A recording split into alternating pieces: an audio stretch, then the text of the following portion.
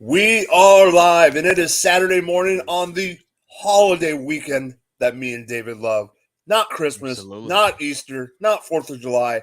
It's NFL draft coverage. It is day 3, rounds 4 through 7. We want to thank our sponsors, GLD, All 22. But let's just get into this. It is draft day 3. David, one quick question. Who are you looking forward to seeing coming off the board? There's quite a few shockers, honestly. From what we saw yesterday of guys remaining on the board still. Like this is going to be one of the probably crazier draft day threes in recent memory. Because like A.T. Perry, for instance, that was a huge shocker to see to see him not come off the board. That's where we disagree. Really? You thought I think he's coming off this round. No, but I thought he was going to come off early. You thought this was where he was destined to go, round 4 or later. Yeah. I didn't see that. I thought people would be enamored by his size. He's got incredible, incredible. I mean, even though he drops the ball, he's got incredible hands nonetheless to make acrobatic catches. He's got next level speed. Like his measurables are very, very comparative. And in fact, in some ways, better, depending on how you look at it, than Quentin Johnston, but yet he still remains on the board, Mm-hmm. I didn't foresee it happening, honestly. So I think him, I think, some of the running backs too, that are still remaining too. Like, I think we could definitely see, Sean Tucker, for instance, still hasn't been taken. Roschon Johnson, I thought was going to go a little higher too, because I thought he was getting a lot of hype for a backup running back. Chase Brown, Deuce Vaughn, even Chris Rodriguez Jr. was a big shocker. So a lot of the running backs honestly surprised me as well. You want a bold pick? You want a bold take? What do you got for me? What do you got? Chris Rodriguez, undrafted. I think I don't think it would make. I mean, you're not okay. I could see it happening, and especially because of the he had some off the field concerns too. Not too many, but just getting arrested and all that stuff. For like I think it was like he got a DUI or something like that. But I would be shocked though. I would be shocked. Like I think it's possible, but I don't think it would be justified to let him go undrafted. Is what I'm getting at. So. Yeah. I think he's a top tier talent, but they don't give a lot of love to running backs though. Yeah, I agree with Aiden right here. Xavier Hutchinson and Tyler Scott will be gone before A.T. Perry. Before A.T. Okay, that's what he's talking about. A.T. Perry. Here's the thing that I want to bring up about last night, real quick. Mm-hmm. I do believe that A.T. Perry is going to go round 4 or round 5. I don't think he's going to dip to 6 or 7. Really? But there's no way to me that Xavier Hutchinson, Tyler Scott, A.T. Perry, or even Charlie Jones from Purdue should have gone behind that other wide receiver from Cincinnati that I can't even remember his name that got drafted last night. I'm sorry.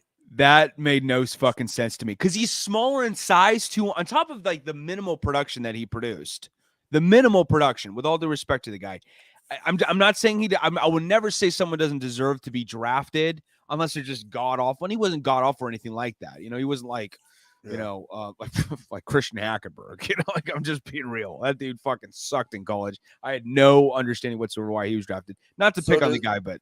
The Saints are on the clock because they traded with your Bears. Oh, God. We traded back? You traded back. You traded back. You swapped 4s and got a 5th. Oh, my God. This is just – this team, I swear to God, they want to just sabotage the future. Like, it's like that's all they know how to fucking do at this point. They're like a broken record. I don't get what they're doing here. We desperately need some wide receiver help. Desperately. If we can get A.T. Perry, that'd be a W. But I don't know if we're going to fucking do that. Well, A.T. Perry is probably better than Claypool. Oh, you goddamn right he is. He's going to catch already more touchdowns in his first game than Chase Claypool's going to catch in his whole career with the Bears. I mean, that's no ifs, ands, or buts about it. But yeah. No. Yesterday was a little crazy though. Yeah. It got a little wild too. It's funny. Like the first round, I was saying this to Robbie yesterday. The first round seems to always go like there's always some semblance of normality in terms of how it's supposed to go. Like, in terms of the guys who are going to get selected. Now, sometimes the order can change and can throw a bit of a curveball at you, but not as much as like the day 2 and day 3 in terms of like who ends up drastically falling to later rounds or even undrafted. Like that's where the real wild cards happen. Yeah. Oh no, for sure.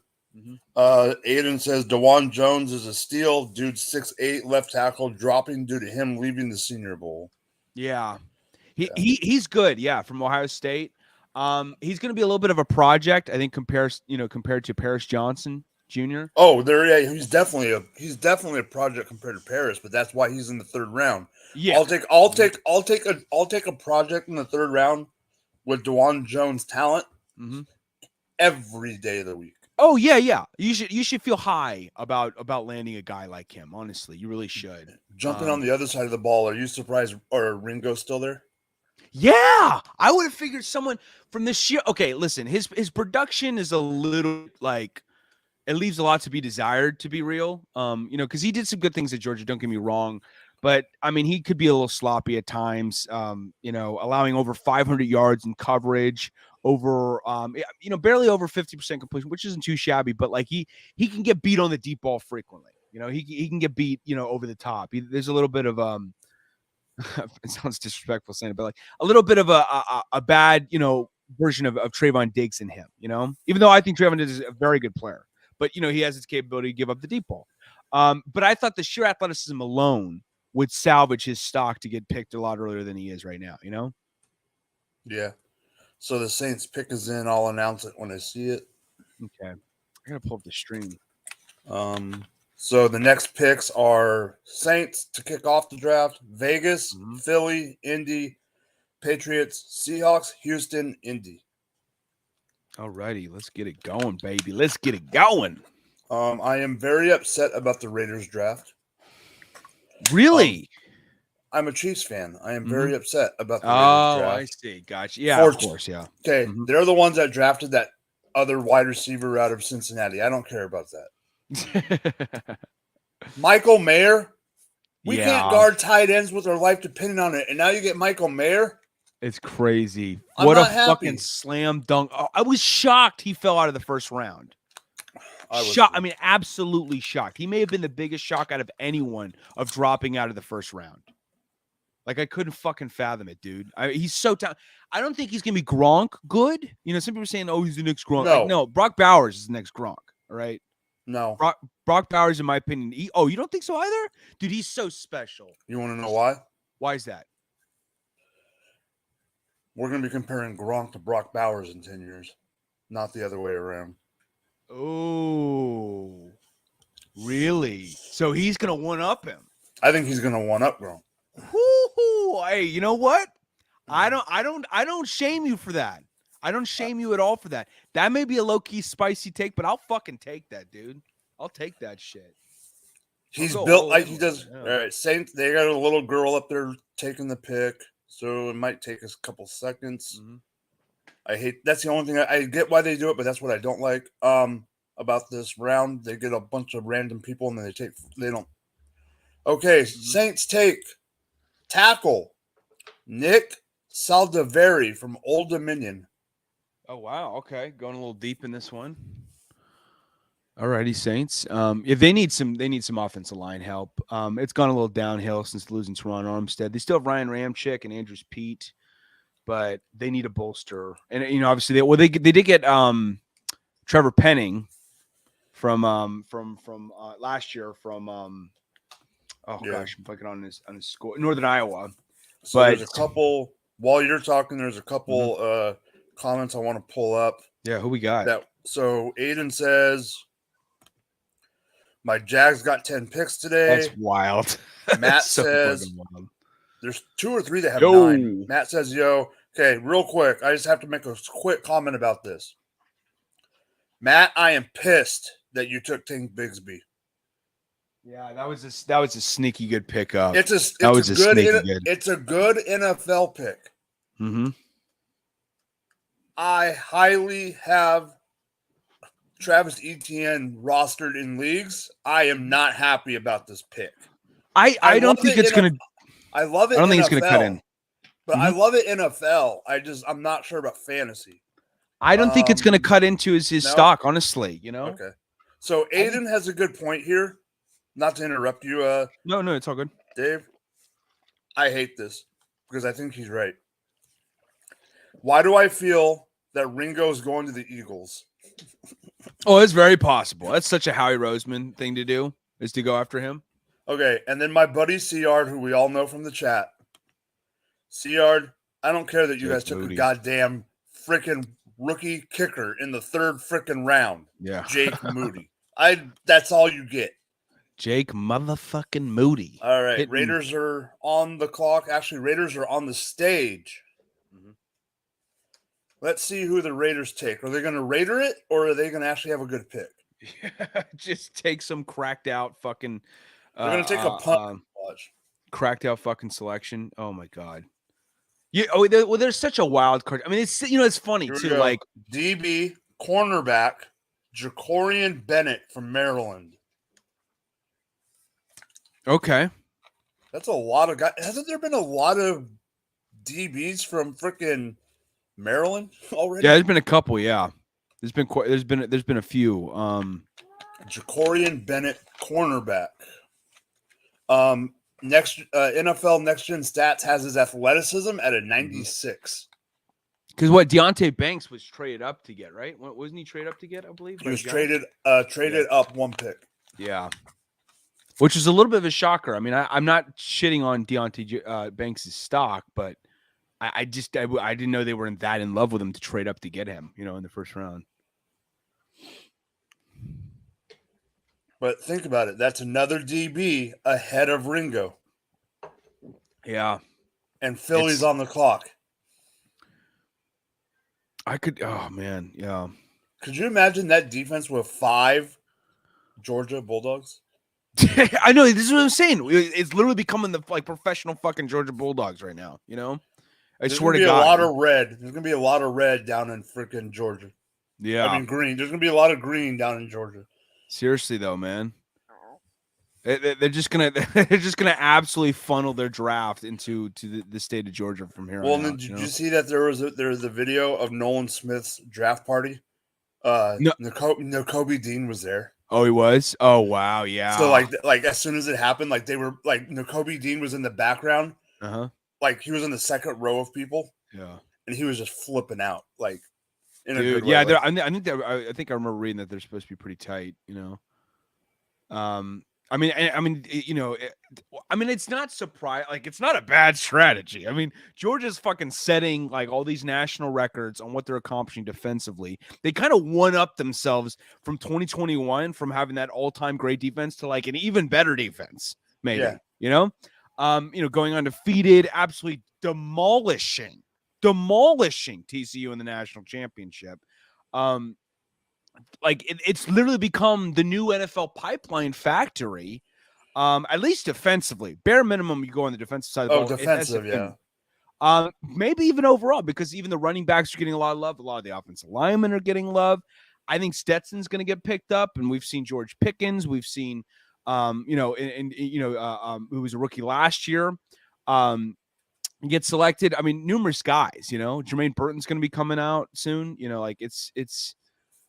It's crazy what they're doing over there, man. It's a fucking NFL factory, Eagles pick us in, just waiting for the announcement. Who's Aiden Tobin's team? Aiden's a Jags fan. Oh, gotcha. Yeah, that makes sense. Yeah, because he was talking about them earlier. I don't know. I don't think it'll fuck with ETN's, carry total to get a Tank Bigsby. I think he'll be fine. I think the only way I'll be concerned about, right there it was, Kelly Ringo. Holy fuck! Eagles, you called it, dude. Fucking, they're jonesing for that Georgia Bulldog. God dang it! Yeah, that defense is just. Even if this guy is only even if this guy does good but not great, or however you want to call it, Mhm. this defense is nasty. That's crazy, man. Watch them slowly but sure. Next year, it's just Kirby Smart ends up somehow fucking coaching the team and everything. I mean, it's crazy what we're seeing. They're gonna trade for Roquan Smith from the Ravens, just They better completely not. make the team up They better not into get Georgia Brock Bulldogs. Bowers. They better not get Brock Bowers. Oh my! Then it'll be a wrap. Then it'll legitimately be a fucking wrap. Just mail the Lombardi Trophy to them now. You might as well. You know. There you go, Aiden. The Georgia Eagles. I agree. Exactly, dude. Yeah. What was I gonna say? What did you think about those rumors? Do you think anything's gonna happen with Derrick Henry? By the way, remember those rumors about him going to the Eagles? No. You think he's staying put? Yeah. I think this is what's funny. I think them draft. Okay, so I was going to bring it up in a little bit. I was going to bring up a couple things later on just to fill time. Oh yeah. But we'll bring this one up now. Mm-hmm. I think drafting Tajay Spears is actually a sign of Derrick Henry staying. So really? He can learn under Derrick for 1 year. I think Derrick's gone after this year. I think it's entirely possible because that team is in such full-fledged rebuild mode, you know, minus Tannehill. They have got some good defensive pieces still there on the defense side of the boat, but the offense is just completely in rebuild mode. It looks like minus Tannehill and Derrick Henry. You know? I think the Tajay Spears pick was amazing. Yeah. Oh, it's so great, dude. He's so fucking slippery. Like he's like weirdly flexible too. Like you can't bring him down, or you think you're bringing him down, and then he pops like not. You think like 90% of his body looks like it's about to fall to the ground, but he somehow pops his ass back up and just is ready to fucking go again. It's just insane that this guy is. I mean, he's so fast. He absolutely torched. I mean, all right, Colts are on the clock. The lady is announcing the pick. With the 106th pick in the 2023 NFL Draft, the Colts take tackle Blake Freeland, BYU. Oh, that's really good. That's good. Really, really good. He was one of my top 5 offensive linemen. So, class. David, me and you were talking right before we came on. Mm-hmm. This is one of the guys I was thinking we might take. It would have been a great. I mean, instead of the guy from Oklahoma, this is the one I thought we were taking. I was not. You talking about Anton Harrison? No. We got the no. In terms of to Jacksonville. No, we got the lineman in the second round. No, but you thought that you were going to get Anton Harrison. Is that what you're saying? No. We picked a guy from Oklahoma in the second round. Oh, gotcha. I thought we were going to take I thought we were going to take Freeland over him.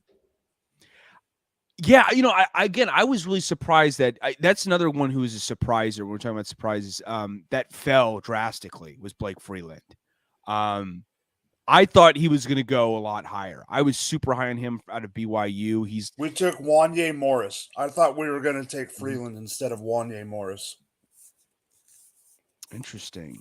Yeah, this is a great pickup. Honestly, this is a really good pickup by the Colts. Like they also need to replenish their offensive line because it's kind of gone a little downhill. Like Quentin Nelson isn't vintage Quentin Nelson. Aiden, the answer is yes to your question. Marvin Harrison Jr. is next year. He's not going to be selected. Yeah, he would have already been off the board, like in the top 5 picks, probably. No, I think Aiden was wondering if he was next year or the year after, even. No, yeah, he's got one more. Yeah, he's got one more. He's got next year. Okay. Mm-hmm. So the Patriots are on the clock. I don't know who it's going to be, but it's probably going to be a pick that's going to make us mad as non-Patriots fans, because that's just goddamn right. I mean, them getting Christian Gonzalez. I don't know what they were doing at tight end, but them picking up Christian Gonzalez at 17 was a steal. For the Patriots, though, like really, I mean, I feel like they already have enough DB help. You know, they got Kyle Duggar, Adrian Phillips, Jonathan Jones. Like, I would have liked to see them address the defensive line more. You know, there's a lot of good defensive line talent. But wide receiver, they are dire need of fucking help right there. You know, it's a septic tank that they're rocking out, you know, for that position group. I don't know. I wasn't quite as high on them. But God, you know, I'm just so fucking envious of like organizations like you and the Steelers that are consistently at the top of the league and consistently find a way to do things right in the draft. Like the rich are literally getting fucking richer, you know, with Like you the Eagles, guys. like the Eagles. And the Eagles too. The fucking Eagles lump their asses in too, you know? It's just so nauseating because we're just like we're staring right at the answer, but then we're like, nope, we're gonna take the fucking cracked out, you know, make the cracked out selection and just totally shit away the season, you know? It just kills me, man. Oh gosh, who's your favorite pickup out of everyone that the Chiefs drafted? Is it Felix? Yeah. I do want to bring this up because I know people are wanting my opinion because they know sometimes I go on my rants. Mm-hmm. I'm not going to go on a rant. Rashee Rice. Mm-hmm. You're not the biggest fan of it? I'm okay with it. I loved it. I had a couple people DM me saying they should have taken another wide receiver, a different one. I'm telling everyone going into the draft, I knew for 100% fact. It was part gut feeling, it was part hearing things, it was part other stuff. I knew for 100% fact we were not taking Jalen Hyatt, okay? There was people going, "Oh, you guys should have taken Jalen Hyatt because he's just, he's a big guy, speedster compared to the other little." We were not taking Jalen Hyatt. I'm telling you, I guarantee you that. You just didn't think that was what Veach would want to do, or I just did not think that was what Veach wanted. Okay, yeah, It just wasn't. It seemed, yeah, it just wasn't Veach. I'm okay with Rashee Rice. I know Rashee Rice is a different body than this other guy, but I was enamored and still am, even though he went to my enemy team. I'm still enamored with Marvin Mims. But he don't love him quite as much. But he doesn't fit the Chiefs' MO. I'm okay with Rashee Rice if we're going to go wide out. I think you're going to be happy with Rashee Rice over Marvin Mims. But I'm going to give you one. I'm going to give you a pat on the back right here, David. Mm-hmm. I would probably have rather have gone a different position than wide out there. Okay. And with the way wide receivers are falling right now, gone with Xavier Hutchinson or A.T. Perry later in the draft. Yeah, I could understand Xavier Hutchinson. That could be interesting over Marvin Mims. I can understand that. Definitely. You know how I feel about A.T. Perry. He was one of my top receivers in this draft. The reason I say those two compared to, I like Marvin Mims, but he wasn't going to be a Chief. The reason I'm bringing those two is the body type. I would rather have had Cedric Tillman. Oh, yeah. No. Cedric Tillman's filthy. Big-bodied receiver, physical. I'm saying lay down the Rashee fucking Rice. hit stick. Rashee Rice. I get that. That's fair. That's legitimately fair. But I think you'll be fine with Rashee Rice, and let me tell you why. This dude puts his body out on the fucking line. Oh, he does. He does. He puts it out there. Like, he's not afraid to go up, for those contested catches. He's not afraid to go for that ugly yardage in the air. That shit low key exists, and he hunts for that shit. And that's what I like about him, especially more than like a Marvin Mims, who I felt like was very underwhelming at Oklahoma compared to where he should have been. Marvin Mims should have been the next, CeeDee Lamb, Marquise Brown out of Oklahoma in terms of reaching those heights, reaching that All-American status, and he never did. Patriots take center Jake Andrews from Troy. Oh wow, going deep. I'm curious to see who some of these smaller college studs are going to be, out of this draft. Who those diamonds in the rough that come out of fucking nowhere. Bill always gets one. I mean, we knew the talent, but it wasn't like Kyle Duggar came out of Alabama or anything. No, yeah, he doesn't give a fuck. He's like, hey, if I dig the talent, I'm going after him. Like, I love Kyle Duggar, even though he's a Patriot. I love Kyle Duggar. I'm getting guys to do their job, man. That's all he's about. He's about that life, You're okay. I'm not saying your team, David, but your new hometown team pick is in the Seattle Seahawks. Okay. We'll see who they take. Because I know you hear more about Seattle than others. Yeah. I found it a little weird. I liked the players they picked. I just didn't. I was surprised they didn't, address edge rush. I mean, I thought they could have gotten after Felix early on in the draft instead of going after cornerback because you already have Quandre Diggs and and Jamal Adams. I think it's possible for him to have a renaissance in his career. Here we go. And they just brought in Julian Love on top of that too. But Seahawks selection with the 108th pick in the draft, guard Anthony Bradford from LSU. Oh, that's a good pickup. I like that. They need protection. They do. They're getting closer. Like Abraham Lucas was a really good pickup in last year's draft out of Wazoo, but they need more than that. They can't just be satisfied. So speaking of the Seattle Seahawks, I know you guys talked about it yesterday, but I have to bring it up because I wasn't here. And I was not very happy about it for multiple reasons. It's good football, but Zach Charbonnet, after you already have Ken Walker, I was bad. Like I was saying, it was baffling. Head scratcher, absolute head scratcher. Because I think he could be a 300+ carries kind of guy. Oh yeah, I mean I'm upset. I'm a day one start. I'm a Charbonnet fan, being a UCLA fan. Yeah, so me too. I'm not. Oh God, UCLA is my team, and I'm not happy. All right, we got the Houston Texans are on the stage. Come on, some random dude waiting, some random fan waiting to pick, just staring. It's like he's at the podium, literally waiting for the NFL guy to point at him and to give him the okay to say the pick. I know. They're like fucking robots. Some of these people are like fucking robots out there, just not knowing what the hell they're doing. Ignacio Arroyo. I don't know who you are. Okay. The Texans with the 109th selection in the NFL draft take edge rusher Dylan Horton out of TCU. And Aiden, I called the chain pick. I knew it. I knew he was going to Miami. I just had that gut feeling yesterday. Well, it's totally their MO, right? There was only two teams that he was going to, in a joking way. Yeah. Them or the 49ers, just because that would have been something that Shanahan would have done. Yeah. And they run the same offense. So guess what? It's the same thing.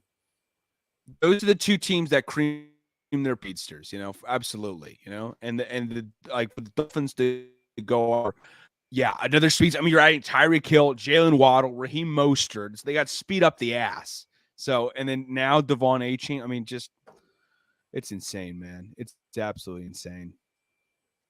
Dylan Horton is doing a great pick, by the way. Yeah, it is. All right, Colts pick is in. I mean, the Texans might have already won the draft from what they did in the first round alone. 3 picks, literally. Okay, I can't say. I'm gonna butcher this guy's name. Prospect.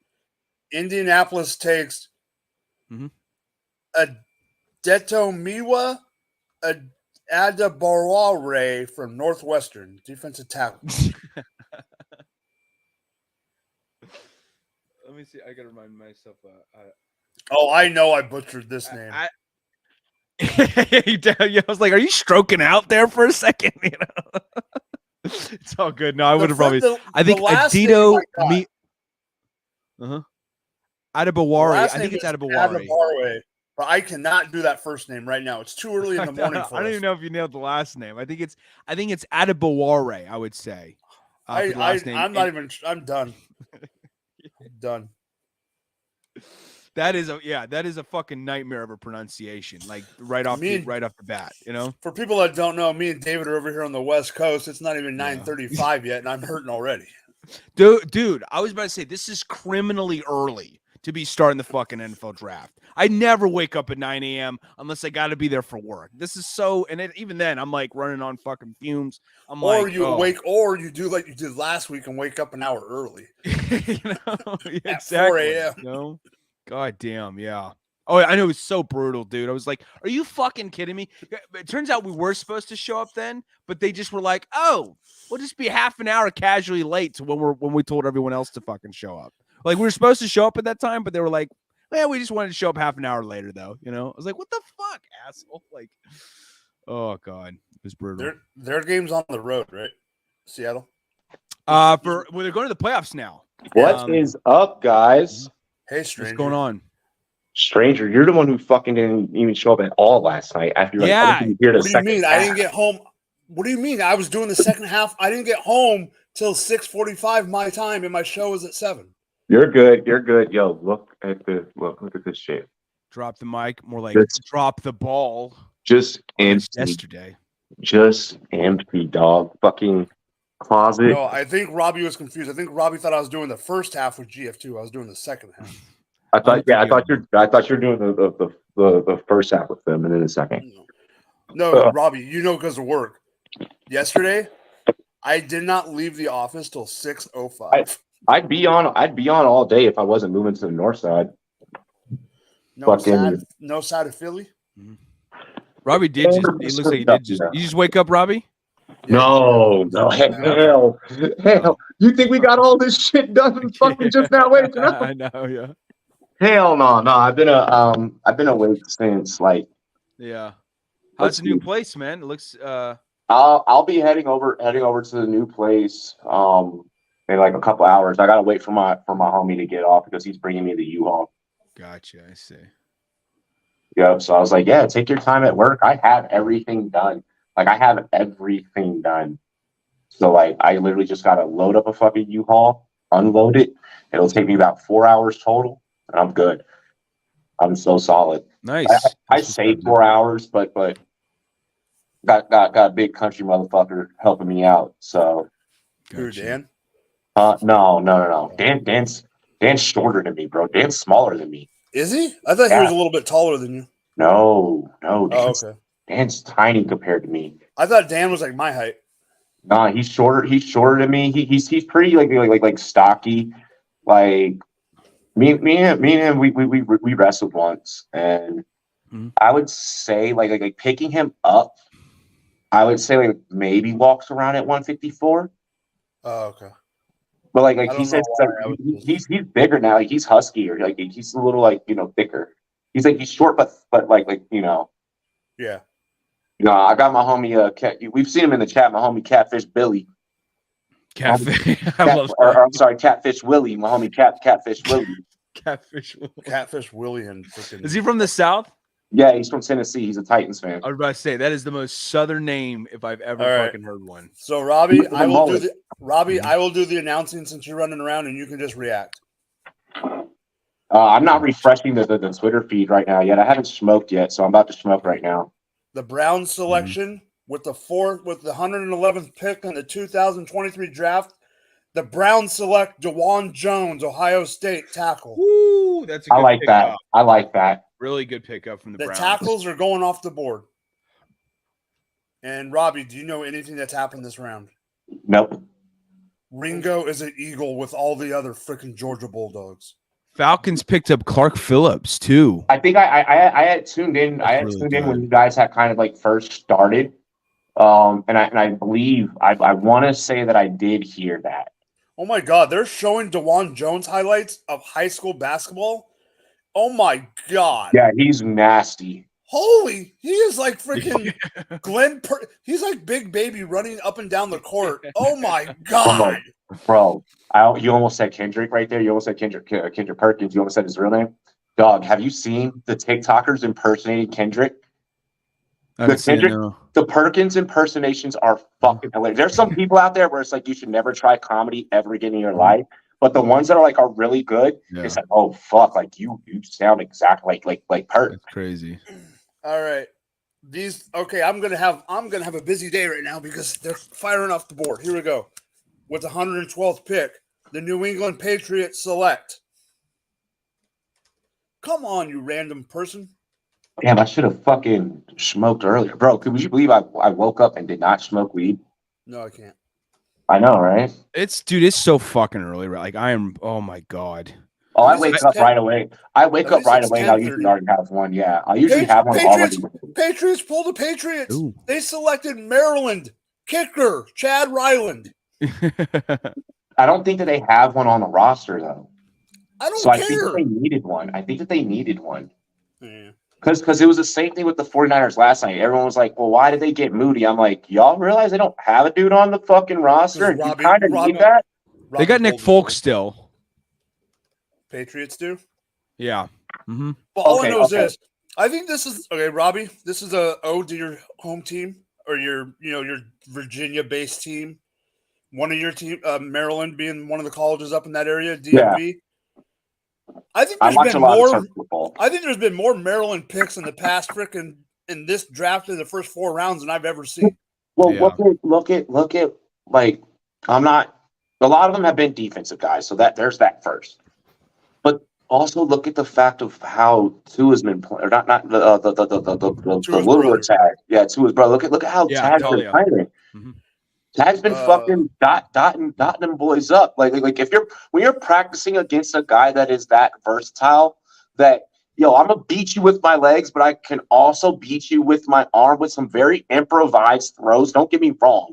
Little Tua is I've heard people say that he's better than his brother. I feel like he's better than his brother. Little Tua, when you're practicing against Atlanta takes Clark Phillips. I like this one. Yeah, Atlanta takes Clark Phillips III out of Utah. Yeah, I was saying earlier. Yeah, that's a filthy pickup. They just announced it, David. Yeah. Like when you're practicing against a guy like that, yeah, you're gonna have defensive guys that are ready to fucking go to the NFL. You know, it is what it is. Mm-hmm. Like you practice against elite talent. Like I hate when people are like, well, why did this person from this school, like I'll do it in the opposite format. I hate when people are like, why did this person from this small school or this, kind of like no-name school end up getting picked? Well, it's like, well, that corner or that linebacker was doing all the work for their team. So maybe that team only had, 8 wins, mm-hmm. But this is a hint. A lot of them came from one. There's a hint going on right here. Johnny Hecker is announcing the Panthers pick from Germany. That has to be a hint. Fuck? Well, because the Chiefs I think that's the first time. The Chiefs are playing in Germany this year, so I wonder if we're playing them. With the 114th pick, the Panthers are taking you better select guard Chandler Zavala from North Carolina State. Okay. I was hoping they would have went with the international pick here. I don't think we've had. What's weird because we have the international portal, so you would expect that you would have heard at least like a couple of like at least like 2 or 3 international names, Not but yet. the NFL hasn't yet. been. I don't think it'll. I think once we do that, it's going to start off like 6th, 7th, and UDFA, 6, 7, yeah, and then it'll move up. Because remember Sammy Reyes, bro. I was so excited for Sammy Reyes. He only had like a couple of flashes though. He's just too big to play football. Like his shoulders are just so fucking broad for a tight end. Like he's just so much space to cover and block. We got a very important pick next because the Chicago Bears are going to take the oldest player in the draft, probably Stetson Bennett. If the Bears take Stetson Bennett, David's head is going to pop. Oh my gosh! I mean, y'all do need a backup. I don't think you guys have a stable backup for Fields. David, are you frozen?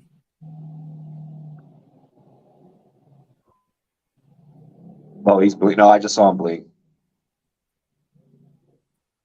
Or is he frozen? He's frozen. He's frozen. Okay, Chicago Bears pick is in, so I'll announce it. I was going to let him do it. Oh, wait, there he goes. He's back. He's back. There he is. He's back.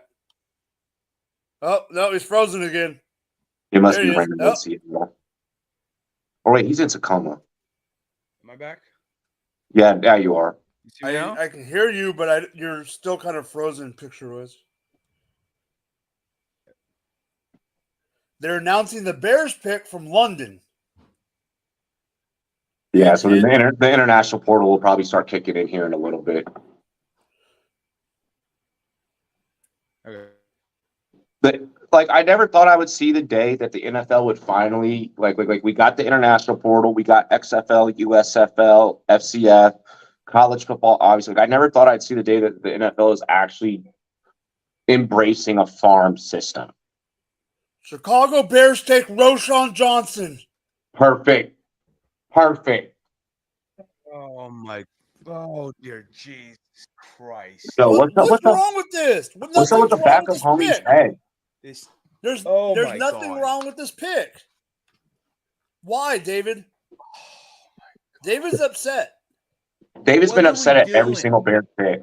I swear to God, team is like this has got to be like this has got to be a front for something else. Like we are absolutely not even fucking trying to build a football team. This has got to be like whatever Walter White's car wash was for a meth front. This has got to be something like that. They don't give a fuck about the success of this team. They're just trying to So milk what? money. So wait, think about if either your running backs get hurt.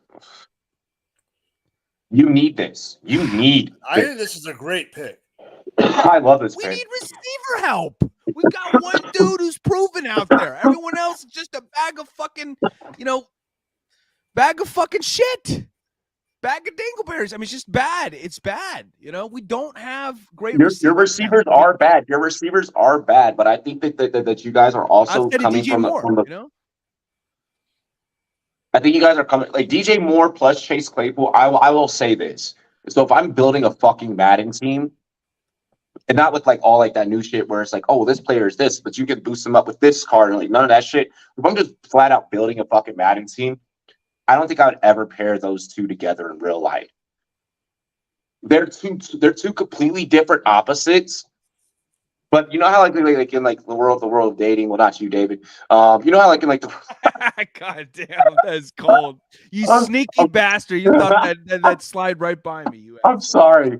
But like you know how like in like the world of dating, they say, opposites attract. Well, maybe that can be the case where Moore is opening Claypool up, or Claypool, because of his body size, is opening up the smaller receiver and Moore. Yeah. I just don't see those two fitting together.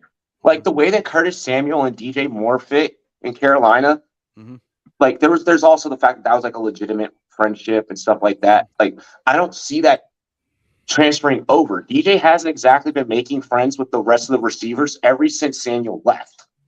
He's very much been a lone wolf. Aiden says, "Don't forget about Mooney." No, I'm not forgetting about Mooney. Yeah. I like Mooney. Mooney as a 3 is dangerous. That shit is dangerous as fuck. As a 3, yes, but I'm joking when I'm just making him an afterthought. He had a disappointing year last year. I know he's played with injuries to some degree, but he's not a number one. Everyone Robinson 2.0. Oh, it just feels like another wasted career we're creating. Like it's just because Allen Robinson, we bounced him out of Chicago. And like we're still waiting for our next supporting cast at the wide receiver group to be on the level of like a Brandon Marshall, Alshon Jeffrey, that type of level of execution. And I just think we're so far from that.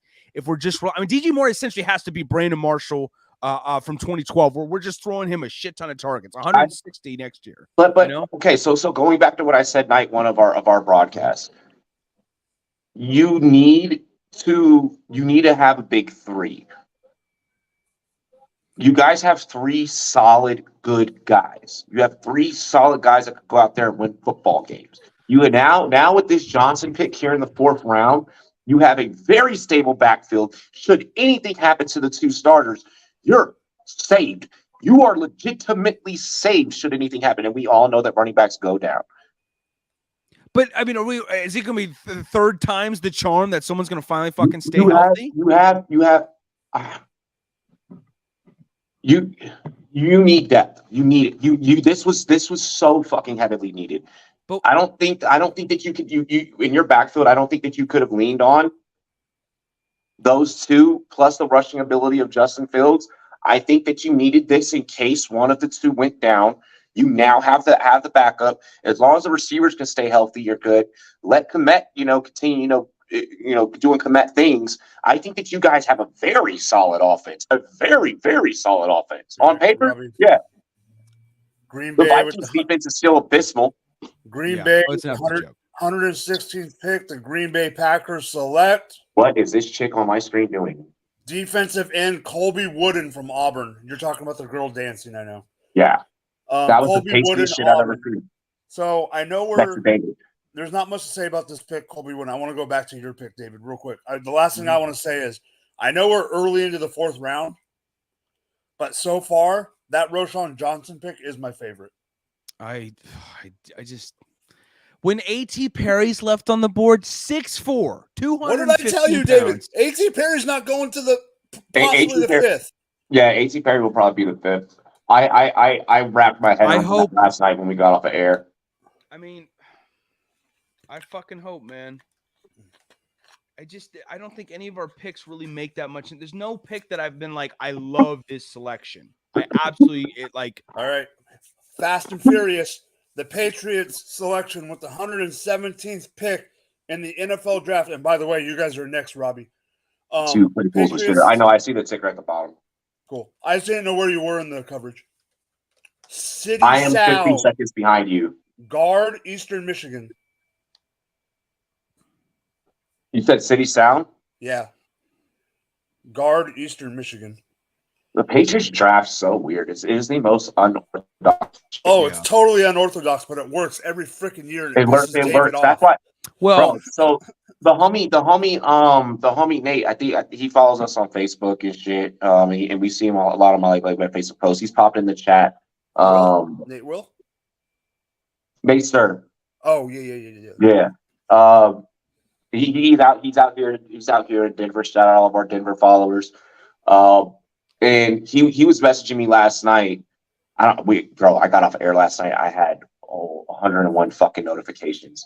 But he was messaging me and he was like, I really like the 49ers picks. And my feedback to him was like, bro, there's just certain organizations like the 49ers, like the Patriots. There's just certain organizations that the Pitts of the Steelers, you don't doubt their scouting department. Even if they make some off the wall shit, you just let it be. Yeah. David made that comment earlier about like the teams in the bottom. Wait, pick us in for Washington. Do you want me to announce it or not? Let me do it. Okay. That's why I asked. Yeah, just wait 15 seconds. Like I'm like 20-ish, 15-ish, 20-ish seconds behind. No, they haven't even said it yet. They haven't even said it. Like I don't even know it yet. Look. This is what I love about the draft is like I can be completely unbiased. I have to scout every team fairly. I love the Eagles draft cap, like that green that they used on it with like I want to say like it's like a cream kind of like it's not like a cream, but like I don't know how to describe that. Like it's I love it. It's beautiful. Get ready, Robbie.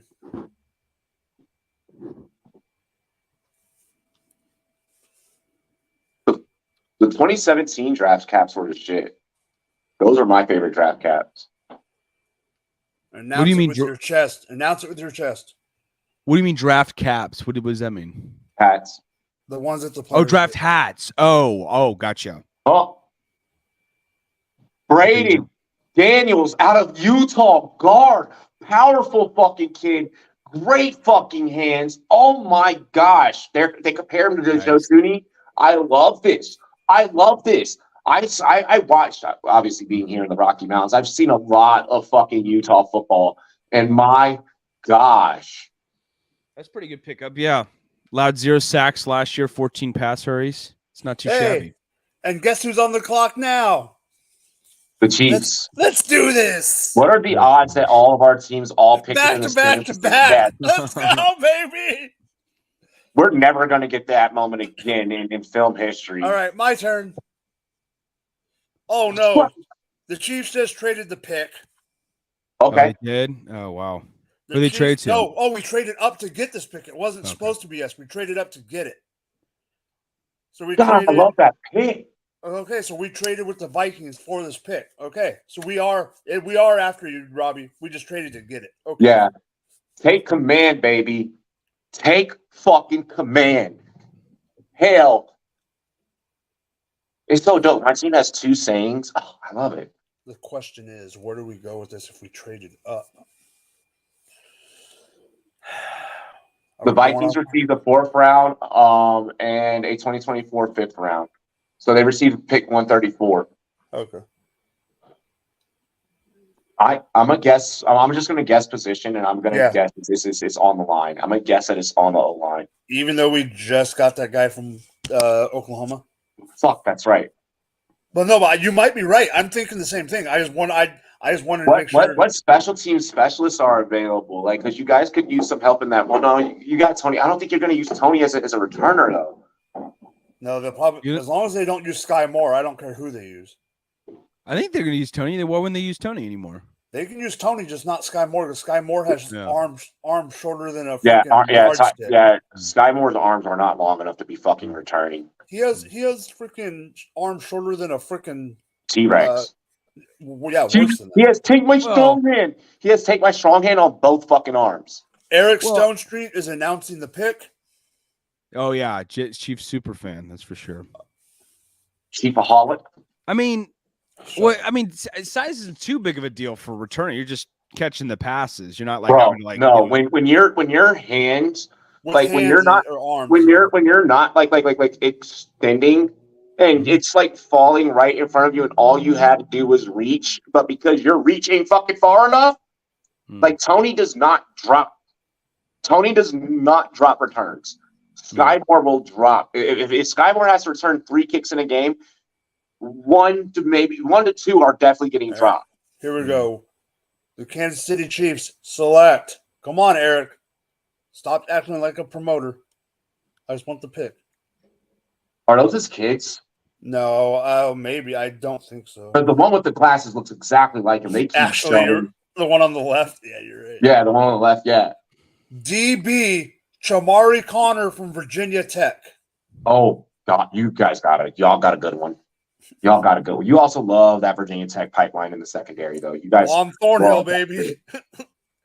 I mean, even though was Juan VT or was Juan Cavaliers? No, he's a cab. But we do like that. We do like that Virginia. Yep, you guys like that ACC Virginia secondary pipeline. It's because they're so fucking fast. Mm-hmm. I'm okay with this. You already know I wanted another DB. I'm okay with this. You'll be able to play him in slot situations a lot. We got what's his name last year, the rookie, and then now this year. And think about it. You moved up to get him. He's definitely making the team. Oh yeah, easily. He was making the team if we drafted him in the 13th you get a corner. round. You get a corner that likes to hit. You get a corner that likes to fucking lay wood. Like that's good. That corners typically do not like hitting. Hey, no, he did not win us the Super Bowl on a return. What did Dion say? These shoulders are for wearing suits. They ain't for tackling. Yep. Yep, exactly. Which I thought was like it's. Yeah, it's not a good thing to say, but it's a fucking hilarious thing to say. It is. So the Jets are on the clock. The Jets are on the clock, and it is one of the picks they got in the trade. The Jets, the Jets draft tastes like unseasoned food. Well, they should not have reached and took. We said it on Thursday night. They reached for McDonald in the first round.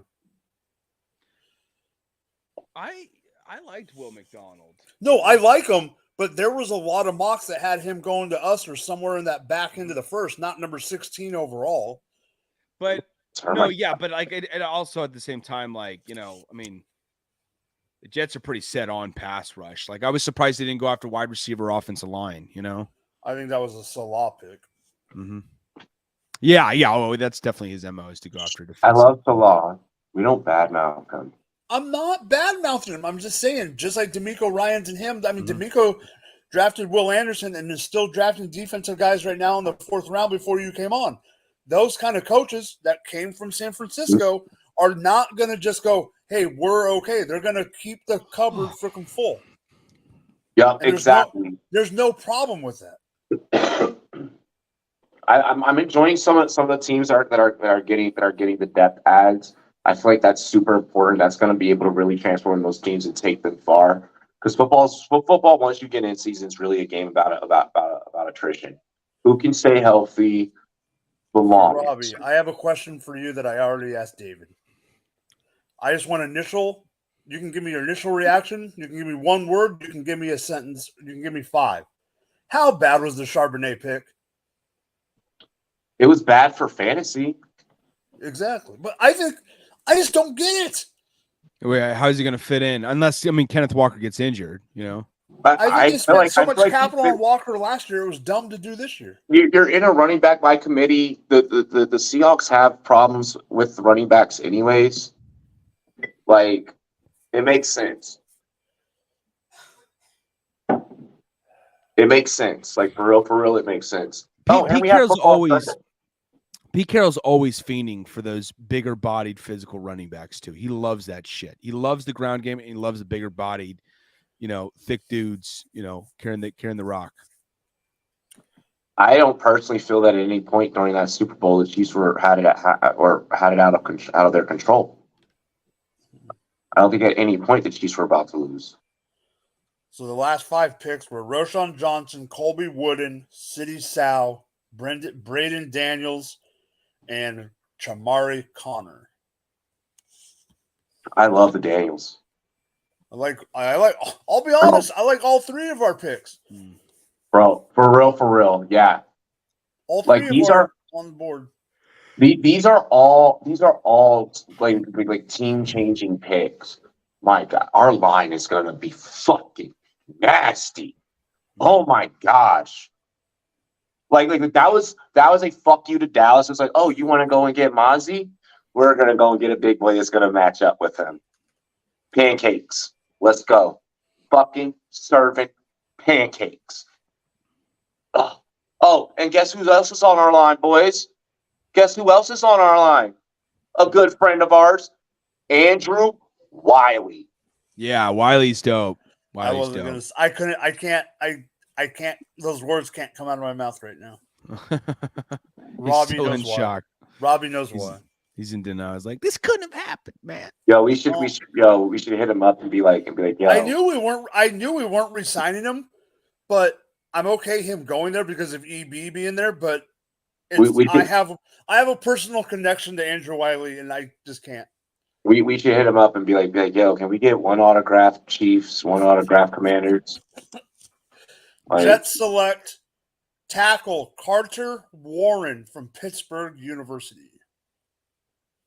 Or University of Pitt, sorry. Yo, I love they're doing all of these international locations. Well, I think it's a hint on what teams are going to end up playing in those international situations. Yo, I think it's an Easter egg. It's an Easter egg for damn sure. Which I don't like the Easter egg for the Germany pick. I don't like it because how the fuck? No, because the Chiefs are the designated home team already. The NFL also hasn't done anything for any of its like recent expansion teams. So this is them trying to build those fan bases. Like fuck, like you need to send you need to send Houston over there. All right, hold on. Houston had the dopest social media picture of the draft. Not as good as the picture that David has behind him. Houston had this for that booty. This is legendary hip hop. Yeah, this is legendary hip hop. I'm gonna talk about that picture in a second, though. Legendary hip hop, though. The Texans had Bun B, Paul Wall, Zero, dude, Slim Thug, and I'm trying to remember who the 5th one was. I want to say and Scarface. Mm-hmm. All draped up, dripped down. Dude, Scarface is my guy. Bro, and they all had Houston Texans gear on, like from head to toe. But the shoe game for each individual person was crazy. And of course, Paul Wall had his grill just, bro. Mm-hmm. And it was crazy about that picture. It was like Paul Wall was just here. Yeah, like he was in Arizona, then Colorado, and then somehow made it in time for the fucking draft party. Jacksonville Jaguars select Ventrell Miller, linebacker out of Florida. Middle line, like a real linebacker, not an edge. Why do they have them so close? Why does that shit look green screen? Why is that camera quality? The Jags just being the Jags with every fucking thing that they do. Well, because they're in London they're in England at a football stadium. Football stadium. No, that's dope that they had all those Houston rappers representing. Bro, it was legendary. Like they all got together through their own through like a big draft party like on this trip in Houston. Yeah. Bun B was out there with his restaurant. They were serving burgers. Slim Thug owns a construction company. He's built fucking half of Houston. Like, bro, it was dope. Like I saw that shit. I was like, wow. Arizona Cardinals. I Guard John Gaines, the second from UCLA. I Okay. wonder how many of the rappers that old ass owner for the Texans even recognized. Like, she wasn't planning out to get Right. these guys, Exactly. She's like, who the fuck are these guys? Like, who are these gentlemen right here? Like these are the gentlemen that built your city. Like you want for real. If I'm Houston and if I'm in Houston's marketing department, if I want to make us cool, if I want to make like I'm having them perform like openings for games and shit, or like I'm having them like announce a team coming out. So that picture on David's streaming. She's like those, these are some you guys are rap singers, huh? Rap singer. I was more of an Elvis guy myself, but okay. Robbie, hold on 30 seconds. For Seattle's pick? Seattle, I'm announcing Seattle's pick right now, and then as soon as I'm done, then you talk about the pick on behind David. I'll accept C- top. Seattle takes defensive tackle Cameron Young from Mississippi State. The Roschon pick makes him a C+.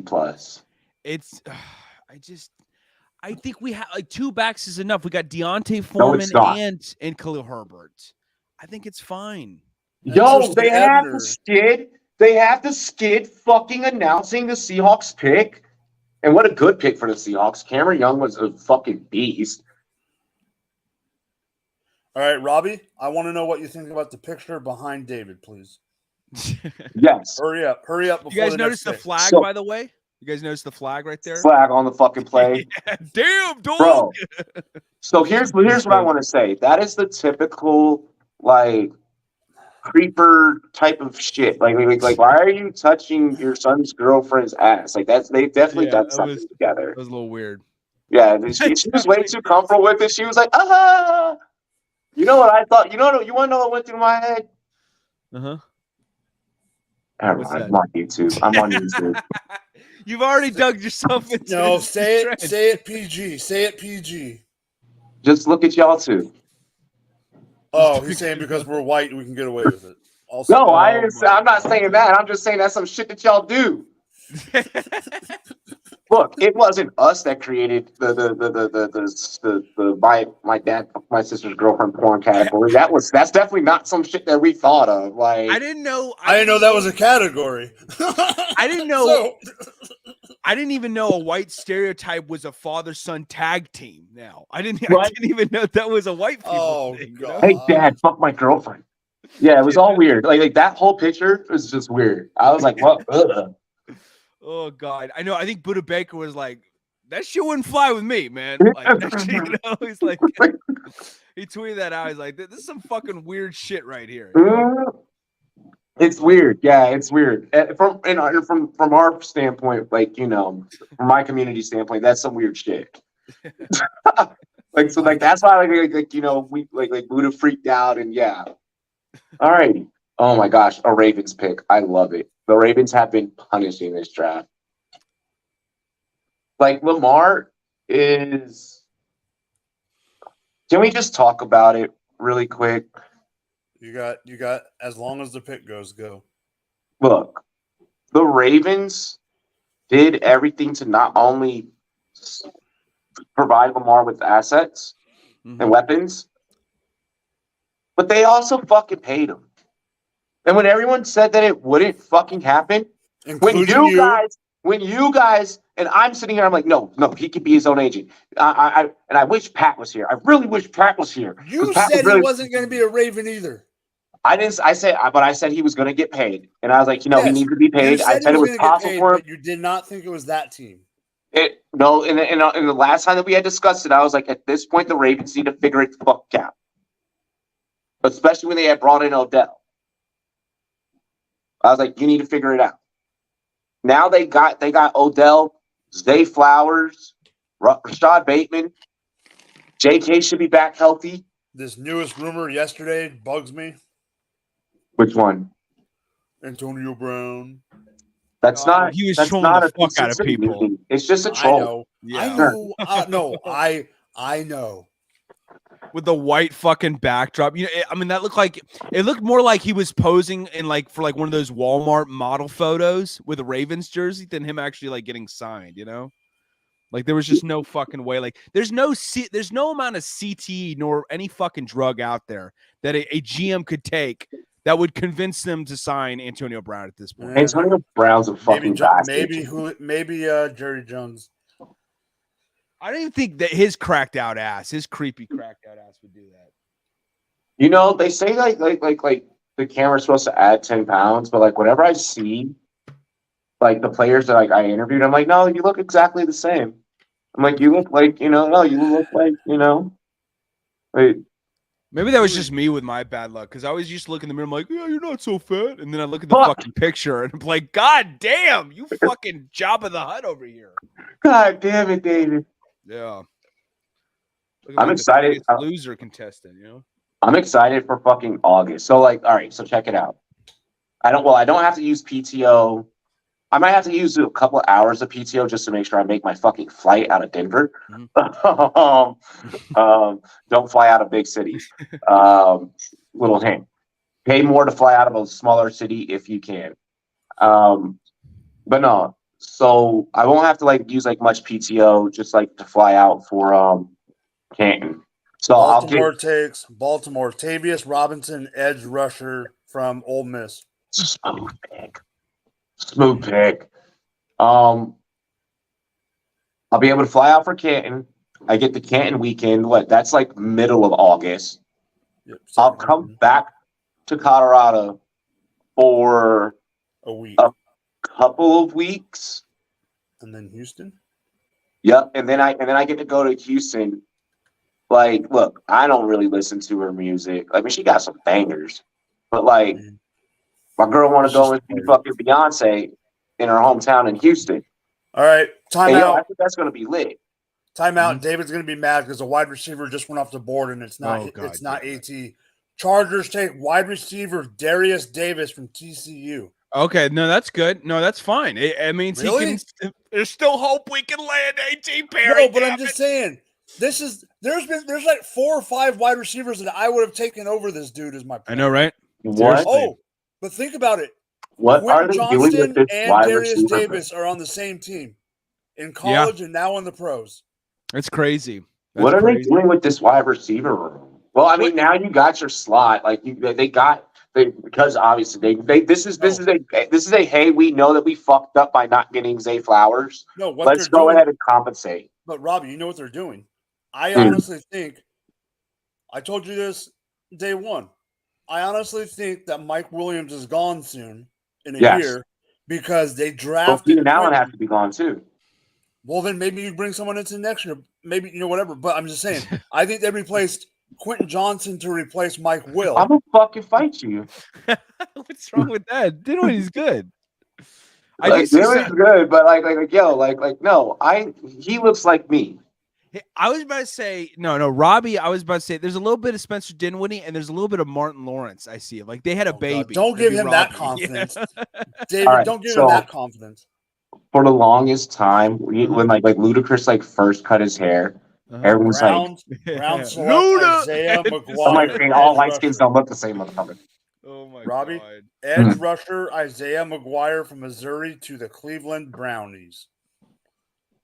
Mid. Well, it's the Cleveland Brownies. I think the Browns end up fucking regretting the Watson sign. I don't think that Watson takes over that division, bro. You think that the Browns can make a playoffs? You think the Browns can make the playoffs? No, I don't think that's happening. No, it's too tough a division. You have to stop Tomlin from going 500. That's going to be a task within a fucking half. Exactly. The Bengals. Mm-hmm. Ravens nailed this. I thought the Ravens had a good draft too. So Ravens have everything intact. If Lamar didn't get the payday and went to another team, maybe. Yeah, exactly. I'm sorry, Watson's not better than Lamar Jackson. Not after last year. Not after last year, bro. I will prime Lamar or prime Watson. Who you taking? Prime Lamar. Okay, so 2019 Lamar versus 2019, 2020 Deshaun. It's so close. I might go I might. I'm going to be real. I might. Lamar won It's an very MVP close. with having less than what Watson had. No. But okay, Lamar. I think Deshaun was destined to win an MVP up until the shit show that just unfolded recently. Deshaun was now Lamar has an MVP under his belt, but I've seen more consistency from Deshaun, especially as a passer. I think he is above him as a passer. Now Lamar is better than him as a runner. I don't think that this system fits Watson. The combo of both, I think it's like a hair follicle above Lamar. Like when he's on. Now, if it's last year Deshaun, like obviously it's Lamar, because Deshaun played like shit I know I do too, Marco. Pray to God this team doesn't shit the bed again, please. I would go Deshaun with a slight hair, just because of what he can do as a passer, a little bit more, especially the deep ball throwing. That's never been Lamar's specialty, So, do you think that the Browns can split with the Ravens? You got to remember, they faced each other twice. I think it's possible because they're in-division rivals. It's because they know each other, from that alone. I think the Bengals sweep the Browns. I think the Browns can get one against the Steelers. Yeah, they can get one against Steelers, yeah. Because it's, you're still figuring out things with Kenny Pickett and such. Like, if the Steelers come out clicking, fuck. I don't think that's going to happen because there's a lot to still figure out there. Steelers are building something too. Yeah, they're definitely building something. Mm-hmm. I think it's going to be really interesting. Like the Ravens this upcoming year. I think they're a playoff team. I always predict them to be a playoff team. And lately it's come crashing down because of health. But if they get Zay Flowers going, man, like that shit is dangerous, bro. Yeah, it's going to be so dangerous. I have Zay Flowers is literally, and I'm stealing the words out of my dear brother Steve Smith's mouth here. He's a movable weapon. Yeah. He is a movable weapon. Dude, he's filthy, man. You can run intermediate routes. You can take the top off. You're fast as fuck. Mm-hmm. I can put you in jet sweeps. Mm-hmm. Everyone looks at you like the slot, but you play bigger than what you are, so I can also line you up on the outside. Oh, gosh. So then if that sets up Odell to be in the slot, or that sets up Bateman, I now become so fucking dangerous. So let's not forget, I have a big-ass body in Mark Andrews. Yeah. Yep. The Ravens are built they're built to gas you out. Yeah. They just got to stay healthy. That's the key thing, If I were to compare the Ravens to a fighter, they are a heavyweight of Tyson Fury. Mm-hmm. Big, strong, can move, and it's going to hit you. Big pick. The New Orleans Saints take quarterback Jake Hayner out of Fresno State. I like that. I like that a lot. What? All right. I like it. I like it. I know where Robbie's going. I like it, but you're building what you're doing here. You're building a nice little fraternity in-house between your current guy and whoever could eventually take over. Yep, both being from Fresno State, both being the same kind of quarterback. So they're the exact same guy. That's some psychological shit. Oh, that's good thinking. Hayner's similar, like to Derek Carr in terms of the type of player he is, but that's what I meant. To a lesser degree, though. I meant style-wise. They're the same guy. That's all I meant. Not talent, more style. Yeah, this is beautiful. This. I love really quick. Stop. I love the autism acceptance. No, you need to stop. In the room. DeAndre Swift has just been traded to the Philadelphia Eagles.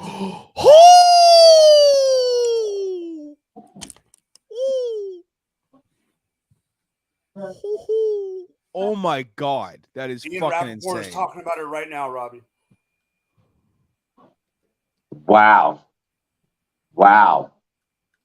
That's why they did that. Now we know why they fucking brought in Gibbs. That's wild. That's fucking wild. Well, Gibbs stock just fucking shot up.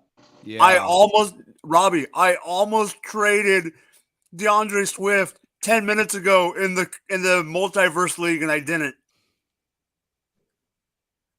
You knew that you would have had to. But I was going to, but I wanted to wait, but now I don't have to. Yeah, because he's going to be the starter there.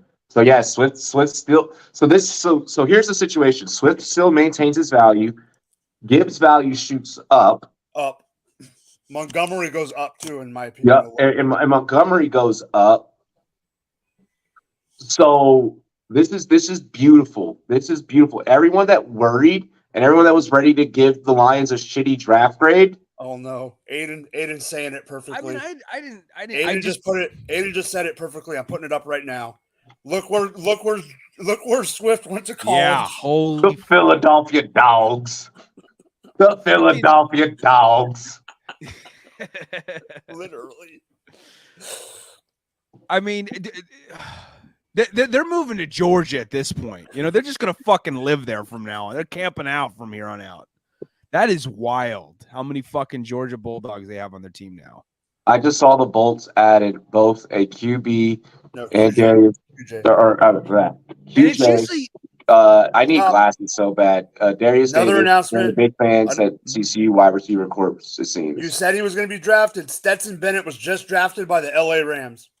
Wow. Oh, that's it. That makes sense. Makes sense. It does make sense. It makes sense, but and guess what? And what school did freaking Matthew Stafford go to? Georgia. What school did Stetson Bennett go to? Georgia. Look at these teams building little frats within that. That is smart, though. That's smart. That is smart. Anyone got a counter on how many Bulldogs have been taken in this draft? I wonder. It's got to be. Oh God, at least. It's insane. There's a lot of Bulldogs. There's a lot of Turks. Like it's been insane. Watch the Eagles trade for Stetson after today.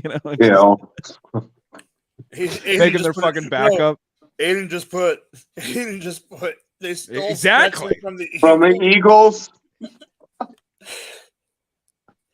Wow. Howie Roseman's just calling Leslie like, you motherfucking bastard. How could you? You know, just Matt Lyon, Simpson, though, AJ McCarron, Stetson Bennett, all national championships.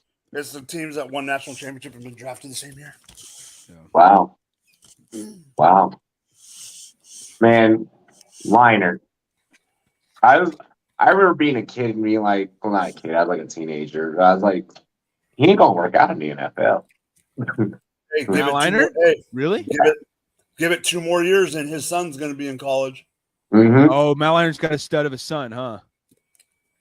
Mm-hmm. Remember the mom is the same baby mama from Blake Griffin's mom. She was a basketball player at USC. Okay. Blake Griffin got a lot of fucking kids. Small world. Blake Griffin also knocked up Lana Rhodes. Who's Lana Rose? I feel like I've heard that name before. Oh God! Oh, don't go that rabbit hole right now. Don't do that. Don't do that right now. Don't do that right now. Oh, it's NSFW. Gotcha. Yeah. Don't do that right now. Don't do that right now. Yo, this man was ready. Like who's this? She sounds like a fascinating young gal. You know? Hey, Robbie, what's the guy's name that's friends with Logan Paul? Trust me, you heard it. Robbie, huh? What's the guy's name that's friends with Logan Paul? Mike, the one that's on the show with him, Mike. Matt. I can't remember. I can't pronounce his last name, but yes. It's his girlfriend. Yeah. So weird. Oh, here we go. Cowboys pick is in. I will lovely tell all the Cowboy fans, including Karam, how bad they do in about 30 seconds.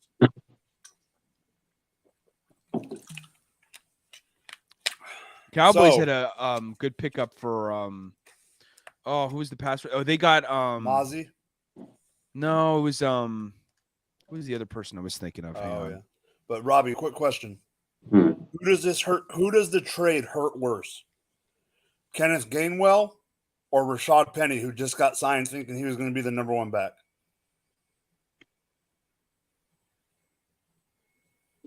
They barely have really used Gainwell. Penny has been okay, but he just can never stay healthy. I think it hurts Rashad Penny for real. Like, I feel like it hurts Penny. Gainwell's like, I've been here. You know. I figured out. I keep forgetting that Rashad Penny went to the Eagles. I don't know why it's slipping my mind, but I do get like them dressing the running back position. Hey, Mike McCarthy, Robbie. Oh no, Mike McCarthy Mike McCarthy actually looks happy with this pick, unlike yesterday, Thursday. Who did they Thursday, pick? yeah. We don't know yet. Oh, They yeah. just showed the green room. Gotcha. Yeah, okay. He actually looks happy. Like he's fist bumping people instead of walking out of the room to go get more coffee.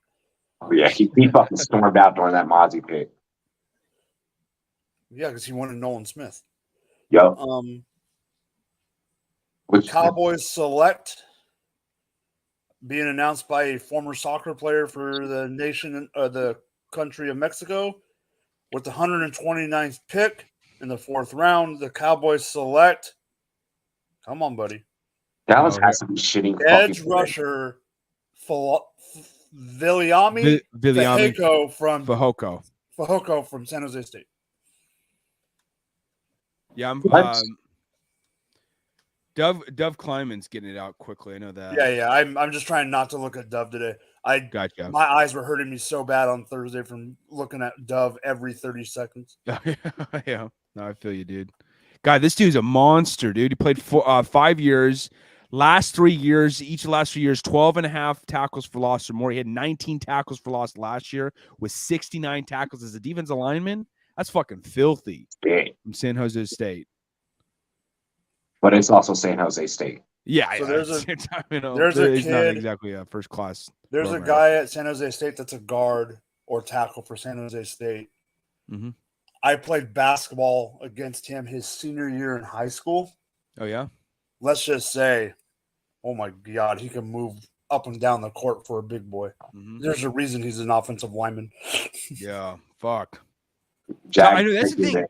You'd be surprised at how many offensive linemen were former stud basketball players. That those big dudes. That's where they get the footwork. That's where they got footwork. Exactly. That pass pro comes in clutch from playing basketball.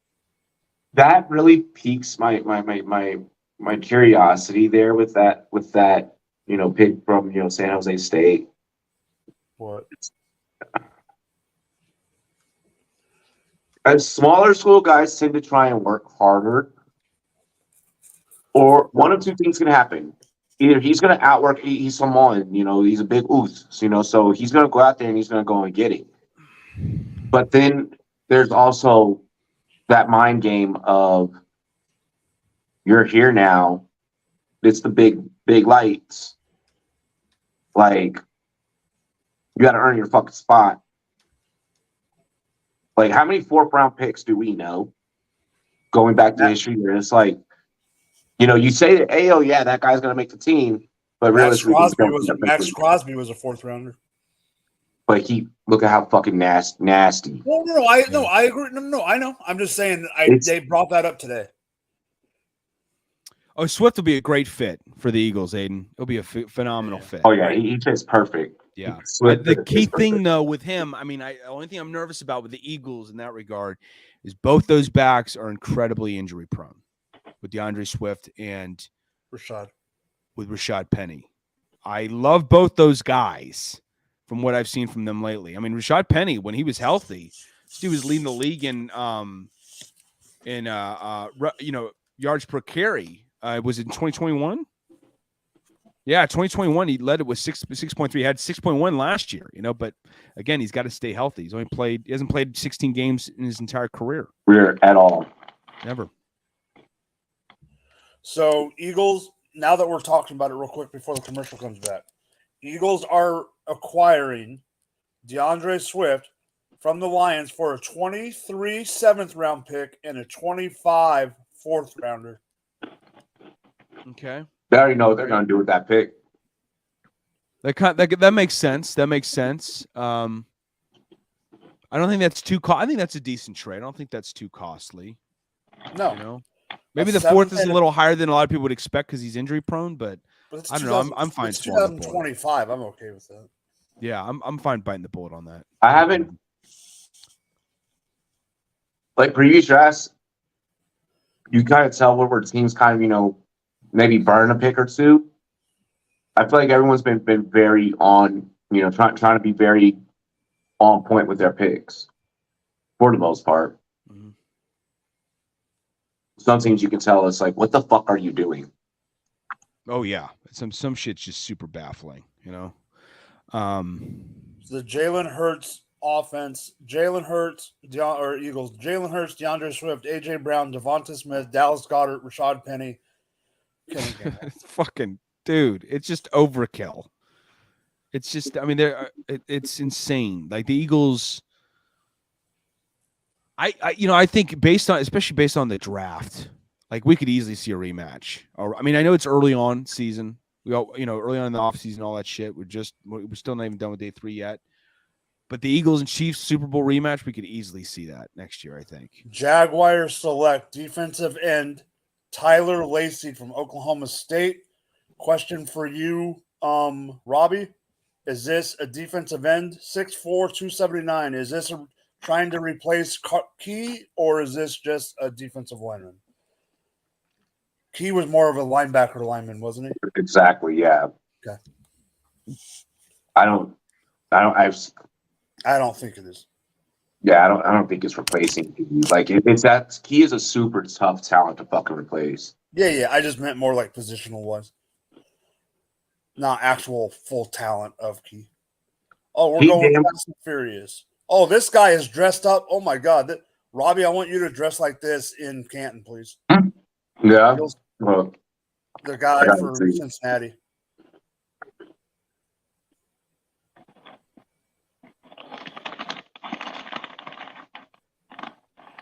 I didn't get that all white. Holy fuck! I'm surprised. Yeah, Darius Rush is still available. Like fucking big ass tiger. What the hell happened to Tony? This motherfucker like he jumped fresh off the goddamn frosted flakes box. The Bengals are going to select.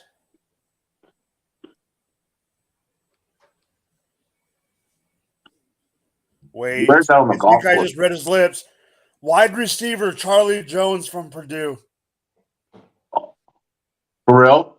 Yeah, for real. Oh, nice. Finally, he's getting picked up. That's good. Yep. Fucking nice little sneaky there, Cincy. Robbie, is he going to be the Irvin? What's his name? Bryce Irvin? Is he going to be like that kind of role?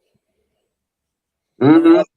You know, I could see him being like they're like Beasley, they're Renfro, except just coming off the bench. Because now that means they got 4 wide receivers. Mm-hmm. That was a damn good pick. Damn, that might be one of my favorite picks of this round. The rich get richer. Yeah, fucking Bengals have nailed this draft, I think. They've done a really good job in this draft. The rich get significantly richer. That was damn it.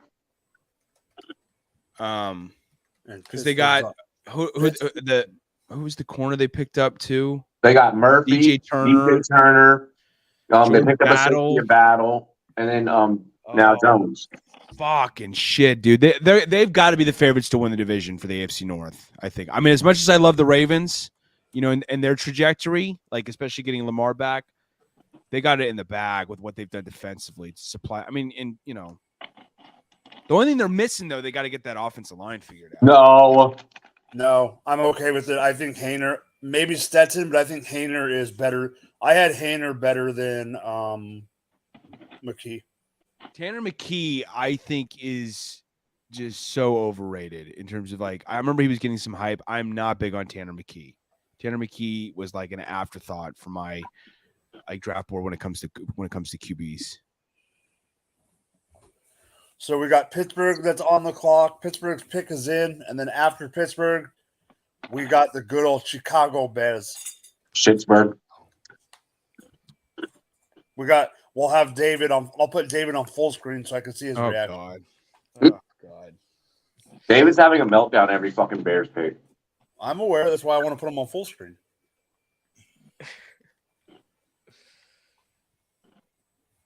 I'll just start punching myself in the dick to keep my mind off of what the fuck they're gonna do. Maybe that'll help. I don't know. So we had this debate last night. I agree with this take. I had this debate last night, and I disagree with somebody. I do not think that taking Darnell Washington for Pittsburgh hurts Pat Freiermuth. Do you? No, it doesn't hurt. Thank you. Comment below. All I needed to hear. The Steelers are announcing right now, and then I will read it. Steelers are announcing their pick from Mexico. Hint, hint. Maybe that's an Easter egg. Oh, this is a good pickup. Right. I'm not going to say it, but it's a really good pickup by the Steelers. Okay. I was Steelers surprised take this guy- linebacker Nick Herbig from Wisconsin. Very good pass rusher. Very, very good pass rusher. In fact, I'm surprised he also dropped a lot too. You know, Charlie Okay, Jones, so, A.T. yeah. Perry, all those guys. So, a question for everyone. Smitty has a question for us. I could use your help, fellas. I got to 104 in a 2023 rookie draft, and they're drafting now. Which player is best for 12-team Superflex PPR win now roster? AR-15, Bryce, CJ, or Gibbs? He's got the 104. I'm going to go. So then here's how I'll rank them.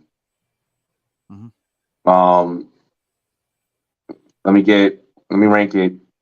I feel like Carolina has something sneaky going there. But I think Bryce is one. It's got to be one. Yeah, go Bryce, CJ, AR, Gibbs. Yep. That's exactly how I have it because you're saying win now. I'm AR not- now. I don't know if I might put AR last because I don't know if he's going to be ready to hit the ground running ASAP. I'm okay you know? with that. I'm okay with that. My thing is with AR is, are the pieces even fully in place as of offense? That too, exactly. You know, Like, I mean, the he's skill getting Taylor positions back are healthy. That lacking. helps out. You know, he's getting Taylor back healthy, which helps. But That he's is got a lot of work mighty- to do in this camp. It's possible. I don't know. I don't know if it's going to happen. But Nick Herbig, monster. 11 sacks last year, 15.5 tackles for loss, 14.5 tackles for loss the previous year with 9 sacks. Stat stuffer, man. He's awesome. Yo, that brisket looks fire. And they always Wisconsin knows how to churn out those fucking pass rushers. You got the Watt brothers. Yeah, they do. Gosh, who else have they had? I don't think A-Chain is overrated. I don't think so either. Yeah, I think he is kind of like where he's supposed to be. in my opinion. Stop. David, you're gonna freak out in a good way. Not your guy, but the Chicago Bears take Tyler Scott, wide receiver, Cincinnati. What? Now you're mad? You wanted a wideout. I wanted A.T. Perry. God damn You weren't. I told you that wasn't happening. Why? Why can't it happen? You should Why be can't I happy get with nice this things pick. in life? This is a good pick. Hey, because I'm free. Free falling. This is a good pick. It is a good pick. I like it. I like him in open space. Yeah. When he finds open space, it's Honestly, I think this is gonna tell me if I'm wrong, Robbie. I think this is gonna help Mooney a lot because he's gonna be able to take off space on the other side and make the safety cheat. He's not. I mean, he's they're not- fast as shit. Don't Man, get me why the wrong, he is Packers have to fast as draft fuck. like fucking idiots every year? Well, I think you mistyped Y'all the haven't- Bears. All right, like what are you Y'all talking haven't about? figured out, the Packers haven't figured out that, like, you know the whole phrase, like, if it ain't broke, don't fix it? Yeah, they haven't figured that out yet. They just think that Mhm. no, like, it's still going to work no matter what we do. No, change shit up. It is Gutenkook or whatever his name is. You knew damn good and well that y'all weren't taking a wide receiver in the first round. I was pissed off about it too, but we all knew. They got a wide receiver, not the right one, but they got a wide receiver. Not in the first fucking round. I know. I'm just saying they got a wide receiver, but not the right one. Is all my point. Yeah, I'm yeah, not, hell I'm no. not. I'm not a big. That shit was a reach. That was a I'm- reach. no, That was a reach. I'm just saying in on the player, not the reach. I'm saying I'm in on the player, not the reach. The reach is there. You're right on the reach. I'm just saying I'm in on the It's player. both. Yeah, there was no need. There was, if you, out of all the receivers you could have reached, Why didn't you reach on Jalen Hyatt or Tillman? oh my God. Yo, we were freaking out about that last night. We were like, who the fuck is running? Okay, why are they announcing the Minnesota pick from a freaking glacier in freaking Canada? Oh, Canada, eh? I mean, Canada probably is either half Minnesota fans, half Green Bay fans. Maybe a couple like Canada is probably all NFC North teams. Vancouver is probably Seahawks. Why is that place in Canada the exact shape of fucking Alaska? It's Vancouver stays close to home in terms of Teams. Whichever team is adjacent. I want to hear this dude's accent, eh? So if it's in hockey, obviously it's the Canucks over the Kraken, but Vikings NFL and DB from cornerback DB Jay Ward from LSU, 6 foot 188, tall and lanky. Mm-hmm. We are one pick away. Pick. We're one pick away from round 5. I love Canadian accents. Like that shit is fucking hilarious. About Drake doesn't. I was just saying that. Look, it reminds me of fucking the homies from South Park. Mm-hmm. Yeah, just bouncing their head up and down. Like, hey, if they have any other Canadians announcing picks, I want complete silence. They totally made Canadians look almost like subhuman in that fucking shit. Yes, they did. This is a fact. That's wild. All right, before we get into round 5, I'll be right. Wait. Ow, fuck my back. I hate you. Ow! You still alive over there? Fuck. I'm just old, fucking David. Wait till you get older. I know, right? I'm gonna shit my pants as soon as I find my first gray hair, dude. I just know it. So this was supposed to be. So the Raiders traded up to this pick for a 5th and a 6th to the New England Patriots. Okay. I see you, Raiders. So the Raiders have someone they want. Yeah. This is where I think this is that point in the draft, 5th, 4th, 5th round is where you go get your guy. If you have him ranked high, you go get him. I don't care what you do. But the Raiders will probably Raider it. Yeah, they'll find a way to throw a fucking curveball. I mean, it runs in the family too. Like Al Davis used to do this shit, and then Mark Davis is like the spitting image, minus the fucking. Oh, you mean like the whatever Leatherwood the fucking haircut he has, like like the Leatherwood pick a few years ago. Yeah, and I mean, even Henry Ruggs was a little bit, like at the time, was a bit of a scratcher. Now he turned out to be a pretty good player when he was, before obviously everything came to a crashing halt off the field. But even that, the Clelin Ferrell pick was a bit of a head scratcher for me. Clelin Ferrell. Yeah, that was not. They just love to, just go straight, steer away from the norm. They're not about that meeting expectations.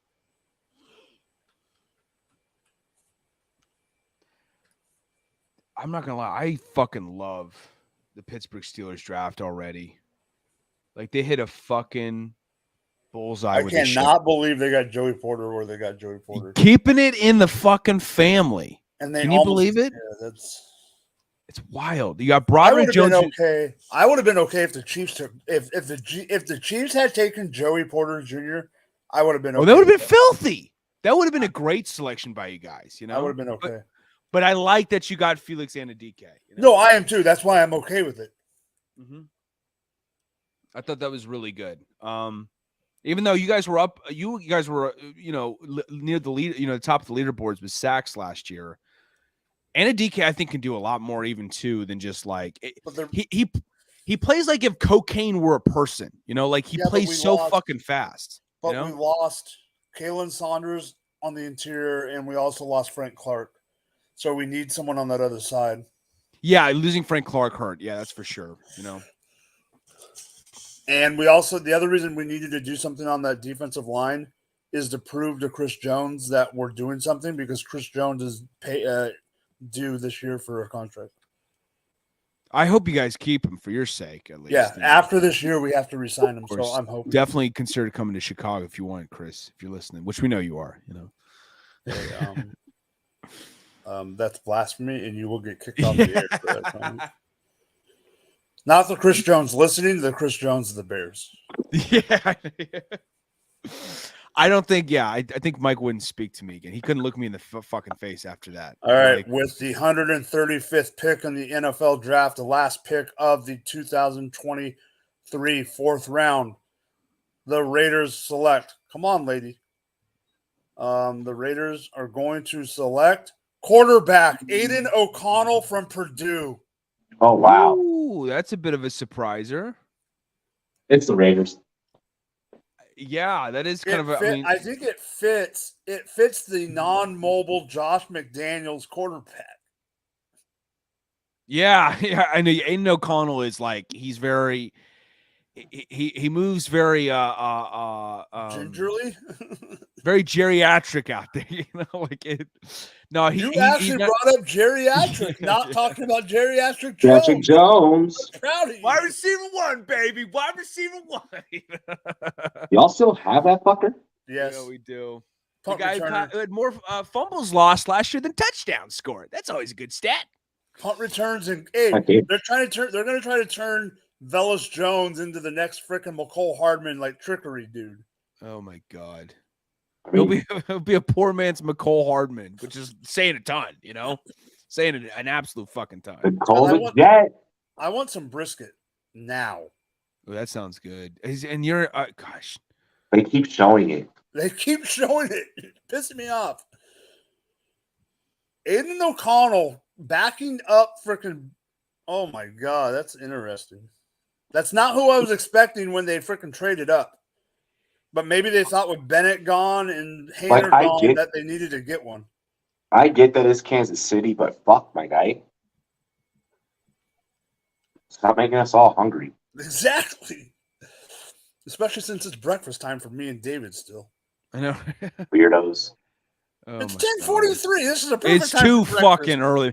I If was there almost was- if tempted there to was- just. If it was a Sunday, I'd be neck deep in mimosas right now. I should have been, honestly. You don't need a Sunday to be 'Cause neck deep in mimosas. Liquor in a weird way wakes me up, and I'm Mhm. just like, dude, I'm running on fucking fumes. I didn't get to bed till like 2 a.m. last night too, and I woke up at 7 because I thought I was gonna work out before the stream, but I didn't. What were even you end up doing at that. 2 a.m.? See, Mike, you got to do Sunday Fun Day. Sunday Fun Day. I was doing my business, you know, my late night shady business, per usual, you know. No, Jerk it off. Lana Rhodes. I mean, you don't have to say it out loud, asshole. You know, let's keep it under wraps, damn Like it. the strangers doing it. Oh my god, you guys are wild. No, I was tempted to just go knock on my neighbor's door and be like, "Can you slap the ever living shit out of me to wake me up?" Because that's how fucking tired I was. You know, pull a John Henderson, you know, from the Jaguars. I didn't get the name, but the Jaguars took a linebacker from Louisville, and the next pick, Yasir Abdullah. the Washington Commanders have just traded up to the next pick. Oh, let's go.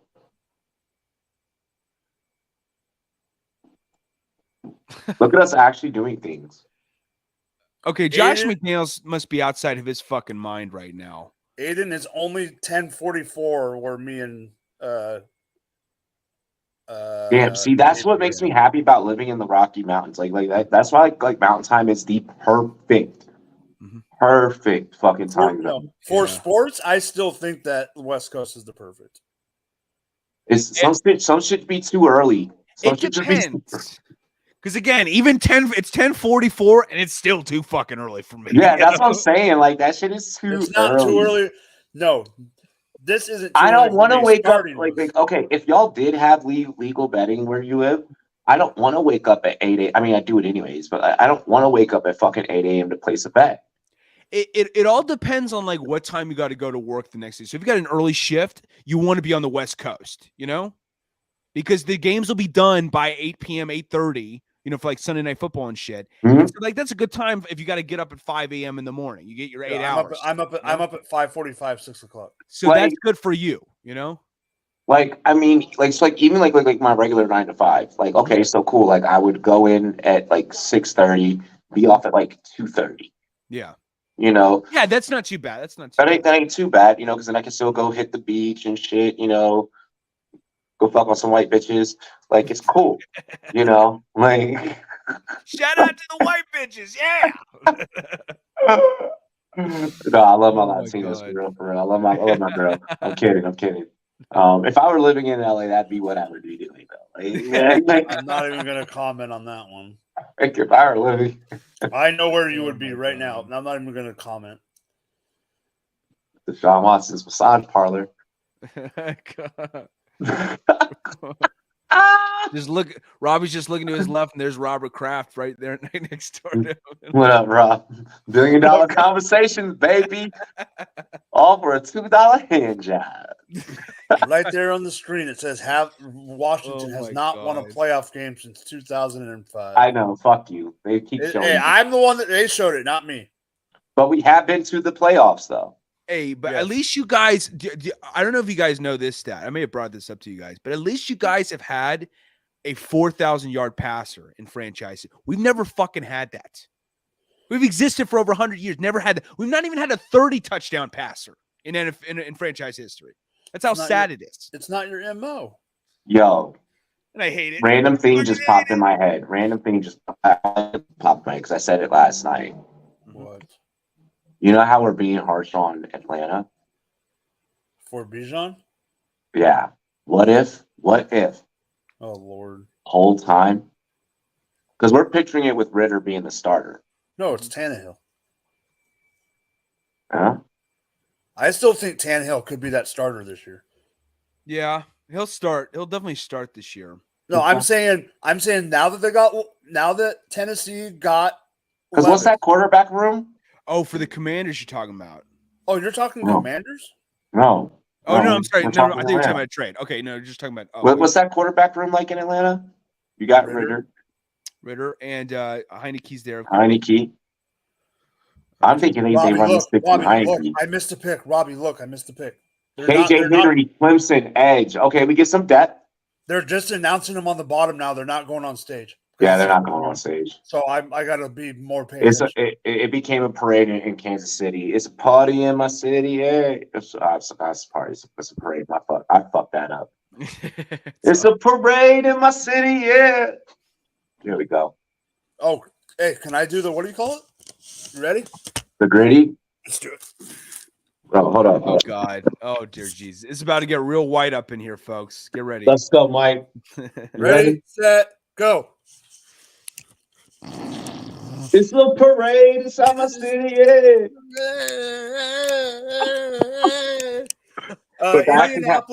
Indianapolis takes Darius Rush, DB from South Carolina. That's really good. Is that the guy you were talking about? Yeah, very high on him. He was a stud for us last year. I'm very high. Aiden said, "Stand up, Mike." Nope. Mike didn't even look like he was. It looked like he was in the middle of a fucking California earthquake right there. That's what it looked like. Like shit was just, like the big one struck California. Yo, now, for real. That'd be epic if he had a fucking earthquake in the middle of his stream. Oh my god. No, it fucking wouldn't. Bro, all right. I remember the freaking Frisco and the Northridge earthquake. Yeah. No. Yo, hey, Mike, I was living in Frisco during that shit, bro. I was like 5 years old, 6 years old. I felt the Frisco earthquake, and I'm 6.5 hours away. Bro, so all right, so check this out. We had an earthquake in Virginia, right? And I was like 13 at the time. I'm in the bathroom taking a shit at football practice. Oh, that's great. And so you know how like when you're taking a shit, like you're just completely at peace. You know, you're like just chilling, like, that we had the brick phones back then. So like I'm playing fucking brick phone games and texting bitches and shit on my prepaid. And the next thing I know, like everything just starts fucking shaking while I'm on the toilet, bro. My phone while you're on the toilet. Yo, you know, remind you, this is 13-year-old Robbie. So I'm like, the house shakes, like, stay still, son. Yeah. Oh, I'm on the toilet. There's water splashing in my ass, touching my fucking balls. Did I tell you I felt so hygienic after that fucking, like... Oh, my God. In reality, it was only like a minute 30 seconds, but like this shit felt like an eternity. Like it felt like this shit lasted at least like 10 minutes, bro. What was Like, your bigger fear of just surviving the earthquake or like having to go? I through didn't a know what was potential- happening until my mom. She goes, Mijo, it's an earthquake. She's like, get under. Wow. She's like, get under something. I'm like, I'm fucking on there's the a turd toilet. hanging out my ass, and I'm pretty sure it just dropped from the shake. Just turtle headed. It just pinched itself off. Oh God! And I would have been also like scared shitless that like the toilet would have like spontaneously combusted from the fucking shake. Bro, the and all back of the shit fucking would've just toilet was shot up, shaking and you know? shit. The back of the toilet, fucking dog. The shit was lopsided when it was all done. I had to set it back, wipe my ass. I was done. I was done after that. I was like, I don't even need to go anymore. But you stayed on the toilet throughout Stop. the entire Fuck earthquake. yeah. Big announcement. Big Where announcement. the fuck was I gonna go? I was back. Arizona drafts quarterback Clayton Tune out of Houston. Oh, now he dropped a lot too. I thought he was going to be picked, especially before Aiden O'Connell. A backup for Kyler. Aiden O'Connell's already gone. No, that's what I'm saying. I thought he was going to go before Aiden. Oh, I didn't. He's much better than Aiden. Much better, in my opinion. Than There was Aiden. there was people that were loving Aiden for some Have they reason. gotten Kyler a single weapon? Have they he's done more- anything for Kyler? No, I don't think so. I don't think they've gotten protection. Let me see. Hang on. I don't think they got a single weapon for Kyler. Clayton Tune is an Atlanta Falcon. That's a good backup. I mean, Sooner the Cardinal. Never mind. Mixed up your birds. Yeah, that's. Oh no, exactly they got Michael Wilson. That's right. They got Michael Wilson as Stanford. Yeah, they didn't get him a weapon. Yeah, they haven't gotten him a weapon. They didn't get him AC Perry. That ain't a weapon. If I'm Kyler, I'm pissed right now. I'm throwing a midget bitch fit somewhere. He's playing Call of Duty. Bitch fits. He's stomping around the house like a fucking 2-year-old, coloring on my walls and shit. He's not paying attention. He's playing Call of Duty. Doing the helicopter spin on the ground, like I want a wide receiver. Gannon. Oh That organization has became dog shit. I'm happy that Washington's no longer the laughing fucking stock. Arizona's the last. Yeah, place you team guys that are, didn't- dude. Hey, the stock is rising in Washington. You got to be Yeah. happy about that. Arizona's the last place team in that division. Oh yeah, I definitely Arizona's dog shit, bro. Definitely last place, I believe, in the division right now. Like they, how do even you more than the Rams? Yeah, the Rams that's my point. how do I just don't get how you fuck up that bad. The only good thing that the Cardinals did today this weekend that was good was getting Paris Johnson and BJ Ojulari. Other than that, nothing else. Nothing else. Yeah, you have 2 good picks. And we're 5 rounds in this. I would like Paris Johnson Jr. I think BJ is going to be a little bit of a project though in comparison to Paris Johnson. Yeah, I agree. I don't and DeAndre Hopkins wants out potentially. Budda Baker wants out. Budda Baker is out. Was he? No, but he's not been traded yet. He hasn't been traded yet, but he's going to be out. Yeah, he already did. Exactly. He already declared that he wanted out. So it's a shit show, man. It's a shit show over there. The front office is trash. Well, they that Browns jacket is the freshest fucking piece of Browns gear I've seen. That's like a starter jacket from 1999. Yeah, that's I like love the that old retro school shit. Here we go. My guy just got drafted, and I like it. Cleveland takes quarterback Dorian Thompson-Robinson from UCLA. Ooh. That's a good backup for Watson. That's a really, really good backup. Yeah. Damn. I wanted him. Filthy. All I'm going to say is I wanted him to go to a team that had a running, mobile quarterback, not running, but mobile quarterback that he could back up. That's a steal. That's a That is steal. a big steal. That's a fucking steal. He's got a nice arm. He's incredibly mobile. I Good love frame. this pick. I love this pick. God damn. Very Good fluid, job. man. Cleveland did something right. Yeah. Hey, Jamie, if you're watching, your team did something. I can't believe it. No, but that's why you guys were talking about natural disasters earlier and shit. I mean, God, earthquake. I've never experienced an earthquake. I've experienced multiple hurricanes though.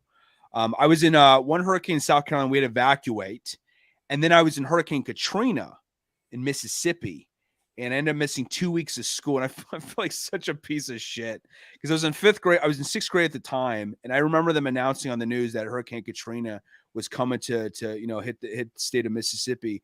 And I just remember seeing the news, our local news saying, school was canceled. And I was just like, yes, school's canceled. Fuck yeah, bring the hurricane. And I'm just like, that's such a piece of shit thing to think about because that fucking hurricane was incredibly devastating. And I was just sitting there celebrating at the time, like, fuck school, So another trade, Minnesota has traded up to this pick. Minnesota will be taking at 141, and then Cleveland again right after them. So Cleveland had 2 of the last 3 picks.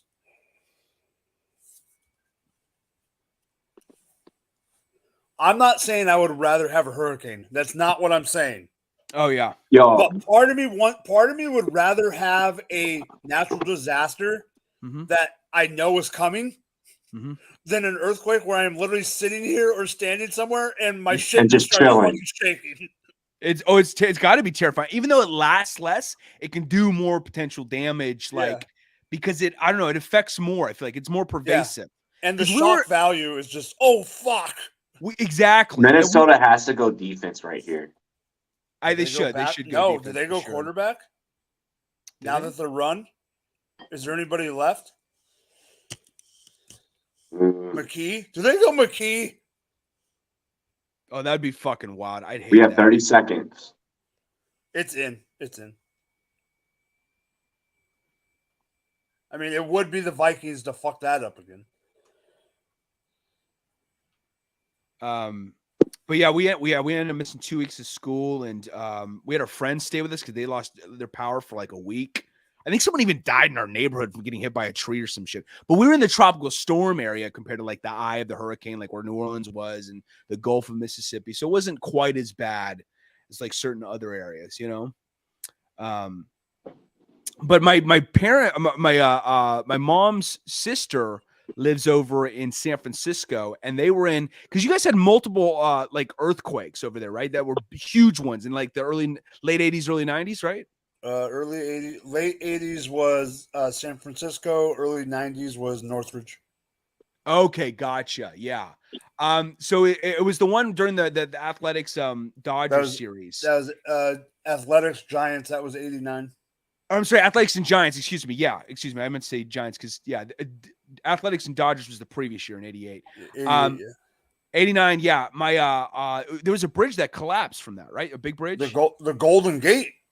Was it the Golden Gate that collapsed? Yeah. The top level of the Golden Gate collapsed. Wow. And my uncle was driving over that like 20 minutes before it fucking collapsed. It was crazy. It was the Golden Gate. Just insane, man. I can't even fathom that. It's gonna be terrifying, We're lucky up here. We don't get that shit in Washington. There was one in 2010, 8. There was a 7. There was a smaller one here, but it was a few hours away from where I'm at in between. But it shook us. I literally saw a car in the parking lot of my work move over 3 rows of parking spots and about 3 to the left, just like bouncing. Jesus. That's like crazy.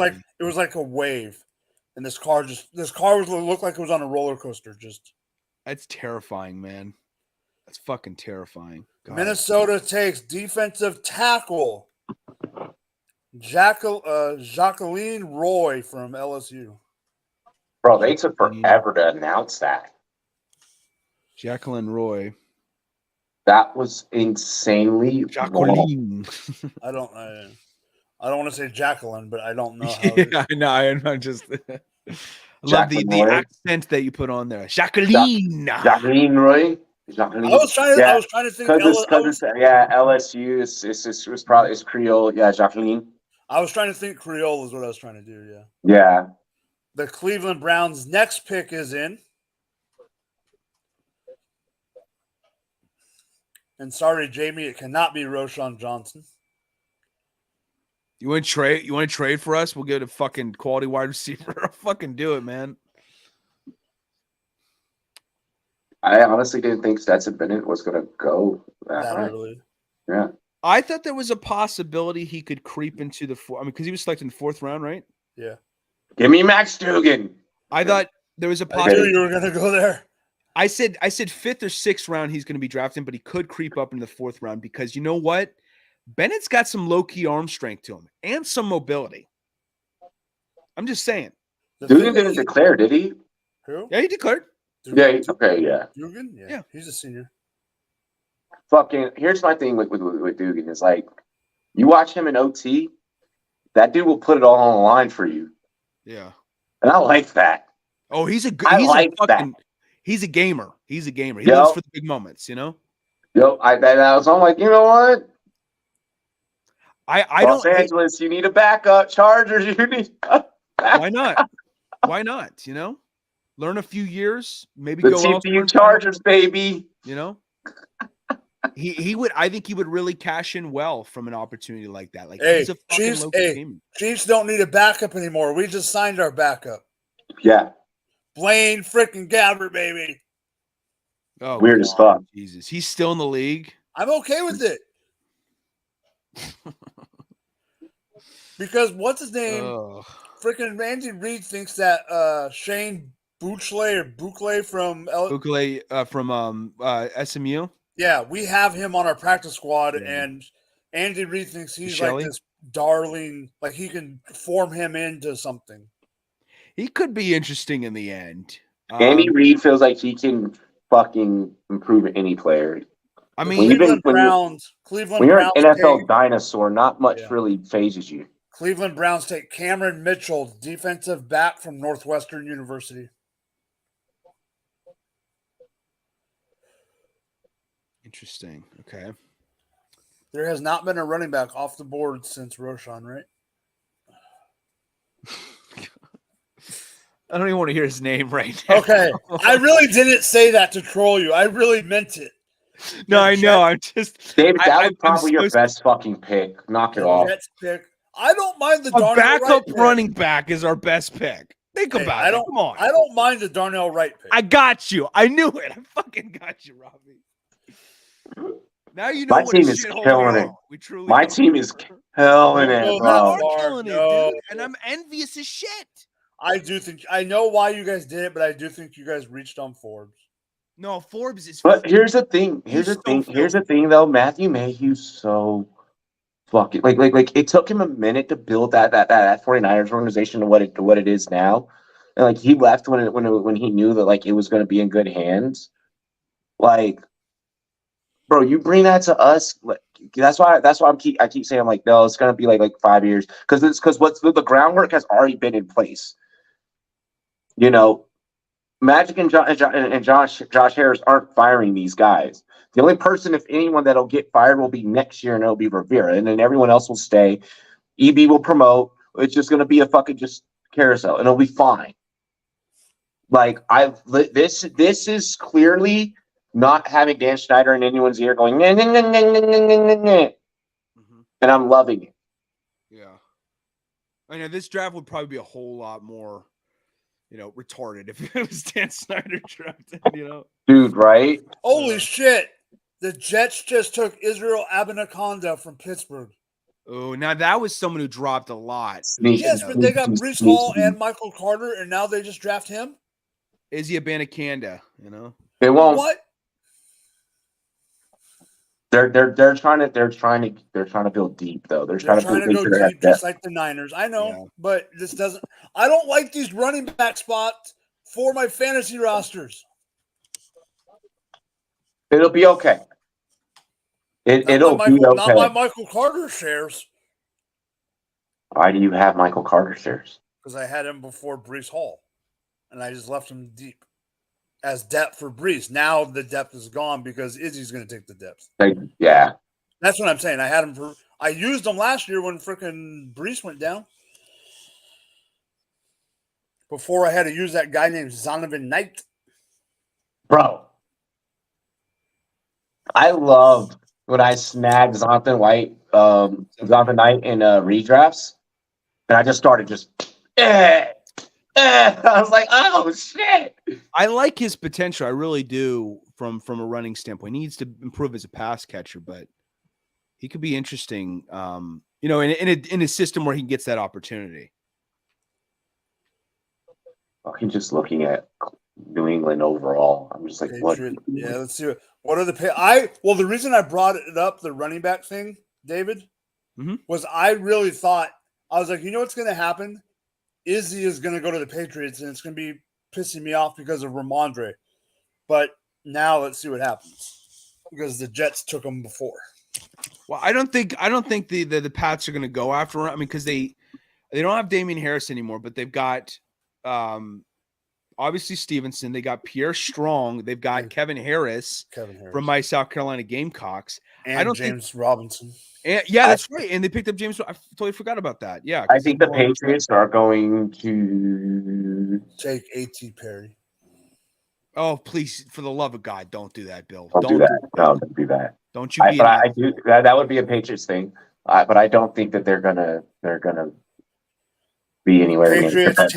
Patriots take guard Antonio Mafi from UCLA. Okay, I like it. But I don't think the Patriots are going to be competitive in that division. Like, what they're trying to do this draft is they're trying to rebuild that offensive line like they did a handful of years ago and build them up for the future. Boy, Patriots have a pretty good O-line right now with Michael Onwenu and David Andrews and gosh, who else do they have? Trent Brown's back there. Let's see. You got Miami. You got Buffalo. You got the Jets. I think that the Jets shake shit up in that division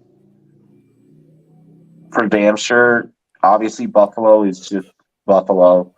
Miami, Miami has to make sure that Miami has all the pieces to be able to compete. They just got to be able to win fucking games and win games within their division. It's going to be it'll be more about the games in our division for those four teams than what happens outside. I don't think the Patriots are going to be good even outside of their division. I think the Patriots are going to be dog shit. I'm going to be straight the fuck up. I think the Patriots are going to be dog shit. Yeah. The Patriots are destined to be in the bottom of that division, I think. Mm-hmm. It's almost a damn near guarantee. It's probably a damn near guarantee at this point. Yeah, I would say it is. But the rest of it is a fucking mystery, in my opinion. Yeah, the other three, it just shakes out to how they play against each other. I think the Patriots get mopped against those other teams. Yeah, I think they win one game within the fucking division. The one team that can't afford any loss, though, with injury, that is destined to be like absolutely fucked, is the Miami Dolphins. Yep. Oh, if Tua goes down again, you're fucked. Fucked. You're done. Absolutely fucked. I think the other teams could hold it down in other ways more so than they could, Like if there's a brief, because I don't even think like the Dolphins, even like you don't want him gone for any game, but like even for a chunk of games, it could be very costly. It's super costly. So I would go New England at the bottom, Miami third, Buffalo. No, I'll go Jets second, and then Buffalo. That's fair. That's fair. I feel like Buffalo and the Jets could flip flop. Yeah, it's very very much a possibility. What are y'all thinking that the NFC East shakes out to be? I got Eagles at the top, obviously. Yeah, for sure. The Giants haven't made a lot of splashes. I'm gonna go Dallas too. I'll be Dallas too. I loved what they did this. I like what they did in this draft getting DeMario Overshown. Gosh, who else they picked? I loved their who do they get in the offseason? They got Brandon Cooks. Stephon Gilmore was a slam dunk of a pickup. And Brandon Cooks at wideout. And Brandon Cooks too. Yeah. I really dig them, and I think they're going to start developing more of a pass rush too, which is already dangerous because they had a legitimate pass rush last year with Sam Williams, and they got DeMarvion Overshown, who's pretty nice. I got the number 2. 1 second. Yeah, Carolina Panthers take safety, Jamie Robinson from Florida State. Oh, interesting. I think NFC East, I mean, it's going to be tough to make this happen, obviously. But, like, you could make an argument for any one of those 4 teams making the playoffs. I could see it. I mean, Commanders is hinged upon how well the QB play is. But if he does take that next step, it's entirely possible for Sam Howell and the Commanders to be a playoff team. I might have to go them 4th, though, and then the Giants. I'm not as high on the Giants as other people are. I don't. With Daniel, do you like Daniel Jones, Mike? I don't think it was worth it what he got, but yeah, No? I don't mind. I like him. I think it's Dable, but I like him in what he's doing. I just think if Saquon goes down, that team is so fucked. Like, I think because you're gonna have to rely on Daniel Jones to execute, and even with the weapons that they have, and they've got a lot of weapons, but like none of them are top tier elite weapons. Yeah. So I feel nervous about their chances, and they still got to figure out the offensive line too. Like it's gotten better, but it's not where it needs to be. You know, Evan Neal was disappointing last year. He could bounce back. Yeah, I think he could. I'm still very high on him. Oh gosh. So Carolina just took the DB. Saints are on the clock. After the Saints, it's Saints, Tennessee, Chicago, Green Bay, Buffalo, God. Seattle. It's just, oh man. It's almost like nails on a chalkboard just hearing, when we're coming up at this point, because it's so painful. It's just so painful. Why didn't you like the Darnell Wright move? Because, okay, listen, Darnell Wright is a solid offensive lineman in this draft class, but he's not as high as other guys. Like I want, if you're gonna take a tackle, you should take him Broderick Jones. He was the number 1 guy. He's an athletic freak. He's a menace out there. Like I thought they were going to take Skowronski. Peter Skoronski. I thought that's where they were going. Skoronski's better. What bolstered Darnell Wright's candidacy was the fact that he was Will Anderson Jr.'s kryptonite, essentially. When he played up against Will Anderson Jr. last year between Tennessee and Alabama, he was that dude to stop him, and that was a lot of what they were, I think, leaning on, and a little too much to where the Bears just like fucking caved in and just splooged all over wanting him, and I didn't dig it. I didn't dig that. I thought I wanted to get a wide receiver instead. I want to get Jackson Smith and Jigba, or if we were going to not go wide receiver, go edge rusher and get like a Felix Anudike or like a Will McDonald, someone like that. I would have gotten a lot more hyped about, That high, it's more, I don't think you're going to go that high. You go more BPA than need. I'm not disagreeing that I didn't have Darnell Wright higher than Skoronski or Broderick Jones. The thing about drafting, you got to draft a combination of best player available and like satisfying a need. Like you need to draft the guy that's going to help you win the most for the future right now. And I think like that you can satisfy a draft, like addressing the offensive line later on in the draft. There's a lot of studs in the latter part of the draft that they could have used. They could have pursued then and just prioritize getting wide receiver and defensive line, because I felt those position groups were better than offensive linemen this year, and they could have addressed it early, but hopefully we found some diamonds in the rough. Hopefully I'm just dead ass wrong, but usually with the Bears, not to toot my own horn, but I'm generally not. I'm generally New Orleans Saints take safety Jordan Howden from Minnesota. Okay.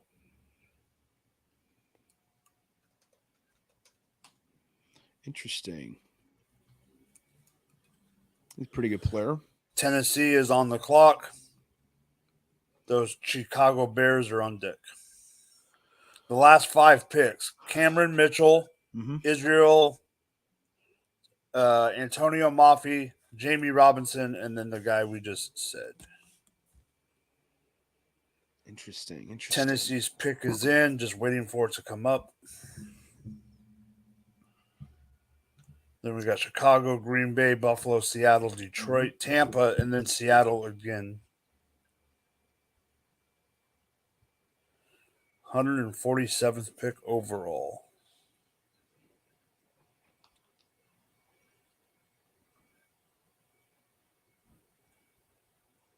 Anybody besides A.T. Perry you're surprised is still on the board? I gotta remind myself who's all still available. Let me see. I'm pulling up the list right now. No, you're good. I just figured I'd ask. Eli Ricks was a little bit of a surprise. I don't think he's been picked yet. He was a stud 5-star recruit. You know, he originally was at LSU, then transferred over to Alabama. He's still on the board. Tank Dell hasn't been chosen. Which again, that I thought he was, or no? I don't believe so. Oh, he was chosen. Oh, fuck me. He was chosen 3rd round. Oh my God, I'm so stupid. I guess I must have missed it. I thought he was still on the board. He got taken by Houston. He got Yeah. taken by Houston. I can't believe it. Wow. Okay, not him, but let me see who else we got.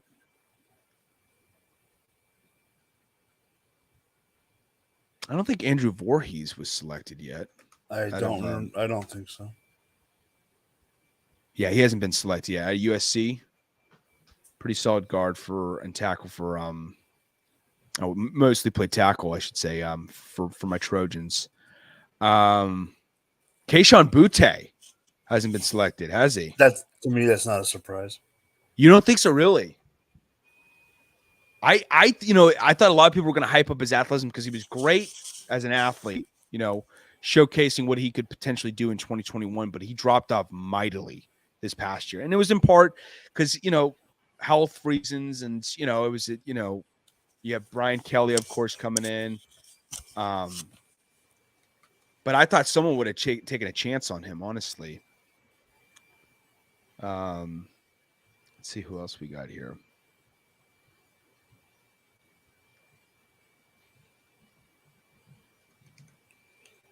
Who are you surprised about? Anyone that comes to mind for you? Not really. I know some of the deeper guys that I don't. Mm-hmm. I'm not surprised with guys that I want to see come off the board soon. I want to see where, obviously Xavier Hutchinson. We brought that up. I like Xavier. He's that nice. was the. I mean, Great because I told you about it. Mm-hmm. He was for people that are watching that don't know, Xavier Hutchinson was the first guy. My first article for Dynasty Nerds. How's that going, by the way? Has it been going well? Yeah, I did. I just put out another article yesterday. Huh. Nice, dude. Love seeing it. I'll send it to you. And then I want to see where Trey Palmer goes. I want to see where, other people like that go. Mm-hmm. Yeah, for sure. Tennessee just took, but I don't know who it is. Henry To'o is another one that hasn't been selected. Ivan Pace Jr., some of the linebackers, they always get prioritized later in the draft. So I guess that kind of makes sense. But To'o out of Alabama was a monster. So I'm a little bit shocked that no one's taken a chance on him a little earlier. And same with Ivan Pace from Cincinnati. Noah Sewell, that's right. I don't think Noah Sewell's been selected. Noah has not been taken. No. Okay, Bears pick is in. Oh, God. Please tell me we're taking. If we take A.T. Perry, I doubt. You just took a wide receiver. I want to take another one. I would. I know. I'm just saying. I just don't think you will. Oh, because you can take all these wide receivers, but you got to get the right one. That's the important thing. It's like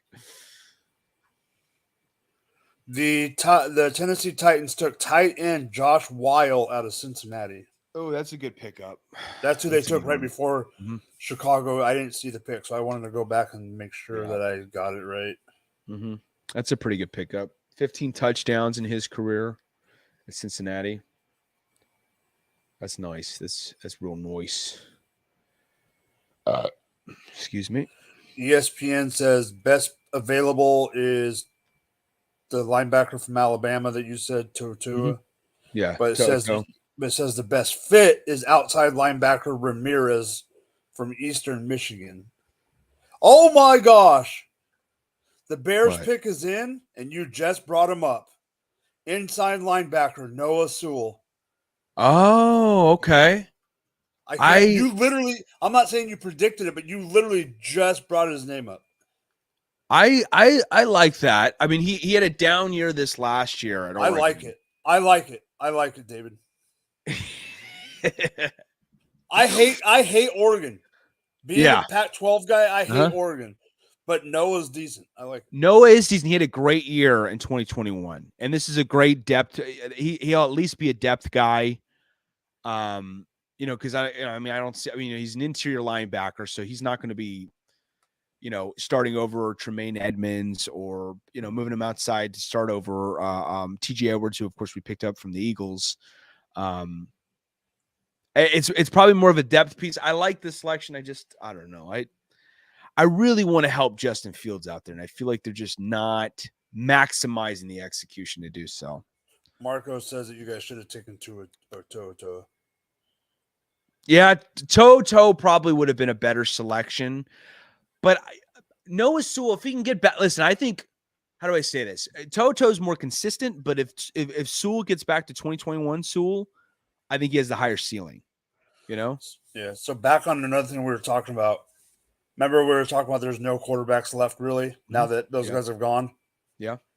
Green Bay just took Sean Clifford from Penn State. Wow. But that wasn't even what I was going to say. It just popped up. What I was going to say is now I'm even more shocked because one quarterback that's still on the board is BYU's Jaron Hall.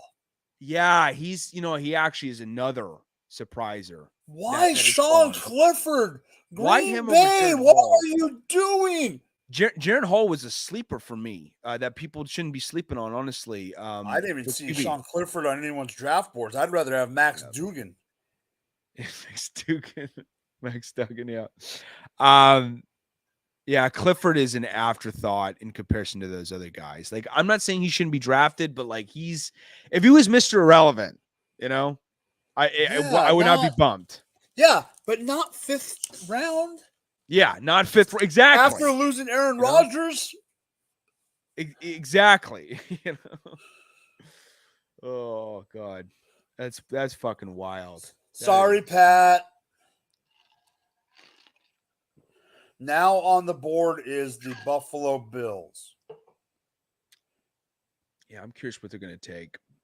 ESPN has them listed as wide receiver, DB, and defensive tackle as their needs. Yeah, because they didn't, They didn't draft a wide receiver. Yeah, because I know they're trying to find a way to maybe replace Gabe Davis. Yeah, they just got. I mean, Kincaid is I guess he could be kind of a replacement as a tight end. He moves like a wide receiver too, which is I think this year and next year they're going to use 2 tight end sets and have him and Knox on the field at the same time, which isn't a bad idea. No, I like that. I dig that a lot. I never shit on the philosophy to have multi-tight end sets because I think they're just great security blankets. If you've got like legitimate guys, and Kincaid's a legitimate guy, Dawson Knox has proven to be a legitimate guy. So, why not employ that philosophy? I don't blame them.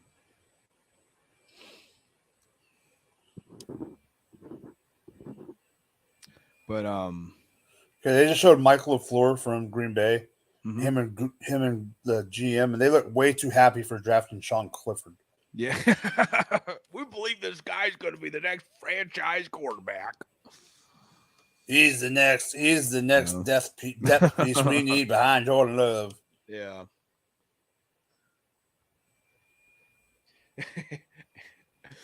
He's the what the hell, Buffalo? Buffalo do? Takes wide receiver Justin Shorter out of Florida. Justin Shorter, really?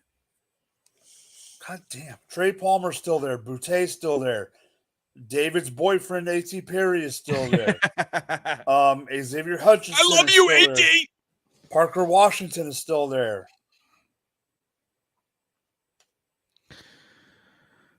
I almost want to just call up Roger Goodell and be like, just fucking make it happen. Get him to Chicago right now, okay? Whatever you got to do, if you got to pull a fast one, if you got to pull David Stern and veto a fucking trade, do it.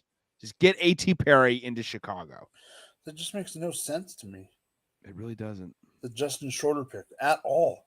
There's wait. Oh, that. If Yeah. that's what you want, if that's what you want to replace freaking Gabe. Yeah. I mean, he's got great size. He's 6'5", 230. Oh shit, he is huge. He is very big. But I don't know if I necessarily love this selection. I don't like it at all. Yeah. I mean, because he's a project, most likely. He's most likely a project, and the Bills aren't in project mode. They want answers now. They need Seattle answers now. The window's open now, you know? Seattle drafts edge rusher Mike Morris out of Michigan. Mike Morris, okay. 6'5", 275, sets the edge easy, bull rush power, lacks burst. Had some decent production. 11 tackles for loss last year. I'm trying to think who are the losers of this draft, because I know I love what the Chiefs have done. I love what the Steelers may have won this draft. Detroit was a loser until the second round when they got Laporta and Branch. I loved Jack Campbell when they got him. I thought it was too high. I iffy on Jack Campbell. He's such. I love Jack. Dude, he's a sideline to sideline guy. He has a fucking hit stick, you know. He's from Iowa, you know. To me, he's a freaking same person as Malcolm Rodriguez. No, he's a little better than Malcolm, I think. I think he's a little bit more. No, he's better, but I'm just saying the style of player, he's the same, and like that's they already have Malcolm, is what I'm saying. Yeah, Malcolm. Yeah, no, I can kind of understand it. Yeah, I can kind of understand. I think he's a little more versatile, but I see what you're saying, because I like Malcolm Rodriguez when he was at Oklahoma State too. But dude, he's from Iowa though. Like they're corn fed over there. They probably fucking hunt with their hands instead of like any guns and shit. Like he's a different specimen. They're all different specimens over there in Iowa, you know. So I dig him. I dig him quite a bit in his play. Robbie just shared that photo, the rapper photo on in the chat. For damn sure, Janice McNair, the fucking owner of the Texans, has no idea who the fuck these guys are. You know, I don't even think Bob McNair, the son, knows who it is. Yeah, no, they're like we didn't exactly grow up with this music, you know. Like they're just Dan Campbell looks very happy right now in the war room. So does the GM. I also think it's funny how guys dress up on day one in the war room compared to day three. Like, yeah. Just coming in day three, just not giving a fuck, you know? They're like, we've been up for 72 hours. Just coming in with like holes in your shirt and your jeans. I mean, you look like you were just dragged through the fucking ringer. Just like, whatever. Let's just get this shit over with, you know? So Detroit takes tackle Colby Sorsdahl from William and Mary. Okay.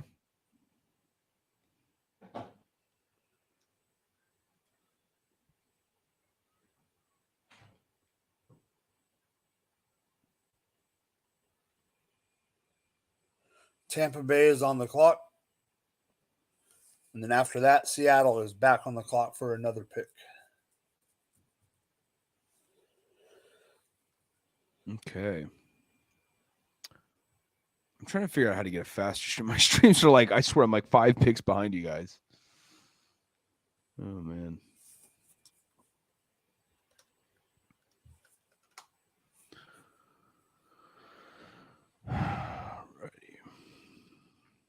Yeah, I'm trying to think who are some other losers in the draft. Let me think of some teams that come to mind.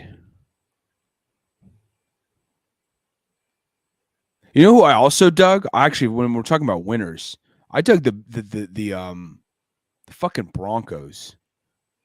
Because I mean, even though Mims was a little bit of a reach, like I think he could be kind of interesting. Drew Sanders was filthy. Riley Moss, filthy. Oh yeah, getting Riley Moss is filthy. Yeah, dude, he's a fucking low-key athlete. People need to be talking more about. He's nice. I mean, he's probably going to be a nickelback best case scenario to start things out, but fast, physical for his size. Ball hawk, really fluid hips.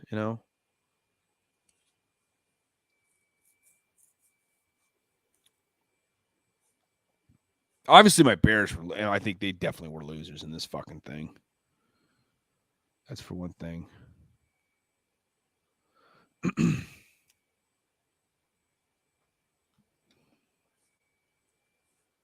else we got here? Let's see here.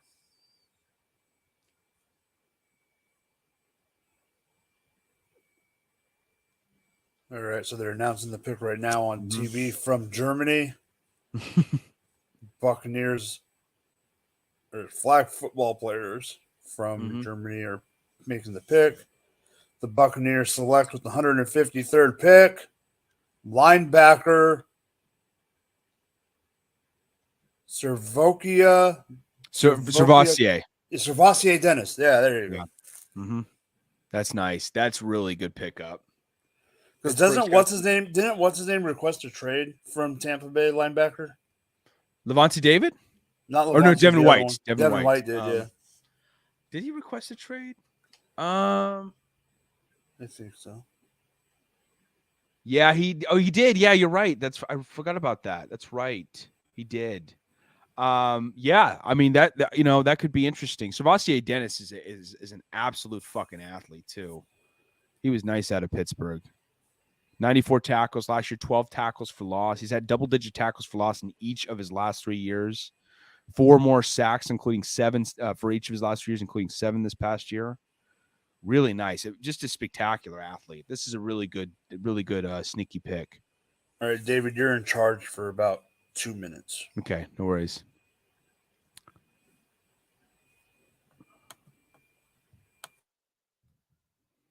All righty, let's see who else we got.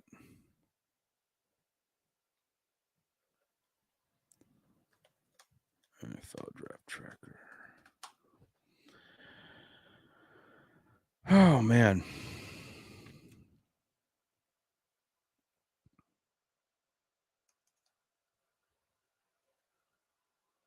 Seattle Seahawks pondering over their next selection.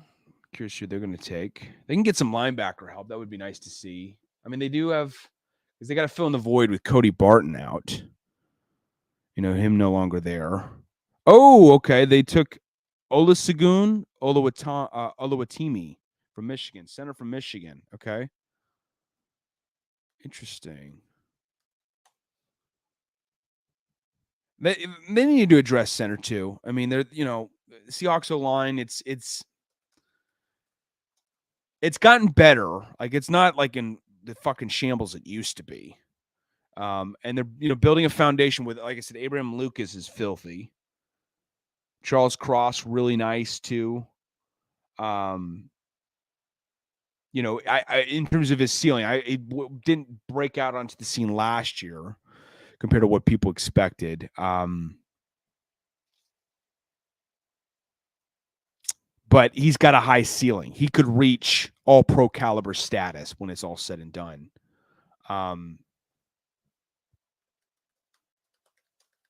So I'm interested to see what they're going to do, and they got to get that addressed though. I mean, that's the big thing for their offense. If anything, everything else is fine. All right, the Niners are on the clock. Oh my god.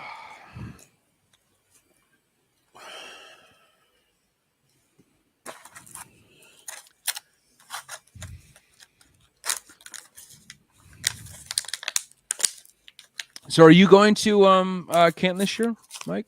Yeah. You are? Nice. Last year you were running the flag football game, right? Is that what you were doing? Me and Rob, that got changed. I ended up not doing anything with it. Gotcha, I see. I don't like how it's kind of weird how they did it. Oh, okay. Did you go last year though? Yeah. I've gone the last few years. Oh, nice. Awesome. Yeah, I'm gonna try my best to go this year. I gotta check my schedule though, because it's kind of what date is it? I'm trying to remember. August 11th or something like that. That weekend. Okay. Yeah, so I don't know my schedule that ahead of time, but I do. Well, for the I mean, it's really weird being in this business because like I have like shit booked in September. Like I have a Dodgers series booked in September. It's like what the fuck. But August I'm still figuring out. I'm still waiting to see what the schedule is going to look like then. But I'm glad it's then. It's a little later because I'm super busy with the MLB All-Star game coming to Seattle. I'm like the first 2 weeks. The first 2 weeks of July, I am nonstop busy setting up. Because you just at the stadium, or are you everywhere? I'm at the stadium. Yeah, I'm at T-Mobile Park. We're setting up cameras and shit. And Niners take defensive back Daryl Luter Jr. from South Alabama. Luter Jr. Okay, South Alabama. I can dig that. Put up some good numbers last year. Barely 50% completion allowed.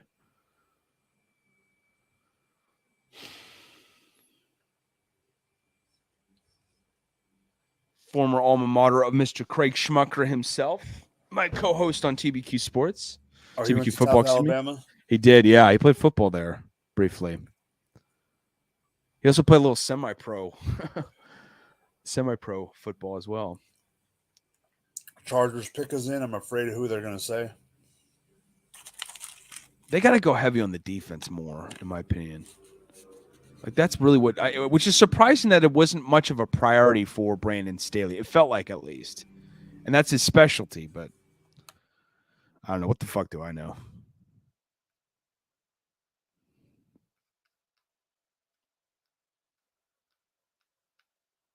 But I do like their defensive picks. They got Tuli Tuipulotu, which is nice out of USC.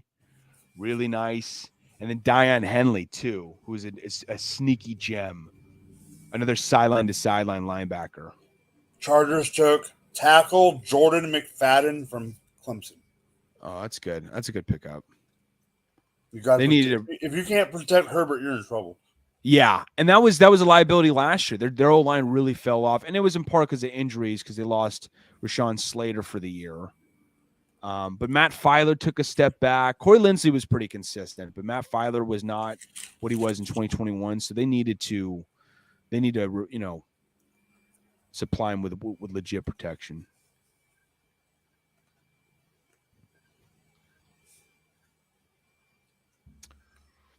Yeah, only eight hurries allowed by Jordan McFadden last year in Clemson. That's pretty nice. Mm-hmm.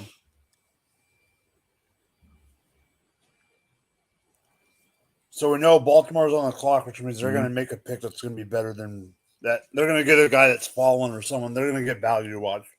Well, the AFC North as a whole in this draft has been killing it. They've been fucking murdering today, in the last couple days. Pittsburgh, Baltimore, Philly, and Cleveland even. Yeah, I mean, I don't know about Cleveland taking. I was kind of confused about Cleveland taking Tillman, but I can see how you could be hesitant. I mean, I don't know. They at the same time, what? No, I was. Oh, I thought you were about to announce something. Okay.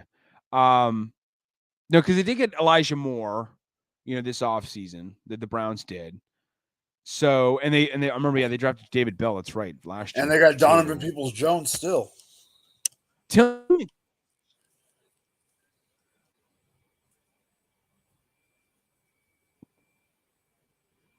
Back. I think I'm back. Okay. There you are. There we go. Yeah, my fucking Comcast internet. The absolute shittiest over here. Mm-hmm. What do you have? What internet do you have? We used to have. I still have Comcast. Oh, you do? Oh. They love overcharging. I don't know. In my experience, they always overcharge the shit out of us, but it never seems to live up to its hype. Oh, man. Let's see.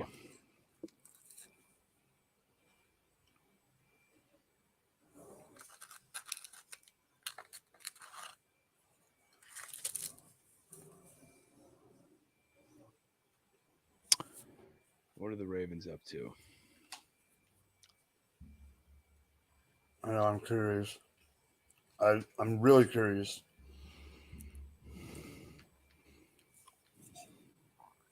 I just can't. Can you believe the 180 though that happened with the Lamar Jackson situation? I know. Can you believe they actually got it done? Like I thought when they got OBJ, I had a feeling they would, but I didn't know when. Do you think that was what convinced them to stay? It was getting OBJ. Not convinced them, but what I'm saying is I don't think OBJ would have signed there.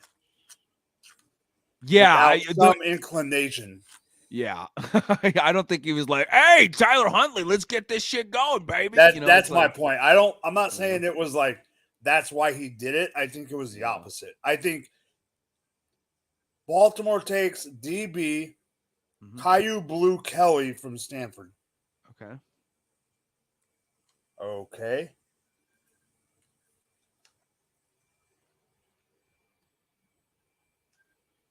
Stanford. I don't think they would have lived it down letting go of Lamar. Mm-mm. Like that's just such an unforgivable fuck up, to just ruin that, There's no way. That's like if I mean, I should compare it, but it would be for me, like I'm so high on Justin Fields, it would be like as bad as that, like letting Justin Fields go. In my opinion, just because I'm so high on him, it'd just be like how could you how could you do this?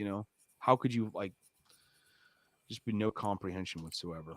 Colts take Daniel Scott, safety, Cal Berkeley. Okay. There's a run of Pac-12. Okay. Interesting selection. This guy misses a ton of tackles. Yeah, Green Bay is on the clock. Okay. Where did Robbie go? Is he coming back or? He's coming back. He said. Okay. We'll see. He's probably just napping. That or he's moving again. Yeah. Oh yeah. He's got to worry about that shit too. Yeah. Friggin', when you guys come back up on the clock in a few picks, we are right after you. That's awesome. Oh really? There we go. Pick is in. Green Bay's pick is in. Let's see what it is. The stupid landscaper decides to show up on a Saturday this week. Asshole.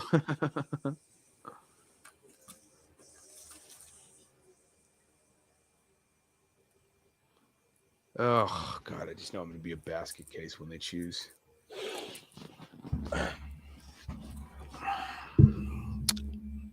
Caillou Blue Kelly. That is one hell of a name right there. Mm-hmm.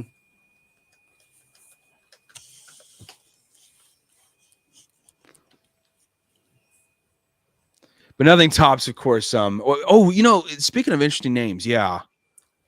Has this guy gone? Kool-Aid McKinstry. No. He still hasn't gone, right? We would have known that name has gone. Yeah.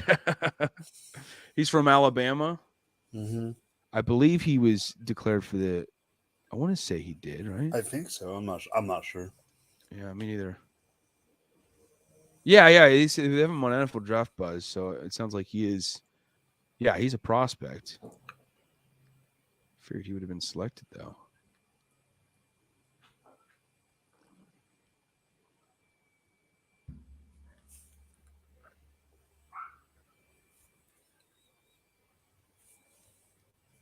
Hang on 1 second. I'll be right back. They got you. Mm.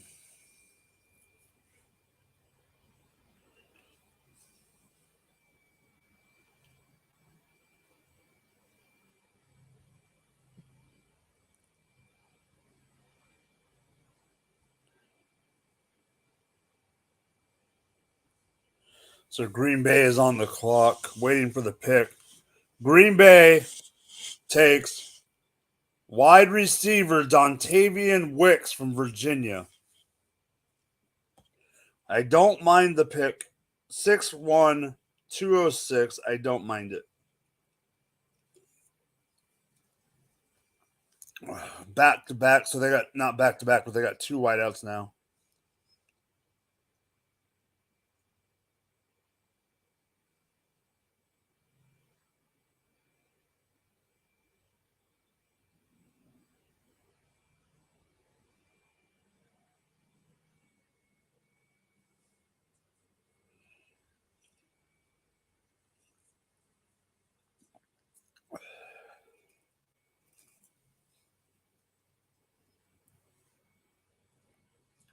Jacksonville's pick is in.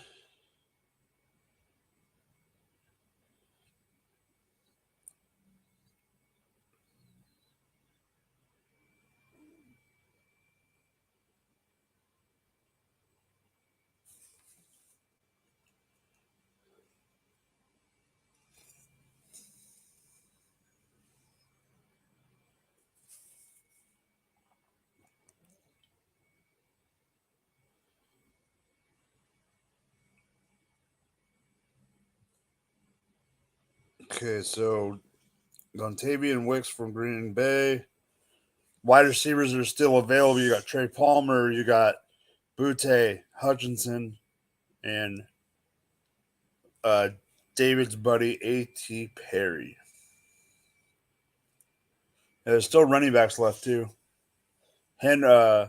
Zach Evans is still available. Sean Tucker is still available.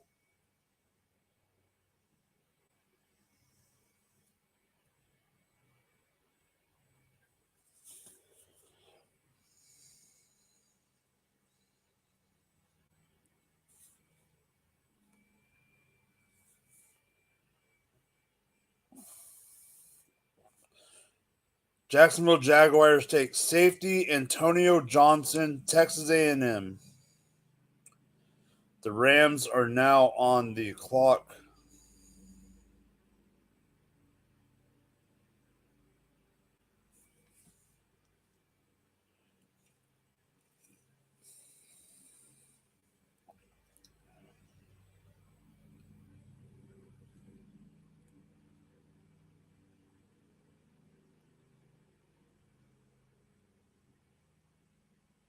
$71 tackles, 5 tackles for loss in 2022 for the Texas A&M Aggies. 164 tackles, 2 sacks, 7 passes in his 28 career games with the Aggies. The Rams pick is in.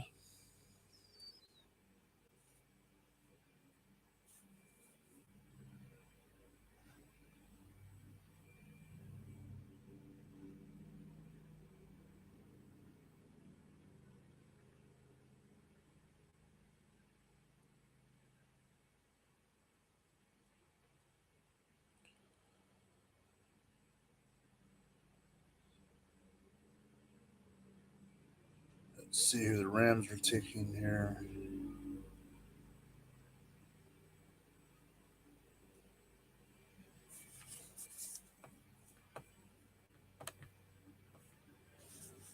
Yeah, I like it, Aiden. You guys needed it overall.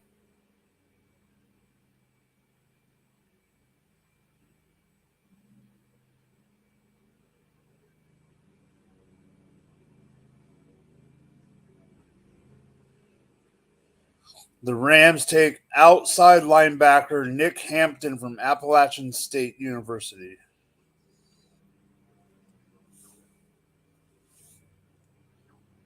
So we got Colts on the clock, then the Bengals, Minnesota, then Chicago. So David better be back for the Chicago pick. What's going on? Yeah. There we go. Green Bay took another wide receiver. Who they take? Dontavian Wicks from Green Bay. Oh, from Virginia. That's a pretty good pick. He's a pretty good deep threat. God damn it. No, I like it. Not for you, but I like it for them. Yeah, that's pretty good. And then Jacksonville took safety. Yeah, Antonio Johnson. That's pretty good too. And then the Rams took Nick Hampton, outside linebacker. Yeah, he's getting a lot of hype with his athleticism. Who, Hampton? Yeah. Mm-hmm. People dig him out of Appalachian State. 9 sacks last year. Colts are on the clock. Already. Jim Irsay is going to take Jeff Saturday with the next pick. Oh God. He just totally 180s his Shane Steichen hires. Says, you know what? Let's give Jeff Saturday one more year. Let's try it out. It's like, what the fuck are you smoking this time, Jeff? Excuse me, Jim. His dad was Jeff, right? Jeff Irsay was his dad, I want to say. I think so. Yeah. That's a family-owned business. That's for damn sure. Or no, Robert was his dad. Robert Irsay. That's right.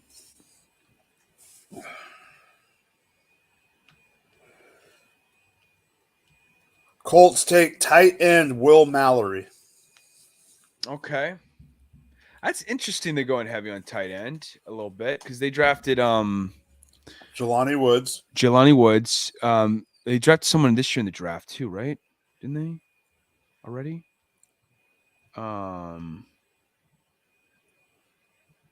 This year? I thought they. No, never mind. I'm mistaken. Okay. I thought they drafted. No, I guess I was thinking of someone else. Green Bay took 2. No. I remember. It was a couple days ago. Or it was yesterday. There was some prediction that people thought they were going to take Darnell Washington, which would have been interesting as fuck, just because they have 2 guys with similar builds in Jelani Woods and Mo Alley Cox, who previously was there, with the exact same build. 6'5", 6'7", 265. Just absolute monsters.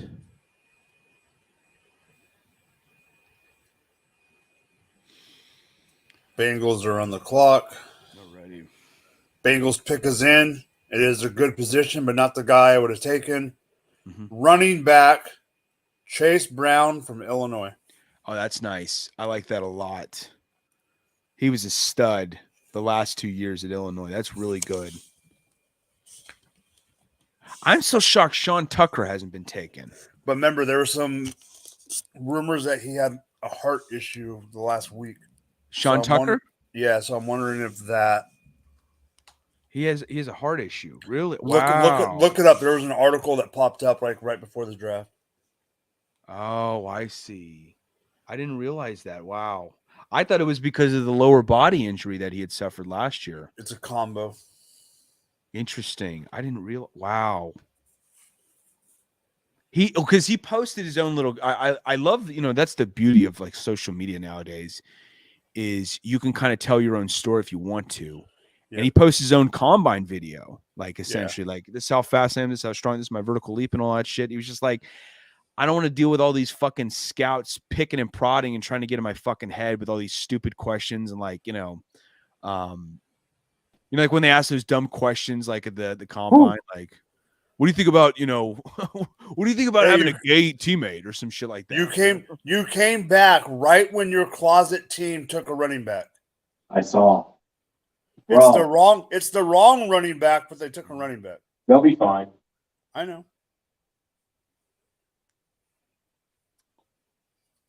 I think we both know he's got a fucking Joe Burrow jersey underneath that the Commanders jersey. We fucking know it,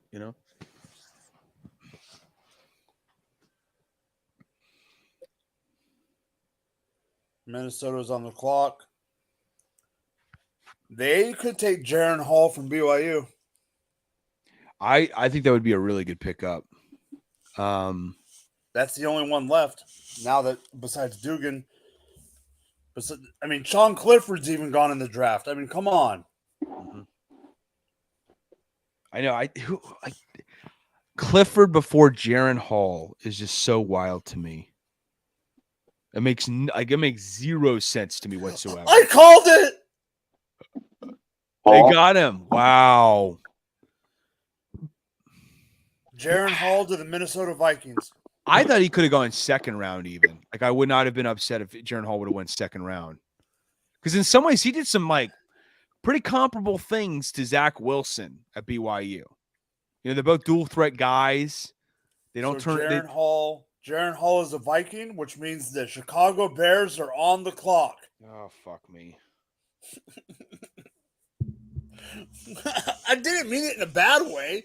I just meant that mine and your teams are back to back again. Oh, God. The pick is in.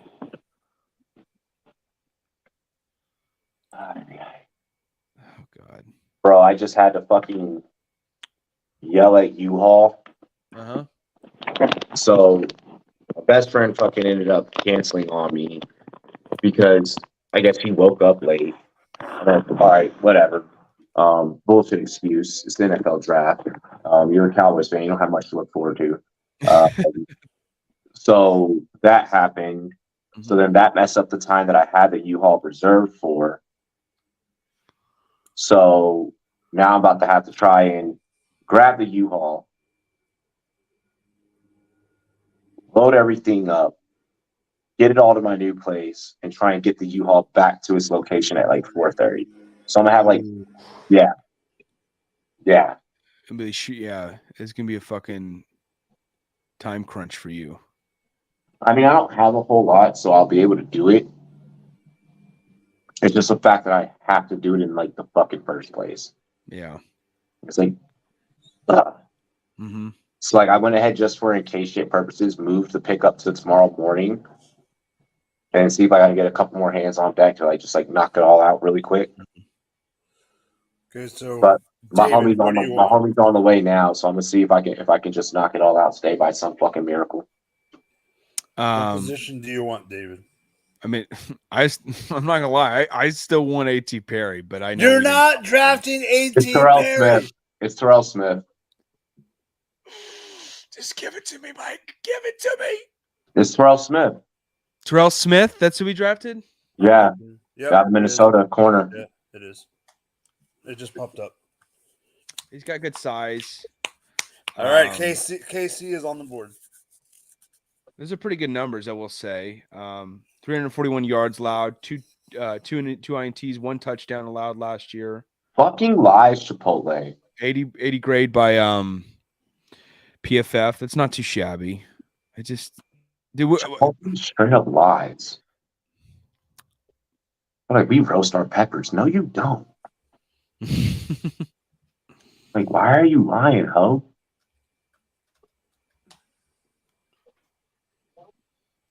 I always thought of Chipotle as like the Subway of Mexican food, you know? It is. It's all, they took Subway's model and they were like, let's do it with like food ingredients. Yeah, with Mexican food. I dig Chipotle though every once in a while. If it's, but it's not like I'm such a picky fat dude. You got great food. Yeah, Chipotle. No, yeah, fuck no. You're more likely to get E. coli than quality food. Like, let's be real here. You know? Yeah. Dude, so you want to know like a little hack, like a little grocery hack? What's that? Oh, I know. I already know it. I saw this shit online. So it's like this bodybuilder dude who like put it out on Reddit. And what he does is, so it's at least about like almost like $20 to $30 cheaper when he does this versus going to a grocery store. He'll order a catering order from Chipotle, but like, they have to, because it's a catering order, they put all the ingredients individually. Yeah. So Okay. at that point, you're not just eating Chipotle because you have all these ingredients that you can make a bunch of different shit with. And he freezes it for like 2 weeks. So like he'll make like pastas, he'll make, like burrito bowls and like he'll do like all this different shit with it. Yeah. So like whenever he goes to the grocery store, he's only picking up like little like limited shit. Mm-hmm. So like he like cut his grocery bill by like damn near like $30-$40. Yeah. Damn, that's nice. That is nice. And like because like the corn comes like individually packaged, the lettuce comes individually packaged. So like he does it that way. Like he'll order it like like that way. And yeah, I'm like, dude, that's actually kind of fucking smart. It is, yeah. You save some money, because Chipotle's cheap. It's not too pricey. Mm-hmm. Like that's not too shabby of a strategy. Yeah, sure. Like a $60 fucking order for that's gonna feed 30 people. That'll feed you for like 2 weeks. Yeah. It's like you don't gotta whip it up in a burrito or a fucking bowl. Like you could do other shit with it. It's just it's all the same ingredients that you use in other things. Yeah, for sure. And I'm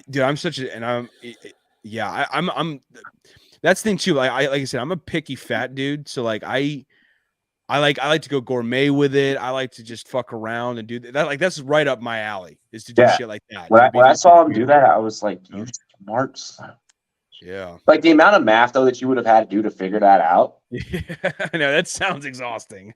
Yeah, like you're like calculating down to like the fucking penny, and you're like, okay, I saved like $32.66 this month. Who the heck? KC takes B.J. Thompson, edge rusher from Stephen F. Austin. Nice. B.J. Thompson. He'll have to work for a spot. He'll be a depth piece, but not. I don't mind a depth piece at this point. It's just Damn, That's all that people are grabbing at this point. Everyone's grabbing depth. That's a frame you don't see too often. 6'6", 210. Mm-hmm. Wow. He weighs less than I do. Yeah, he's gonna have to earn a spot. Houston Texans have traded up. They're right on the clock. Did y'all see the pic? I sent that picture to the group chat. Yeah, I saw it. Let me see. Twitter's been weird lately with sending me notifications for messages. Some of the shit I don't even get to see because it's not sending me the notification. Twitter's not even Twitter anymore. Yeah. No, yeah. Oh, yeah. Oh, you're talking about the the rapper picture, yeah. Mm-hmm. Yeah, no, Twitter's not even fucking Twitter anymore, bro. Yeah, fucking Elon Musk's ass. Tank that shit. Yeah. He tanked that shit. And just even when I scroll like my news feed, like it looks different, it feels different, tweeting feels different, everything it's just because there's now it's a For You page instead of just your... Exactly. I hate it too. Like all this shit, I can't even I get like the weirdest, most randomest shit suggested to me. You know? Yeah. Like, and I'm trying to say like stop sending me this, like, you know, in terms of like change the feed to something I'm more interested into. I'm not interested in this, but it keeps sending me the same weird random fucking shit, like grannies fighting or something. It's the weirdest, most random stuff, you know. Well, we know that's what you do at 2 a.m. So it's got like for like football discussions and shit. Like I'll have those. Like, and Mike follows me. You know, like I'll have those down more so on my Facebook page. Like it looks cleaner, it's a lot nicer, it's neater. Can we go back to that real quick? Thank you for reminding me. What's that? I just have to say something on camera. I don't care if this person is not with us today on here. Taco, I don't ever want to hear again about Kenny Pickett and Will Levis. Look where Will went. And no, Pittsburgh should not have taken him. Taco, with your discussion yesterday, please tell me you do not watch film without telling me you do not watch film. Bro, no, that discussion on Facebook yesterday was bloody hilarious, mate. Freaking Robbie messaged me and goes, please go look at your Facebook because Robbie tagged me. I looked and I'm like, oh, I have to comment this. I was like, I'm done. I literally had to put him in his place. Bro, literally was like, he's. I was really, really dumbfounded. He's like, you said that Pickett Pickett is him. I'm like, bro, no, you did not. You said that Pickens is him and Pickett is okay. And then I rewrote it the other way. So like I said it twice, and I type for a fucking living. Like I don't know how to fucking spell. Like, you know, there's times like I'll take like shortcuts. Taco screenshotted it and bit himself in the rear end. He was like, I know this says what it says. I'm like, you're an idiot. Well, you're an idiot. Like, I almost just want to fuck with Taco and be like, hey, what do you think of this guy being the next Tennessee Titans quarterback? Henry Toto. The linebacker went back from Alabama. Where's he going? Houston. Ooh, that is a really good signing. To play with Will Anderson. Oh, that's so reuniting, baby. And it feels so good. Reuniting. Hey, don't forget, D'Amico Ryans is also an Alabama Crimson Tide. That's right. Former stud linebacker from the Houston Texans, too. But no, I want to almost fuck with Taco is just so all over the place. I almost want to fuck and be like, and then he goes underneath that, David, and he goes, oh, it's just, he's like, oh, well, it's just semantics. I'm like, semantics, my ass, bro. Like you read what I read, you saw what I saw, and you don't like that you got called out. Yeah. No, the other thing that's funny, and I'm not bashing him for wanting liking Mahomes. That's not what I'm saying, but. Thursday night, Robbie saw my face. So I think it was like pick 26 or 27, right? 25 or 26. And I went, and Taco goes, so Mike, who are we taking in this draft? And I'm all, who's we? And he's all, who are my? And I'm all, For one, no. And for two, I don't want to say any name until we're on the clock because I don't want them to go early. And he goes, what about that Miles Murphy guy from Clemson? The next pick, Miles Murphy gets taken. I'm like, you son of a bitch. That bastard. Fucking. Cardinals take linebacker Owen Papo from Papo from Auburn. Okay. Bro, I've never worn number 13 in my life, so it's going to be very interesting getting a Forbes jersey. This is on even 17. Like I used to make a Madden player have 17, but like 17 is like the lowest I've ever worn on my body, and it even feels weird. I'm like, oh. Well, no, I'm saying I'm rocking a 21. I love that they're. Yet, but I know the next Chief jersey I'm buying. Who's that? Defensive player, Robbie knows. Felix Anadike? Nope. On the team currently. Nick Bolton.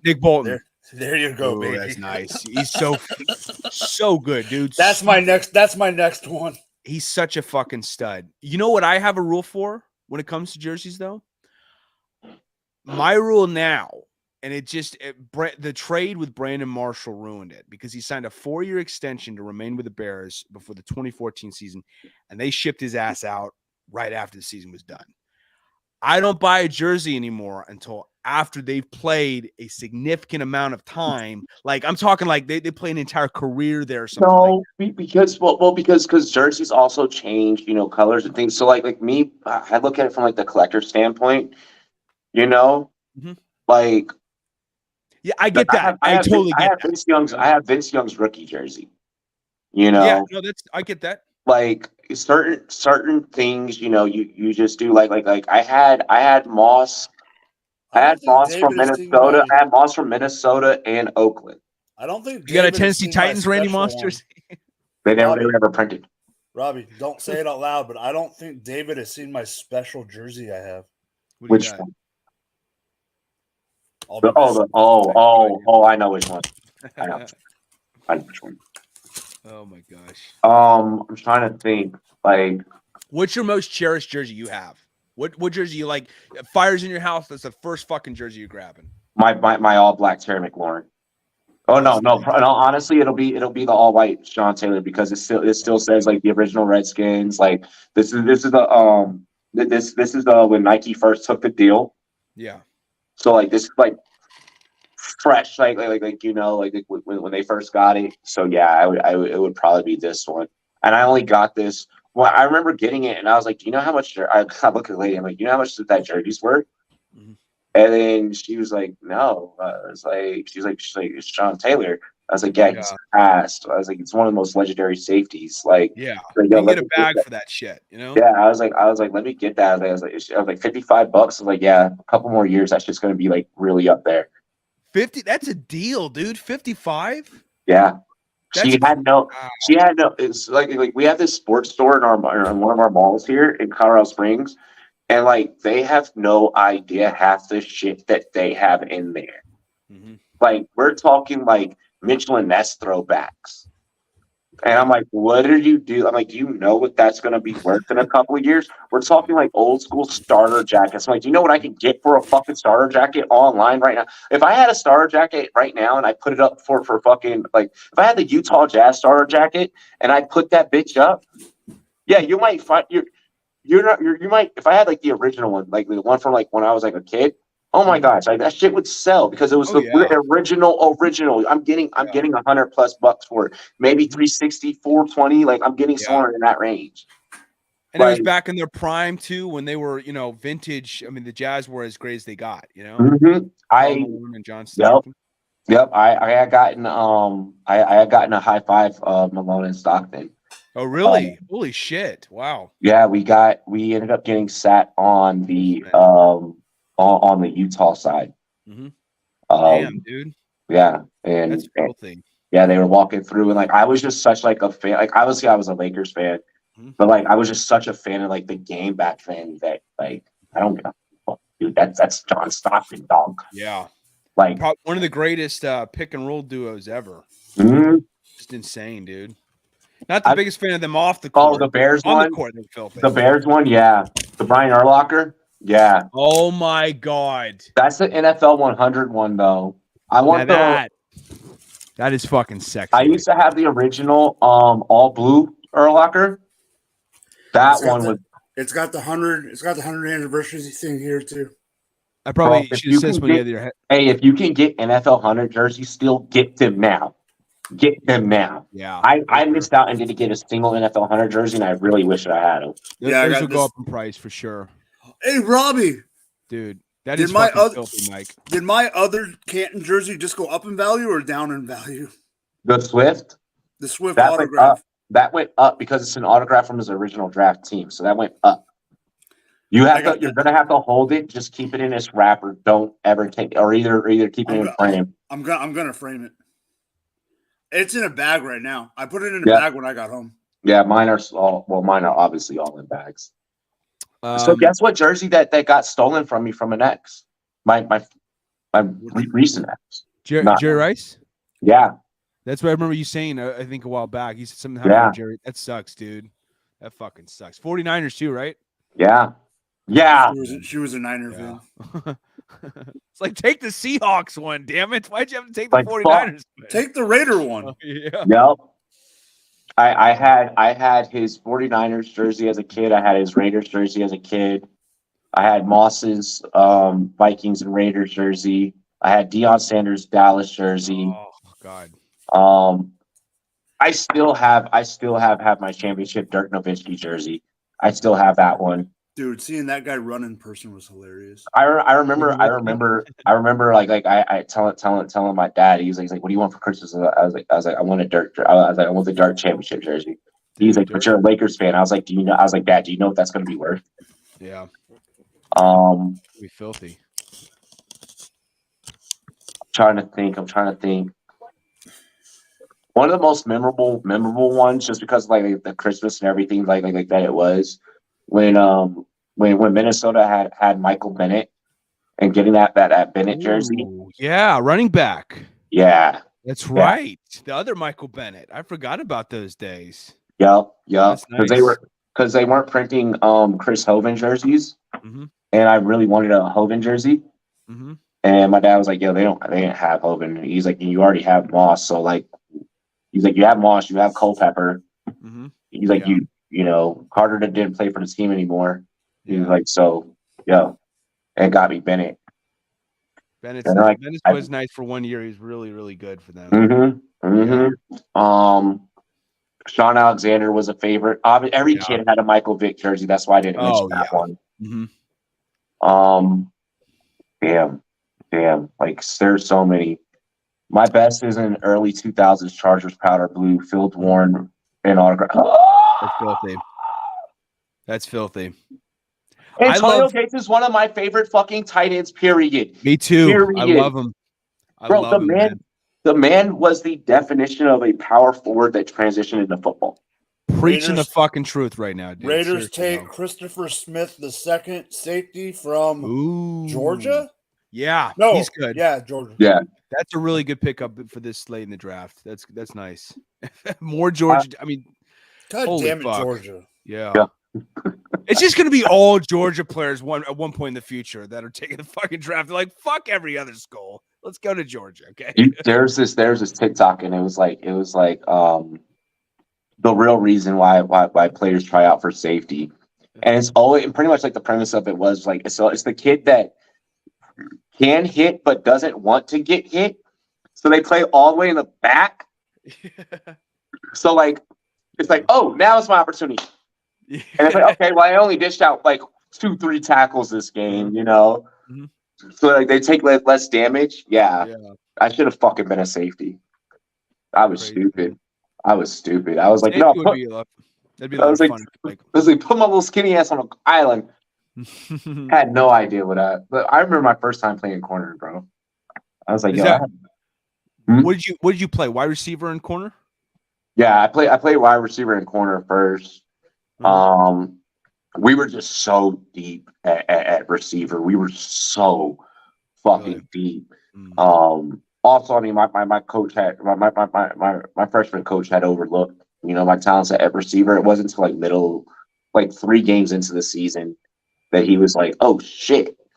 He was like, "You can really, really catch." I'm like, "No shit, you idiot." I'm like, how do you think everything gets batted down? But yeah, I played DB first, and I feel like that made me a better receiver. Yeah. Because I knew everything that they were doing because I'd also practiced with the receivers because I was with the twos. So I would get my first half of practice with the ones with the DBs, and then like my time would get cut short there, and I'd be over with the receivers. And I was a slot guy, so yeah. That's what's up, dude. Gosh. I played outside corner, but when receiver, I played in the slot. I'd be scared shitless to play cornerback, just getting torched potentially. Tampa Bay that worry of that. Tampa Bay takes tight end Payne Durham from Purdue. Okay. Durham. Oh, that's good. Payne Durham is good. He's good off the block. He's a blue collar guy. Like he almost is like one of those guys that like just downs an entire fucking keg of beer the night before, but then somehow gets the project done the next day. Like it's not the prettiest, but he'll get the job done. You know what I'm saying? Me right now with moving. So it's basically in 2 years it's gonna be him and K Dotton in the 12 set. Yeah. He'll blend in well with K Dotton, I think, who's the more superior athlete, of course. K Dotton's fucking under the radar. We're leaving that be. We're leaving that be. There you go. I'm like so leaving that be. But I'm also a late tight end guy. I was hyping him up last year a little bit, but I think this year will be interesting. It'll be more interesting even. That'll be the one that like I'll toss out on like a couple of like dark horse segments. Yeah. But I'll put other guys. Think of it how like when like producers like make beats. It's like I'll let you have this beat, but these beats are going to be for my album. Yeah, like for real, like the Alchemists, they let so many people fucking use their shit, and then they're like, but we have this for our own fucking mixtape, like that's kind of the way that I look at like. Damn it! Giants just took one of my guys. Who's that? I'm waiting on it. Giants take running back Eric Gray. Oh, that's good. That's good. I like it. I love Eric Gray. So yeah, he's really nice. I like it, and I like it as an insurance policy behind Barkley. The Giants one of the last teams to not abide by running back by committee, so I like that. Well, I also like the fact that they could use him in that third down and give Barkley a little bit of a spell. Yeah. But no, going back to what we were talking about there, David. I mean, like, I was never afraid to play corner. Just because, like, me being smaller than everyone, I was the third smallest person on my team. Yeah. My first year. Me being, the smaller guy, it's an opportunity to just embrace that, hone that, and, like, just, like, own up to it. Like, that's why I love the Forbes pick. Because, like, everyone's like, oh, well, his size. I'm like, I don't give a fuck. Like, he's gonna be in someone's shit. So I really like that pick. And just going back to what we were saying. No, corner is a position of solitude. It's a position of peace. You're at peace when you're there. Really? For you? That's good if you can handle that. For me, I'd just be like, they'd be like, all right, David, you're out on an island. Hold it down on 50% of the field. Like, are you sure, coach? I don't think because I only have to focus on my assignment. I'm only focused on my assignment. Whatever my mic calls out, like, okay, cool, that's what I'm doing. All right, I'm dropping back, and then I'm good. Okay, I'm manning up. All right, we're fine. I think I was like born to be a defensive line. I was just gonna say, I think I was born to be a defensive line, not just because I'm a big, thick boy, but like, I think it's just like it's just the least responsibility. It's just like you focus on either a gap or you're just hunting for the quarterback. That's what my dad wanted me to put on size and be an edge like he was, and for me, it is so tactful. It's so tactful, and it's so much pressure right away. Yeah. Me, I like the ability. Okay, I'm manned up, and I'm manned up. Me, I like the ability. All right, I'm dropping back. Like I like being able to kind of dictate. in scenarios where it's like, hey, this dude's fucking 6'2", and I'm a fucking high school freshman that's like 5'8" right now. I'm not even in my grown man height. I'm dropping back on this fucker. Yeah. Like I need to give myself the ability, you know, and a cushion, you know, or even when I was against bigger guys. No, I'm a man up against him because I know he's a pussy. You know, were you more press or finesse as a corner in terms of like, were you more physical or were you more of a speedster that would track well? I like to play in receivers' heads. So for me, it was all about being physical because their first thought is he's a bitch when they saw my size. So knowing that you feel that way in your head, me coming up and it's like, oh fuck, like what was that? Now even if I'm in press, you have to respect me. I see. You know, and I would jam for like, you know, 2-3 plays consistently just to be like, yeah, do you know who the fuck I am now? I'm here, bitch. Yeah. Like, what's up? Like, I would even, there'd be times, I've told this story on air. I think you've been here. There'd be times like there's been a couple of times where I'll just line up and I'll take the flag and I'll smack their helmet. I'll hit that ear hole right here and I'll just be like, what's up? Like Deacon Jones out there with the head slap. Damn, dude. Bro, I would take the fucking flag. I got ejected one time for it. Because it was like, yo, it was like the 4th time. It was like, yo, you've done this too much. Like, and I'm like, I don't give a fuck. Oh God. Yeah. Like Dennis Rodman out there just getting in people's fucking heads. It's crazy. But because I was small, I had to play that way. Bill Laimbeer, I had to. You know, I didn't get the luxury of, hey, just use your athleticism. No, I'm athletic, but we need an advantage here. And me, I know that I'm smarter than you. I may not be more physical. I'm smarter. Another Georgia Bulldog. The Niners select Robert Beal Jr., defensive end from Georgia. Jesus Christ. I mean, who's next? The fucking equipment manager? Is he going to be drafted too? Right, the fucking water boy. No, honestly, the next is Kenny McIntosh, running back, Georgia. Honestly, there have been cases. I know that you went at that from a comedic standpoint, but there are cases where it's like, hey, yo, bring my equipment manager with me, or bring, you know, this person. Oh yeah, that's for sure. Plenty of times.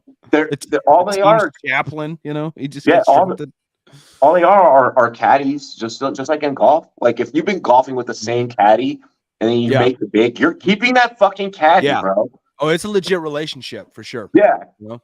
Like that happens all the time. It's just God, it's so wild how many it's like, I mean, it's like a literal factory. They're just out there, just, you know, I mean, creating these guys from scratch, you know, to play in the NFL, you know, from Georgia. It's just insane the talent that turned out, you know.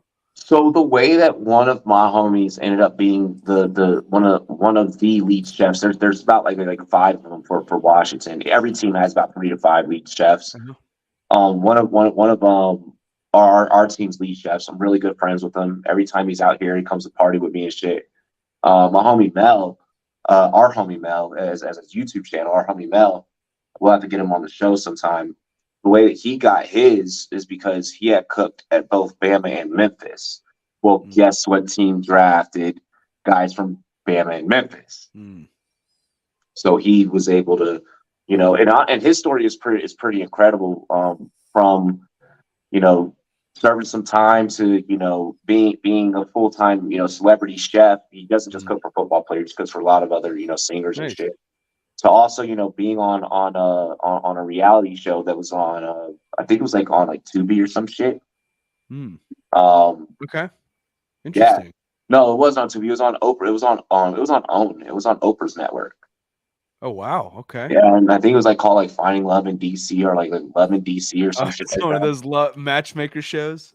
Yeah, well, like they had all like had like relationships and like it followed like prominent people through like the city of DC and shit. Yeah. Okay. Interesting. Yeah. You know, like it's dope. Like this NFL world, like this world is so dope. Stop. David, just for you, the Rams take Georgia tackle Warren McClendon, offensive tackle. Wow. I got to do a count of this shit. I got to do a count to see how many fucking Bulldogs have been taken. This is wild. Hey, they took McClendon, I'm going to say it's like 17. Bennett. That's a good prediction. That's a good prediction. The Rams have 2. They got Bennett and McClendon. I'm gonna guess a total of 17 Bulldogs have been picked. And we're usually the whores for Georgia, Bulldogs. Like the Bears love that shit. We Roquan Smith, Leonard Floyd, Riley Ridley. Riley Ridley, Javon Wims. We had him. I mean, exactly. Let's see.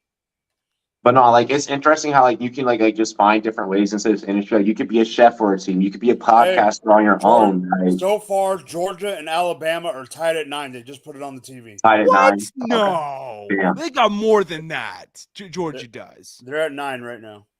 Really? I'm gonna predict Georgia outbeats Bama by the end of this. I could have sworn it was Clemson is 6. Clemson is 6. I mean, Michigan is 6.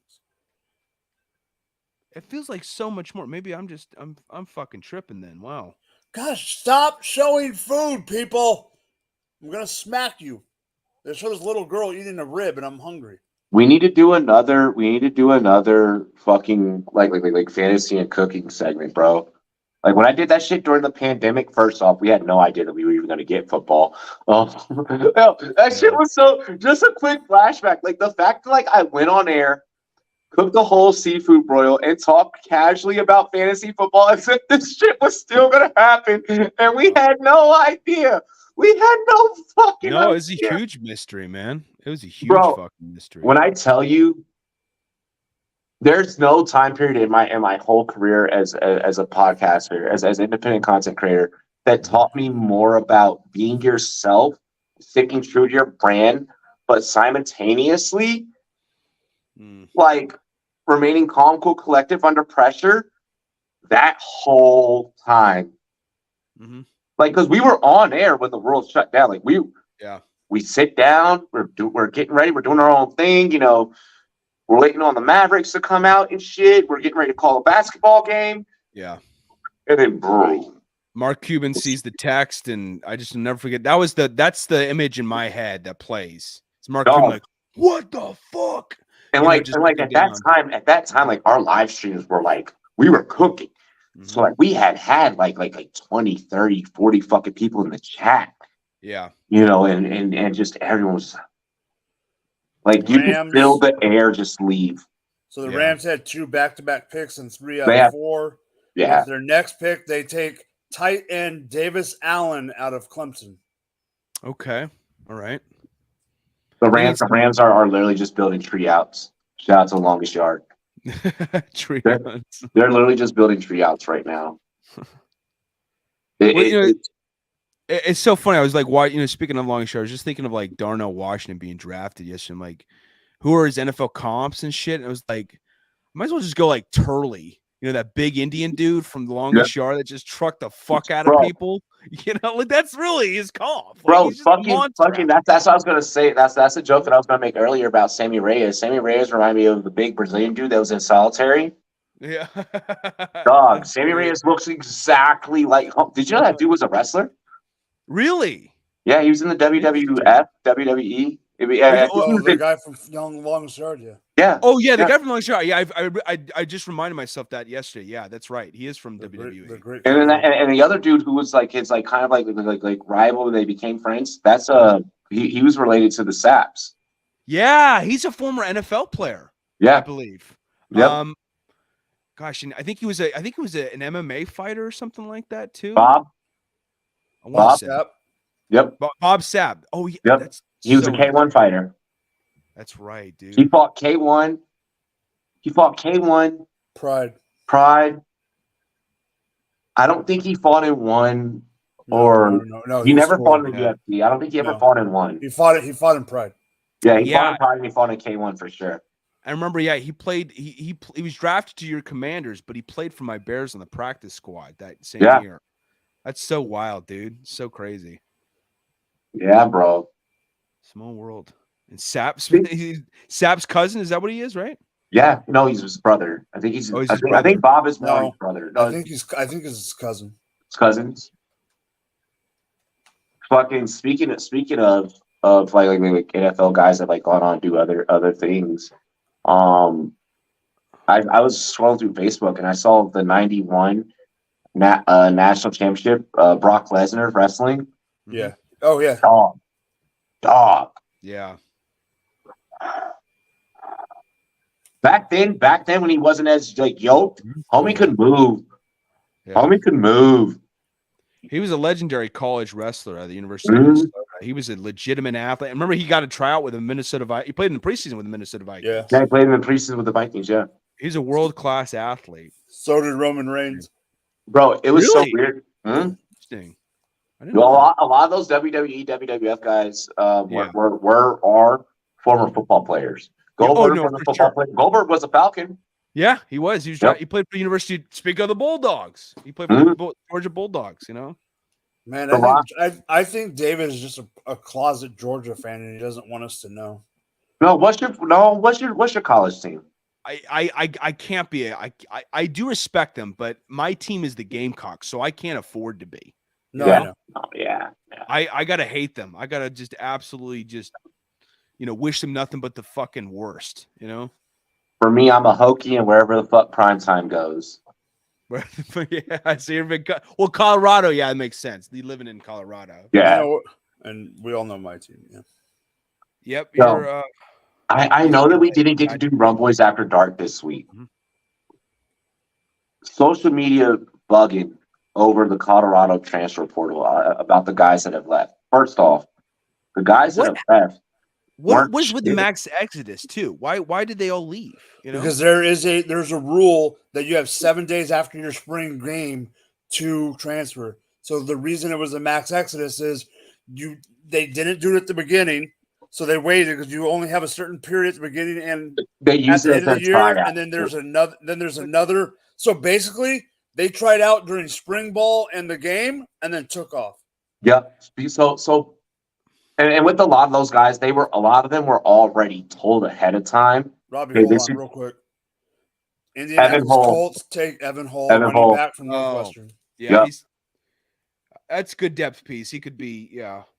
He's kind of he'll get you the ugly yardage. He's that kind of dude. But with with that, a lot of them were already told, hey, we're going to keep you around. Because remember, a lot of kids already left early on. As soon as Prime walked in the building, they're like, I'm not going to last here. A lot of those were your partiers, your so on and so forth. Yeah. Your shit bags.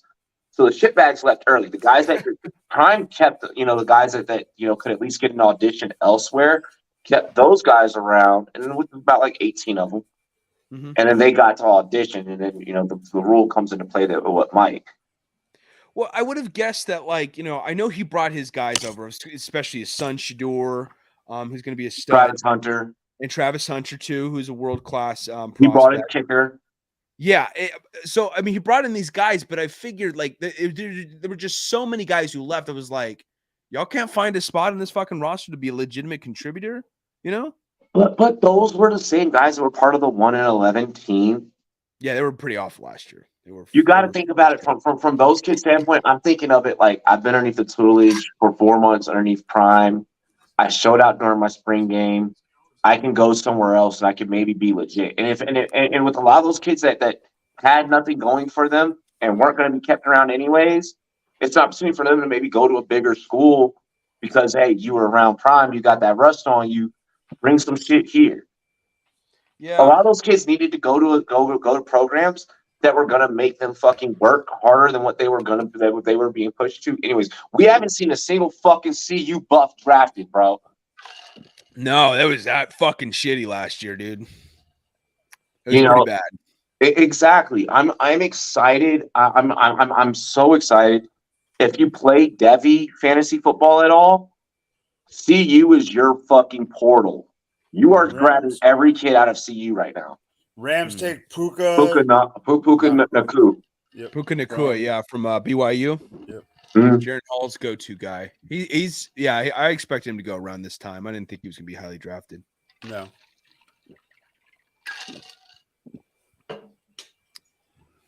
Yo, Mike, did you see the fucking the clip that I just shared on the Facebook page where I was like, it's Adam Sandler to Brucey, and it's Aaron Rodgers and Zach Wilson, and like he's like, oh, you think you're so tough, big guy? He's like, you think you're really throwing football? He's like, here, go and throw me one, hit me right in the chest, Oh yeah, I did see that.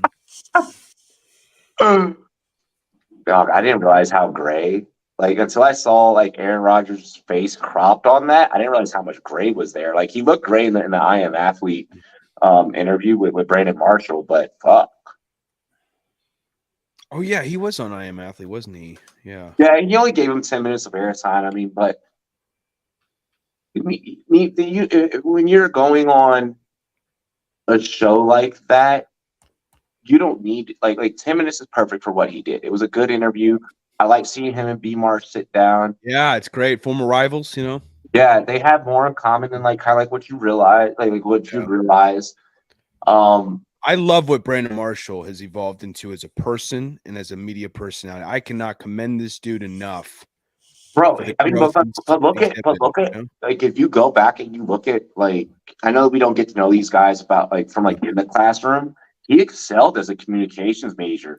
He's a tremendous speaker, very well spoken, you know? And and you even saw this early on in his rough days back with Denver and Miami and before he came to Chicago, because when he came to Chicago, that's where he turned his life around, you know. But before then, it was rough. But you heard him as a well-spoken guy, and it was just such a fucking, it was just so goddamn mind-boggling that this guy would stoop this low to act that way. And it was obviously mental health issues that he was battling. Considering though how smart he was and how exceptional and talented he was. All right, wait, we got the Cowboys really quick. Eric Scott Jr., Southern Miss. Okay. You know who has really became and really bursted onto like the athlete podcast scene that I think is probably one of the greatest NBA storytellers of our generation? Motherfucking Kevin Garnett, dog. Yeah, he's been great. His hand movements. Yeah. Bro, he was built for this shit. He was built for this shit, when he's done with the NBA, of course, Fucking Mike, what's the ref from boxing with the big eye movements? Brother, he's a brother. God damn it! The way that referee's eye movements are in the ring when he's like analyzing and like refereeing a fight, Brandon Marshall has that same like big, like it's great. It's like a mirror. He's very charismatic. Are you talking Tony Weeks? Yes, Tony Weeks. Great, by the way, greatest ref of all time. Greatest ref in boxing of all time, Tony Weeks. Greatest ref in UFC history, Herb Dean. I disagree. We're gonna get a referee debate going. Respectfully, I still disagree. Why? With one of those takes. But I'm gonna guess the Dean take. Yeah. Dean is the best right now, but still the best of all time is Big John. Big John has a lot of bad stoppages. And we don't have time for this right now. We're tabling this discussion because Herb Dean has almost got a couple guys killed. Yeah, Herb Dean will let some shit go. Herb Dean almost got a guy killed. Okay. Yeah. Which is why he's no longer in Herb Dean is still going. He's still there, but Big Dan Murgliata has got getting a lot of the championship fights. Yep. What do you mean, Aiden? Brandon Marshall sucks dick. What do you mean that? What do you mean by that? You don't like his analysis sometimes? Is that what you're saying? I'm curious what he means in that when he says it in the chat. Brandon Marshall's from an analyst standpoint, he's not a better analyst than Steve Smith. Green Bay takes Carl Brooks, defensive tackle, Bowling Green University. I think it's close. Green Bay. It depends on how you view that. I think he's more charismatic than Steve Smith. I think he's more built for the. Okay, Steve Smith is great on the mic, but in a different. I love hearing him talk shit and kind of speak from the heart. But as an analyst, is better at breaking down players. He's better at that analytical side of the things and the film side and telling this. And from that standpoint, Brandon Marshall is better as a personality. It's like when you debate Lil Wayne and Jay-Z. It's like Jay-Z has a longer run and a longer career, but Wayne is like the lyricist and can put words together that Jay will never probably be able to fathom. I will be real about that. I've never been the biggest Lil Wayne fan at all. Oh! I like Jay-Z. I can't stand Weezy, baby. I Wayne, just Wayne is a menace on a mic. Wayne is a menace with a pen, bro. I think he's Like, just a little too random at times. I don't know. I just don't dig him as much as other guys. Like I'm big into like okay, so like my taste is not so much mainstream as much as other guys. you Like like I'm a not lot of slower rap. You like a lot of you like the Biggies, you like the Jay-Z's, you like the not yes. you know. Yes. But there's some other guys like I'm digging what I'm seeing from like a Denzel Curry lately. Mhm. Someone who's a high riser. And I like some mainstream guys like Kid Cudi, for instance, and I like vintage Kanye, pre-Yeezus shit, Yeah. Yeah. You fuck with Benny the Butcher? Benny the Butcher. I don't think I know that name. Joe, all right. Listen, there's this label out of Buffalo, New York. It is I've seen Conway this the guy. Machine, Benny the Butcher. Dog, their beats like they're called Griselda beats. Like their whole camp is called Griselda. Okay. Griselda, who was like the great notorious criminal. Yeah. Dog, you just YouTube nothing but Griselda music and like from Conway to Benny to like, bro, all of them are so lyricists. They complement each other and like it's this really upstate New York. Like they do a lot of work with like the Alchemist and shit. Like they're really, really, really good. Like really good. And I don't want to Latrell Clark. I don't want to stereotype the way someone dresses at all, but he totally looks like he's about that life, which is really cool to me, So I definitely want to check him out. Like you definitely seem like you're onto something with that just by me looking at his picture, Yeah. You hear the production, you'll be like, what the fuck? Like it sounds like producers are locked in a fucking dungeon and just like just going off, bro. I'm gonna favor this. Cardinals take Latrell Clark, Louisville. Okay. And David, look in the chat. Aiden, I'm not going to put it up, but Aiden responded to your comment. Benny's on my ox a lot. Those beats are fucking gross. They have my car rocking. Yeah, those beats are nasty. He forces the race card. I never got that vibe. If you would have argued more so about him kind of, okay. So you were right about like Robbie's analysis about Brandon Marshall versus Steve Smith was very on point. I will agree with that. That he's more about personality as opposed to breaking down players from a schematic X's and O's standpoint. Brandon does this thing that kind of gets a little on my nerves, but it's in a funny way. Like I love Brandon for this at the same time. He can be hella biased sometimes in an innocent way, but he can be hella biased where he's got this love affair, like his love affair for Jay fucking Cutler for the longest time was like, Jesus Christ, Brandon. He loves Ryan Fitzpatrick. Like, yeah. He loves like, no, Jay's gonna be the GOAT, man. He's gonna be the GOAT. It's like, no, he fucking isn't, Bro, I'm loving what Houston is doing. Oh my god. Yeah, I saw that. I fucking killing it. No, they're showing their defensive weapons on the entire team, and it's not. It's nasty. D'Amico might be that dude. D'Amico is an amazing defensive mind. I'm just hoping that on the offensive side, there's going to be able to be that balance there. And I think that the offense, that's always been Houston's problem. You go back to their opening as an expansion team, the defense was there. Mm-hmm. That offense, it's like, okay, well, yeah, we got Andre Johnson. Yeah, we got Matt Schwab. Like, like nothing ever clicked. No, it didn't. It never was at the right time, Like even JJ Watt came in at the tail end of like the Andre Johnson and Matt Schaub and all that. Like that was Houston has this philosophy of playing typical Texas football. We're gonna run on defense. We're gonna hit you hard. We're gonna bash you. Mm-hmm. There's no finesse on offense in Houston. Zero. Since they became an expansion team, they've You're 100% right. No finesse.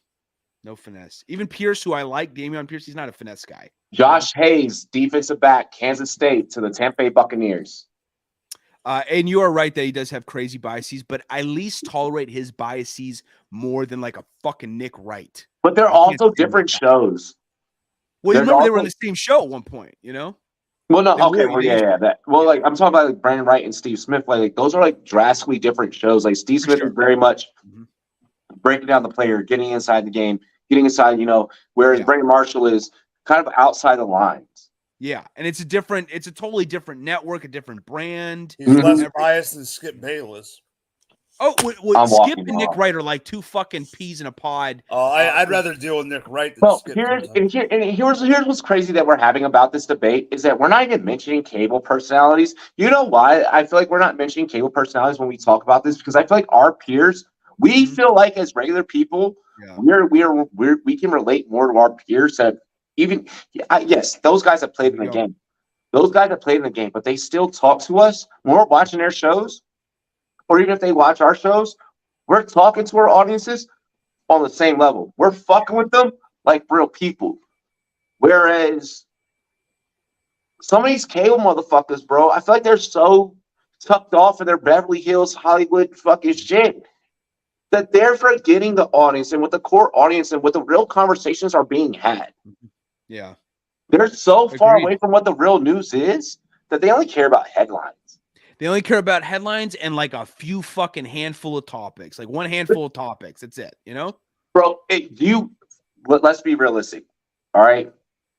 And let's try and remove biases because we're all Robbie versus Skip, NFL Draft Edition. Who wins that? Yeah, I don't want to hear Skip Bayless fucking speaking anything on that, honestly. You torch him, you know? Do you think that Skip would be able to we'll debate the fourth round. We would debate the fourth round of the draft. Do you think Skip could really have the knowledge capacity to hang with me? I don't think he even knows how to do his fucking research on like how to like, you know, in terms of what to look for, how to look for it to begin with, because he's probably some fucking old dinosaur for all we know. That just, you know, I watched the game once on TV and that's all I've got, and that's what I'm leaning on. It's like, no, you can't fucking do that, dude. Like Stephen A. has a personality where he could compete against me. Like I feel like that would be a good debate, but it would be good from an entertainment standpoint. There will eventually become a point where midway through that debate, where my film and my analysis level is just so deep. Yeah. I'm gonna fucking just pull away at some point. You'll bring up good characteristics and not stupid ass shit like this guy's a winner. He just wins, or like some stupid cliches like that, you know? Like I wouldn't debate Uncle Shay Shay. I'm not gonna debate Uncle Shay Shay. Why? You know X's and O's better than I do, if not just as well. I'm gonna keep up to a certain point, and then you know the NFL. Well, you know, the thing about Shannon Sharpe, I think Shannon Sharpe's better than Skip. But I don't think Shannon Sharpe is, in my opinion, that great of an analyst either. Not because he doesn't know the X's and O's from like an objective standpoint, but I don't think he recognizes it as well when he's an analyst versus when he's a player, because he's obviously an all-time great tight end. You know, when I see Shannon, so Shannon has the ability one to also work as a personality. And that's clearly what he's worked his media career toward. But when I heard him on New Heights and him and Kelsey, you know, just like kind of joking back and forth and like, you know, they're talking tight end. That was beautiful for a second because it's like, oh, like you understand, like you get it, you know, like at a tight end, yeah, I'm gonna hit the fucking linebacker during that first half, and the safety's gonna get that work next. Robbie, you like the Rams. Who we got at 182 in the 6th round? The Rams of Los Angeles will select Tre'Davious Thomas.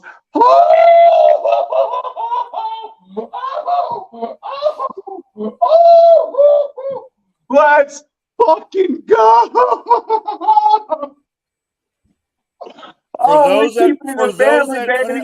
For those that couldn't understand what Robbie was trying to say, they drafted Hodges Tomlinson, cornerback out of TCU. We keep it in the family, baby. We keep it in the family. That's nice. That's nice.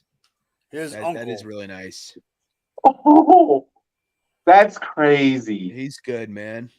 28 catches allowed on 81 targets, dude. That's almost like I've been waiting for this catch. Oh, I've been waiting for this. Why do you think I just left it? That's filthy, dude. That's filthy. 42 passer rating last year, 4.41 40. 15 pass breakups. Karam says chill out. Fucking stat. Robbie, Karam says chill out, Robbie. I know you're getting hyped up for the Rams. It's not the Commanders here, buddy. You know, bro, he should have been a Charger, but fuck. Yeah, I know, right? I know that the writing was right there on the wall. But you know what? He's still in LA. It'll happen. It'll happen. He'll become a Charger. He'll be a Charger. It's all good. Oh, now I can take a piss. Damn, that was a good pick. That was a decent fucking pick. Great, yeah. Karam, Greg Olson's pretty dope. I like Aiden. I like JJ Redick too. The only thing I don't like, I think he's a little biased about his era of basketball. Like he wants to just constantly boast about LeBron James being better than any. And just talking about this era being the best era of basketball. It's like, I disagree with how passive defense is now, and the lack of physicality too. I think he's just a little biased for his era, but he is good in other areas though. For JJ Redick.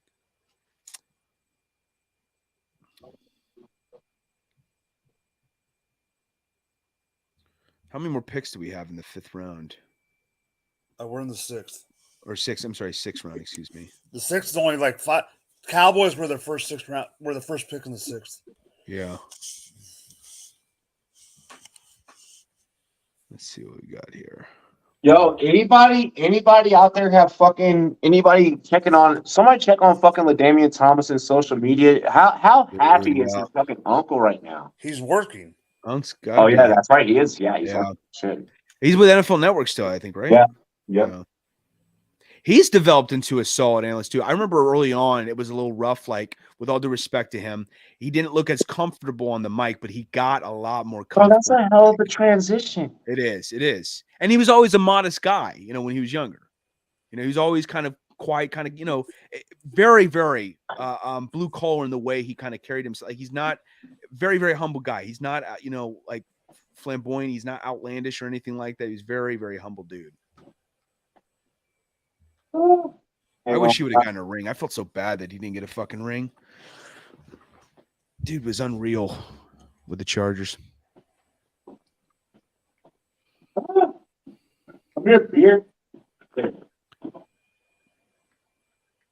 What about you, Mike? Who do you like listening to when it comes to like sports media? By the way, I love that JJ Redick shout out because he doesn't give a fuck. Lately I've been listening to the Pivot a lot. Yeah, the Pivot's great. I will be honest. Great. I've already told Robbie this. Crowder bugs the hell out of me, but I can handle him. It's funny. I find myself like, well, the only thing I had an issue with Ryan Clark on the Pivot is he's talking all this shit about Antonio Brown, justifiably so, on ESPN, but then he's like dapping it up with him on the fucking podcast, and I was like, I don't know, that looked a little fake to me, Bro, Denver takes JL Skinner safety from Boise State. He was like, he called him a bad human being, and then he's like, "Hey, what's up, man? How's it going?" So here's the thing. Here's the thing. Like you'll never find like in terms of like just like industry people, not like players or anything, because like that's a different perspective. I have to report on them. I'm gonna say things about players and shit like I may or may not like, but you'll never see me interacting or like side by side with like anyone like I feel like is my ops. Like if I know that I don't like you're not gonna catch Robbie and the Paul brothers like in a photo shoot together. Like it's just not gonna like we're not gonna like it's just not gonna happen. Like they could be like, hey yo, like we have seen Rumboyz, like we have heard of you, like we want to get a picture. I'd probably be like, yeah, no, like I'm good. I'll hey yo, I'll smoke on your pack right now. Fuck you. Like that's just how I am. So like there's been guys like in this industry like I've had beef with or beef has developed with. And like you just don't see it. You don't see us in the same room. Like when we went to the Fantasy Football Expo, there was ops there, but you never saw it. You just won't see it because I don't have to be like I thought it was really fucked up how like after the fight like Tank and Ryan were kind of like chills whatever. It's like yo y'all hate each other. Let's just face it, y'all are have a rematch. You're gonna have a rematch. You hate each other. I don't have time to do that whole buddy shit. If I don't fucking like you, I don't like you. I'm gonna let it be known. Yeah, I don't. I hate being that. Like I and you try to be nice and you try to put on a good face and all that stuff, but I can't stand the two-facedness. I can't stand that shit. Yeah, being like that at all. It's just Jets take Zaire Barnes, Western Michigan linebacker. DC, yeah, Daniel Cormier. I don't know much about UFC, but Daniel Cormier looks like he's pretty solid for analyst work. DC's a great analyst. He analyzed the fight game really well from from that Great UFC personality. standpoint. Mhm. I like what Cejudo. I don't like that Cejudo keeps keeping one foot in the analyst side and one foot in the ring. Bitch, pick one. Mm. You can't do Really? both. You're not you want them to be committed. I see what you're saying Yeah. with that. Okay. I really like when Mike Tyson starts going in and breaking down boxing and starts talking boxing on hot boxing.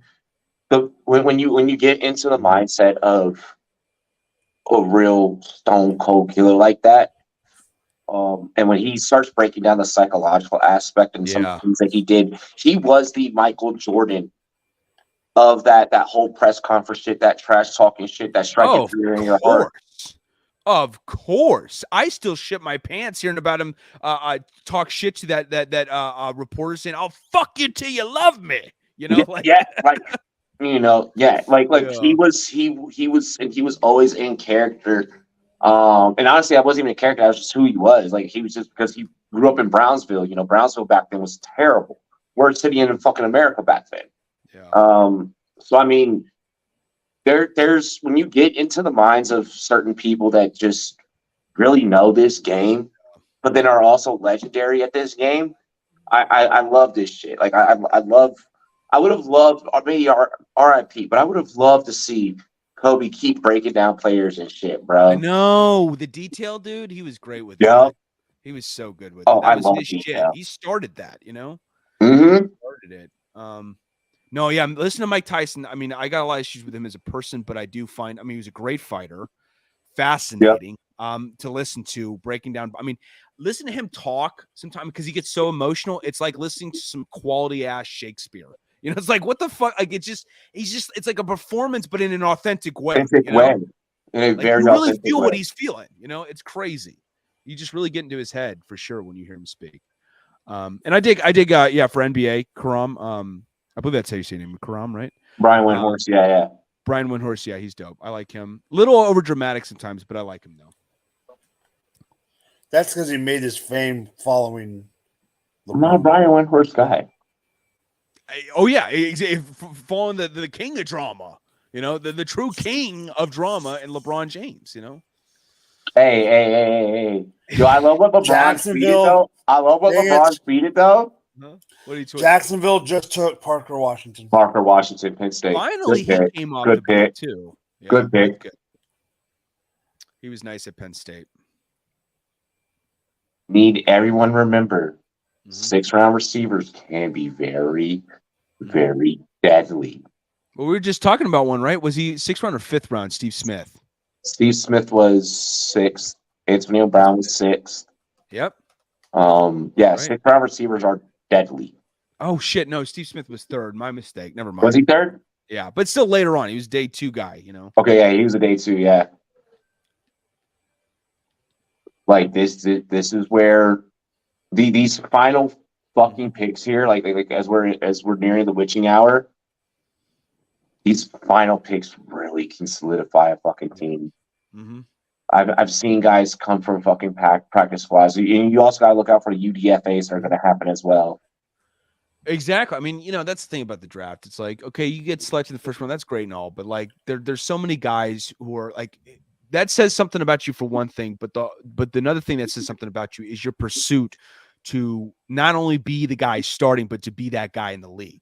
And that's a whole nother ball game. Okay. That's a whole nother fucking, attempt to elevate yourself. Really quick for you two gentlemen here on screen. Take at least 30 minutes to an hour to yourselves right when we get done recording this. I'm telling you now, and I'm only saying this because I made this dumbass mistake in between my breaks. I'm not doing it no more. Jalen Duncan, Maryland, Tennessee. Okay, go ahead, Tennessee. I like that. Get you a tackle. Keep building up that offensive line. I'm saying this.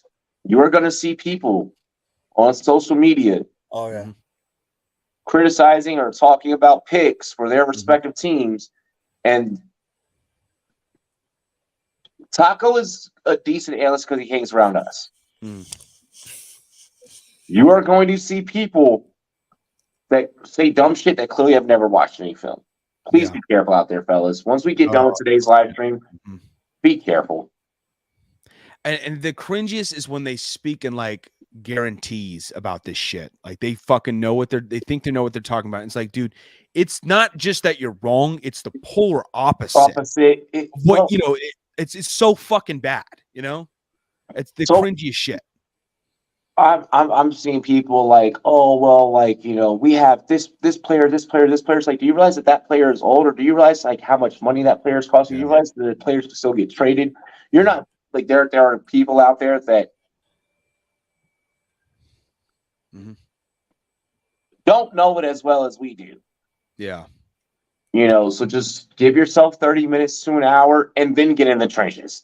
Exactly. And I mean, do your research, and acknowledge too, like I think the important thing too is I try to do this. Acknowledge when you're wrong, acknowledge when you whiff, because we all whiff, we all make the mistakes.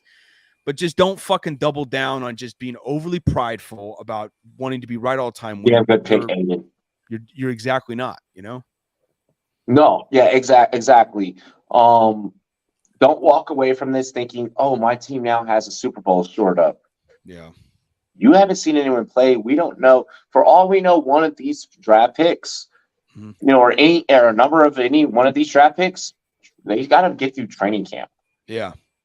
Just because you got drafted does not automatically lock you onto a team. Of course, Exactly. Like there's a lot that goes into this shit. The Reaper still has to go around and knock on doors. So just for all of you guys out there that are watching, this is a damn good 3 days. Yeah. Remain humble. The off season is for you to remain humble. Amen, dude. Week 1 happens, start talking shit right then and there.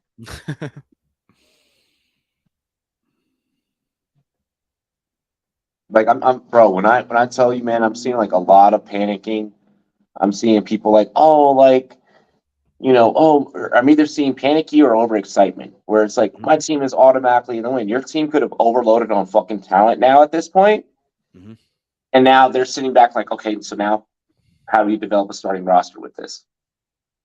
Yeah. You could end up cutting the wrong guy. You could end up cutting the right guy.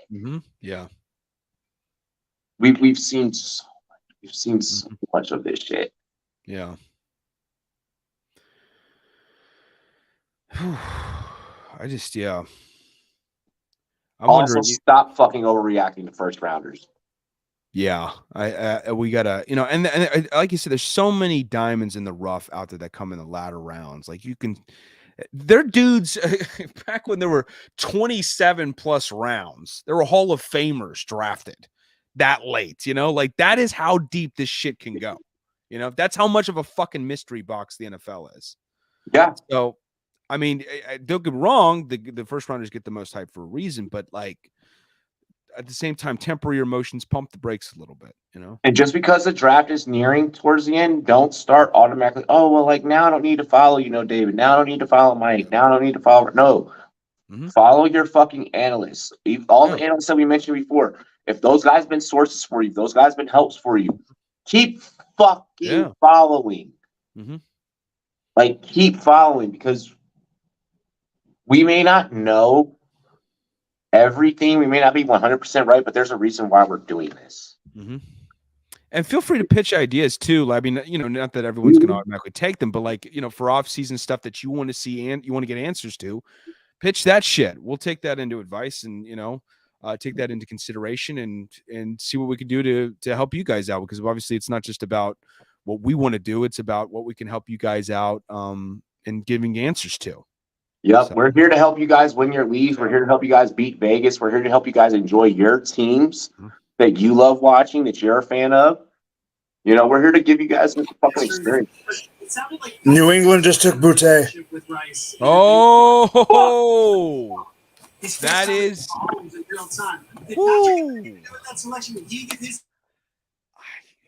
Fuck, I wonder about this.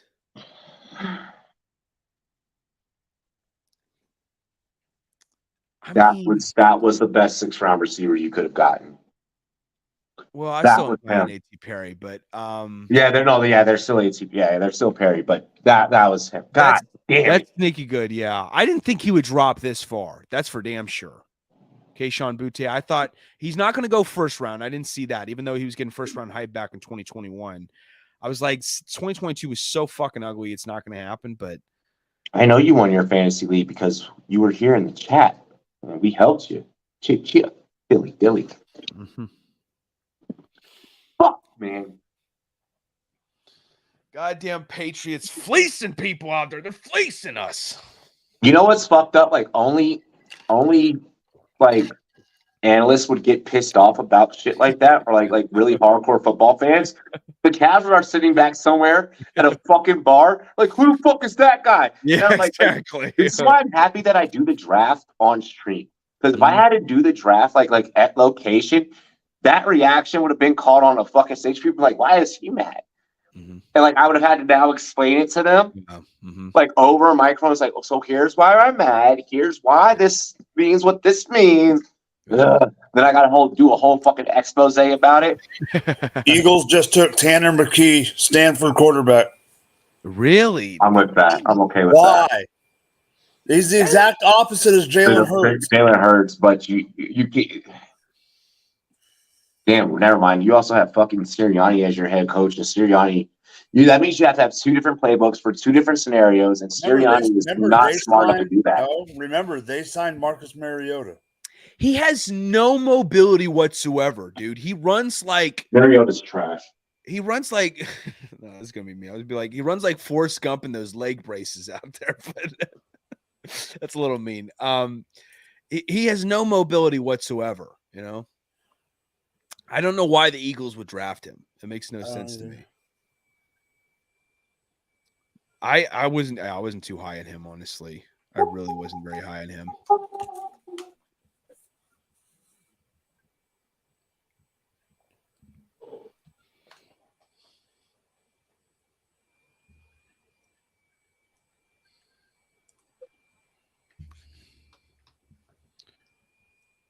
Let's see.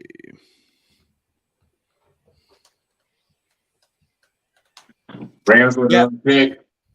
I'm surprised too, Sean, that Andre Carter's still on the board. He's got a filthy he's a filthy he's not the fastest guy, so that slows him down a little bit. But he's very quick with his hands, and he's a bruiser of a pass rusher. And I love his swim move. He's got a nice array of pass rush moves. So I thought that would kind of bolster his stock, but yeah, he's still up there though. Is it bad that like I'm like a bigger fan of the teams that are adding their depth pieces, like getting a couple stars here and there, but then adding their depth pieces? But then I'm also bless you. Excuse me. Thank you. I appreciate that. But then I'm also like a fan of like the teams that have gone out there and been building their starting like 3 receiver sets. Like I'm like, yeah. It's I don't know. Like it's weird. Like I catch myself doing this randomly. Like I was. Like I liked for instance, the Lions, in day one drafting Jack Campbell. I'm like, I was like, yes, that's a really good pickup. And I wasn't cheering because I wanted the Lions to get him.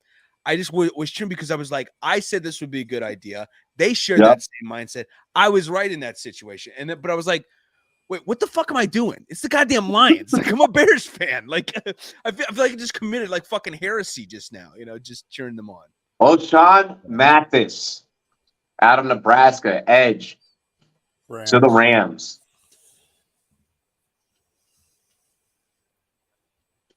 Interesting. We still got a couple more here, and we got a lot more here in the 6th. Mike, you hanging in there? Oh yeah, I'm good.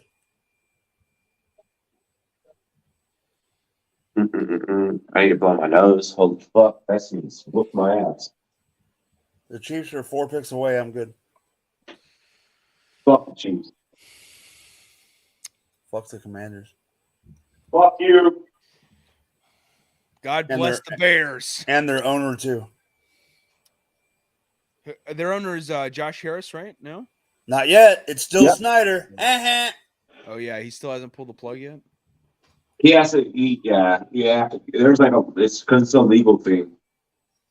Someone just grab him by his fucking belt and throw his ass out the goddamn building, Or the window if you have to. Well, he already cleaned his desk. They're cleaned out. So technically, yes, he's out. I mean, get a pack of Rottweilers to chase his ass out if you got to. Escort him the fuck out of there. That's the next move.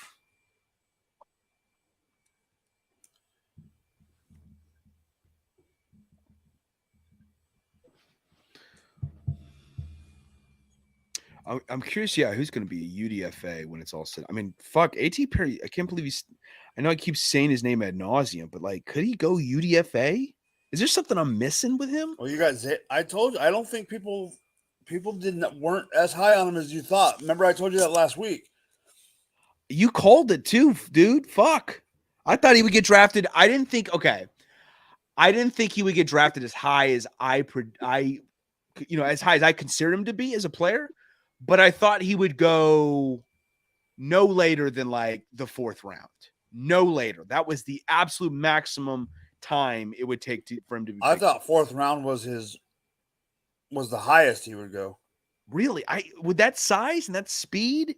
Because I thought he was more of an MVP to that offense than even like, well, I thought he was better at what he does than Sam Hartman, the quarterback, was, or anyone else on that offense, Like he was the MVP of what he did in that offense. So because a lot of people are like, well, he's got Sam Hartman throwing the ball. I'm like, he's better at what he does than Sam Hartman is. Cleveland Browns take Luke Weipler. Bill. Ohio State. Center. I like that, actually. I thought he was pretty good at Ohio State. He did some good things.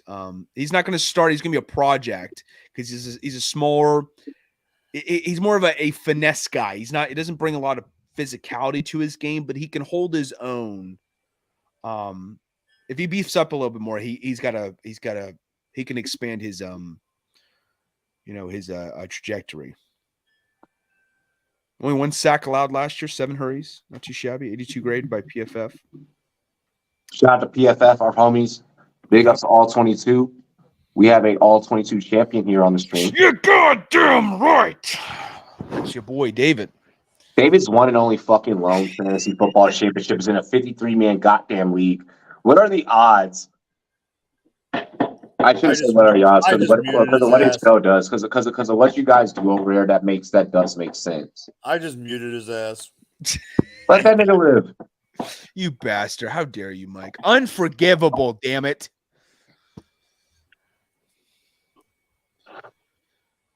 Tread I get that A.T. Perry has body catching issues,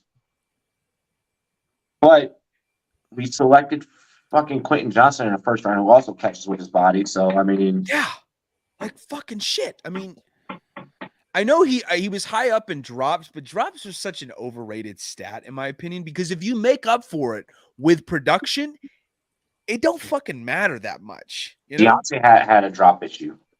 Like Brandon Marshall, that was his MO, was drop. He was always the top of the leaderboards every year with drops. I was like, who gives a fuck? He's got 1,500 yards.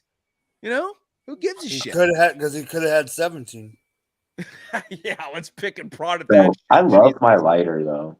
That's nice. It says Gemini on it. Hey, my guy off the board. Tampa Bay takes wide receiver Trey Palmer. I like that. Palmer, nice. Out of Nebraska, right? Now I got one more wide receiver that has to be taken in this draft. Otherwise, I will cry on air. Okay, I'm down with that. I'm down with seeing you cry. That'd be great. I know he has cried on air before when the fucking Chiefs won. I also cried when we lost. Yeah, you cried when they lost too. I've cried before. I'm not gonna lie. I like it, that. Seeing Mike cry, that might get me emotional. Like he's such a because that's gonna come from the fucking soul. That's gonna be like one of those like the Native American commercial. We're criers, bro. Like that's we are gonna be criers. like, oh God, Hey Robbie, me and you were back to back. I love this. Shout out to Eric B. We love you. We love you, EB. But again, Aiden. Brandon Marshall had like a 10% drop rate. Like if A.T. Perry was catching like 600 yards and he had like 15 drops or some shit, you'd have a point about that. But no, this guy was absolutely fucking murdering back-to-back years with 1,000+ yards, 11 touchdowns, 1,300 yards the previous year with 15 touchdowns. Like he makes up for it. You know, he's very smart too. I don't know if you guys saw Brett Coleman's interview with him. Patriots, didn't the Patriots take a kicker earlier? Yeah. They just took a punter. Oh, they trying to load up on special teams? From Michigan State. See, we got Reeves. We're good. And we re-signed Jeremy Reeves. Our special teams is super solid. We're gonna fuck teams up, bro. Yeah, I like one is still on the board. That's right. I like what we've done. Like the Commanders have done everything needed. Deuce Vaughn is only on the board because he's shorter than Steffi Smalls. Holy fuck. You know, but it's like, who cares? He's Tell me so I'm wrong, good. Robbie. Shout out, Steffi. We love you. Yeah, that was not a knock on Steffi. That was a knock on Deuce. No, Champions Round, man. Make sure y'all check out Champions Round. You dig? Oh, Jesus. By the way, you guys are on the clock. I just heard David go, "Oh, Jesus. Why do you think I be smoking during these long-ass streams?" I smoke every stream, but still. It's a PED, right? I can't right now. It is. Like, all right, so here's the thing. Are you more of a sativa guy or an indica? If I was in like a food eating competition, yeah, it's definitely PED. Like, if there was a competition about breaking down film and catching like all the right things, yeah, it'd probably be a PED because it slows my brain down. Dude, I fucking murder in food. I've been in 2 food eating competitions and I won both of them. And that's without it, like, you know, me smoking any weed, which I haven't done in a long time. But if I did, which when I did smoke weed, I'd get like the munchies to the utmost degree, like unfathomably munchy, you know? I would that'd be like me on steroids. Is like me in a food eating competition with weed is like me on steroids, basically the equivalent to that. Dude, like I should do one, but go in fucking, you know, a little headed up with you know some cannabis in my system. Mm-hmm. Come on, pick is in. Yeah. But no doubt, yeah, the equivalent to baseball players on steroids, me. Oh shit, we just posted a TikTok, so that means the pick is definitely in. Commanders just posted a TikTok.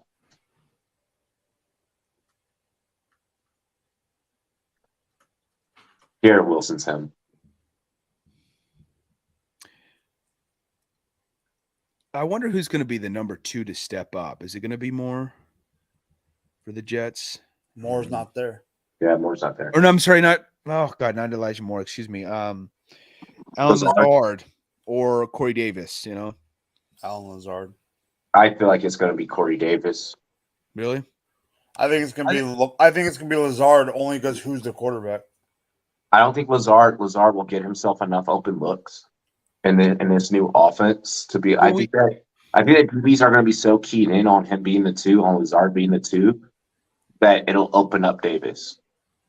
Yeah, I mean, if Davis can stay healthy, I think it makes it interesting because we haven't seen him paired up with Rodgers yet. We know what Alan Lazard looks like with Aaron Rodgers. We don't know what Corey Davis looks like with him. Hey, really quick, I know they just flashed on the screen. This is the year of Terry.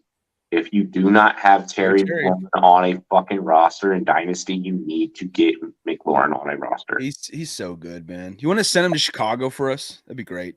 Hell no. Apparently, EB's flipping it from being a tight end heavy playbook to it being a receiver heavy playbook. Mm-hmm. So this will be interesting. Yeah. I don't know. You feeling confident about? I mean, since the Lamar Jackson ship has sailed for Washington, I'm okay with Sam Howell, bro. I've been okay with Sam Howell. Like, right. Even if we got Lamar and like Howell was my backup, I'm okay. I'm good. I would agree with you too. Howell is competent at football. He's actually pretty competent at football. Yeah, he's got a can of an arm. He's got mobility too. You know. Should Howell miss a couple of games? Brissett's right there. Oh, I forgot Brissett's on the roster. Yeah, and he looked good for the Browns last year. Like, not like, you know, all things. I mean, I exceeded my expectations, I should say. You know, Bowler, Dantzler, Forbes, we'll be straight on the secondary. We're going to create a lot of fucking turnovers. We already create a lot of turnovers. We're going to create a lot of turnovers. Yeah, I mean Cam Dantzler's a Chase Young sticking around. Yeah, I hope Chase Young proves. Yeah, he proves he's, he can get back to his old form. Yeah, Deron Payne. Like our defense is scary as shit. Like Well, I feel like we easily have one of the scarier defenses in the league. Well, yeah, and I mean Allen was secured last year, right? Was it last year he was secured for his contract? Yeah, and then obviously Payne this year. Mm-hmm. Got him. So I mean that's so great that you guys were able to, and you got Sweat, of course. Yep. The big thing is you guys got to have. Did you guys? Hang on one second. I was wrong about somebody. Announce it, Robbie. Yeah, you guys got Cody Barton, which is a really good pickup too for your linebacking core. That's who I'm waiting. You got to remember I'm behind you. I know, but I just don't want to say it. But David, listen to the pick. So the pick is in round 6, 193. Chris Rodriguez Jr. running back out of Kentucky.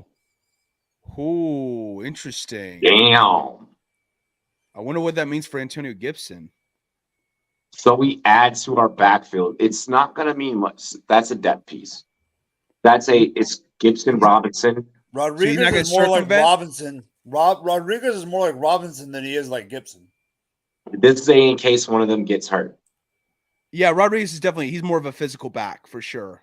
Gibson is a little more finesse. I hope Gibson, I know it's been rough for him. I hope everything works out with him. But I am nervous about his trajectory for the future because he did go downhill, pretty bad last year. Yep. But Robinson's going to be filthy. I'm very high on Robinson's going to be nasty for years to come. I really like him.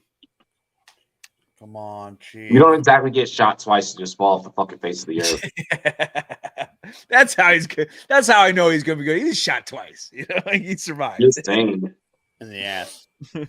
No, the Packers have not done enough for Jordan Love. If anything, they've exposed him. Well, Sean Clifford doesn't help.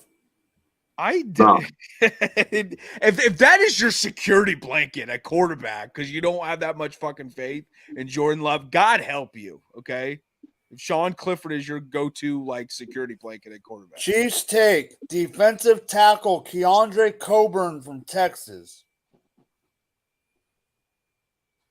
Damn, we haven't even gotten in the 7th round. No. Yeah, this has been a longer draft, I feel like, than Robbie, last year we were on air for 5 hours and 45 minutes for freaking this day. Trust me, I remember. That's how long. We're not. So you know how they have the bottom ticker, right? The bottom ticker is not even showing the freaking 7th round, and we're still 7 to 8 picks away.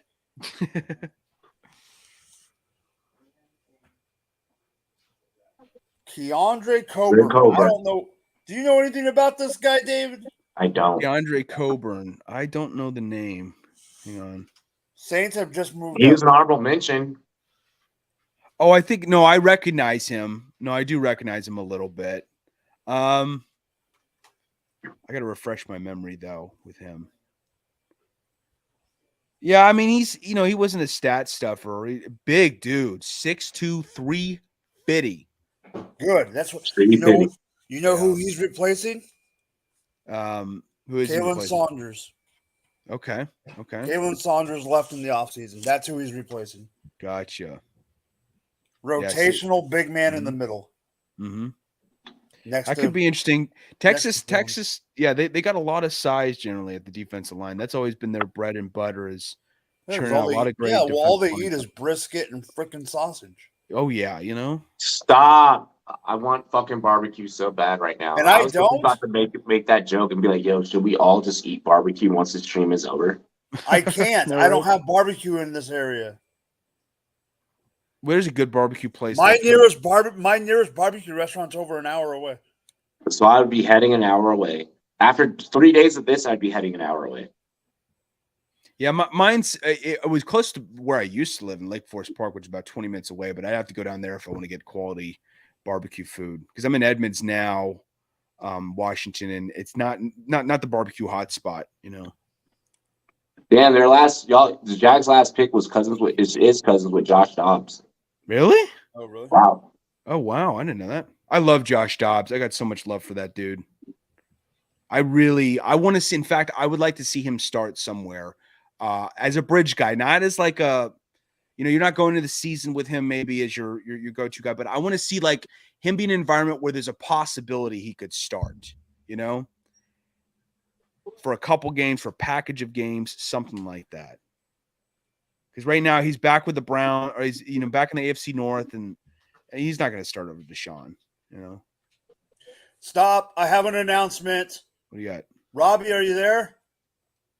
Okay. Hurry up. Hurry. I need you on air for this announcement. What's up? The New Orleans Saints have selected A.T. Perry. I love it. I love it. Oh, I love it. God damn it. I fucking hate it. God damn. Those bastards. How could you do that to me? Just break my spirit in a split second. Well, I hope this you're is the thing. fucking happy I with yourself. honestly didn't think I was breaking your spirit. Wait, Troutman has been traded to Denver? Adam Troutman, really? That's what Sean just put in the chat. Maybe that was part of this trade. Because they just traded for that pick. Holy shit. Shit. Well, then. It hasn't been confirmed on TV, but I was not expecting any trades this late. Troutman was drafted by Sean Payton. Mm-hmm. Give me back my guy. Go ahead and go get your guy. And didn't they draft a tight end? Did they? I can't remember the full Saints draft. Let me look.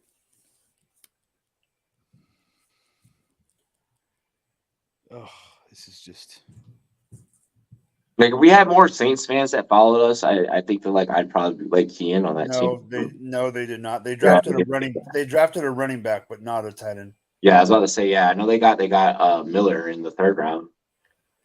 Their big offensive ones were Kendre Miller, A.T. Perry, and Jake Haener. Ew. A.T. Perry's the best pick they got.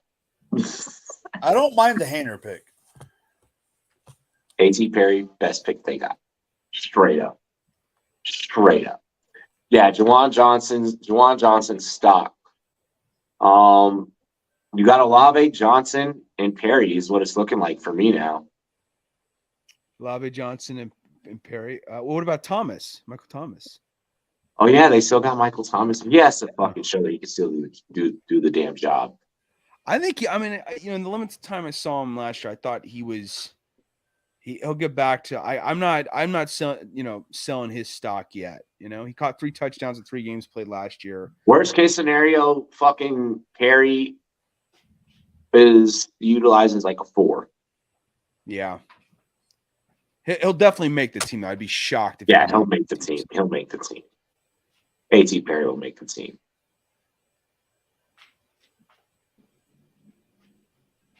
Let's go. Tampa Bay takes Jose Ramirez, Eastern Michigan, edge rusher. The Cleveland Guardians third baseman? I was going to make that joke too, but I didn't. I know. I was really How many lazy with picks that do we have left in this 6th?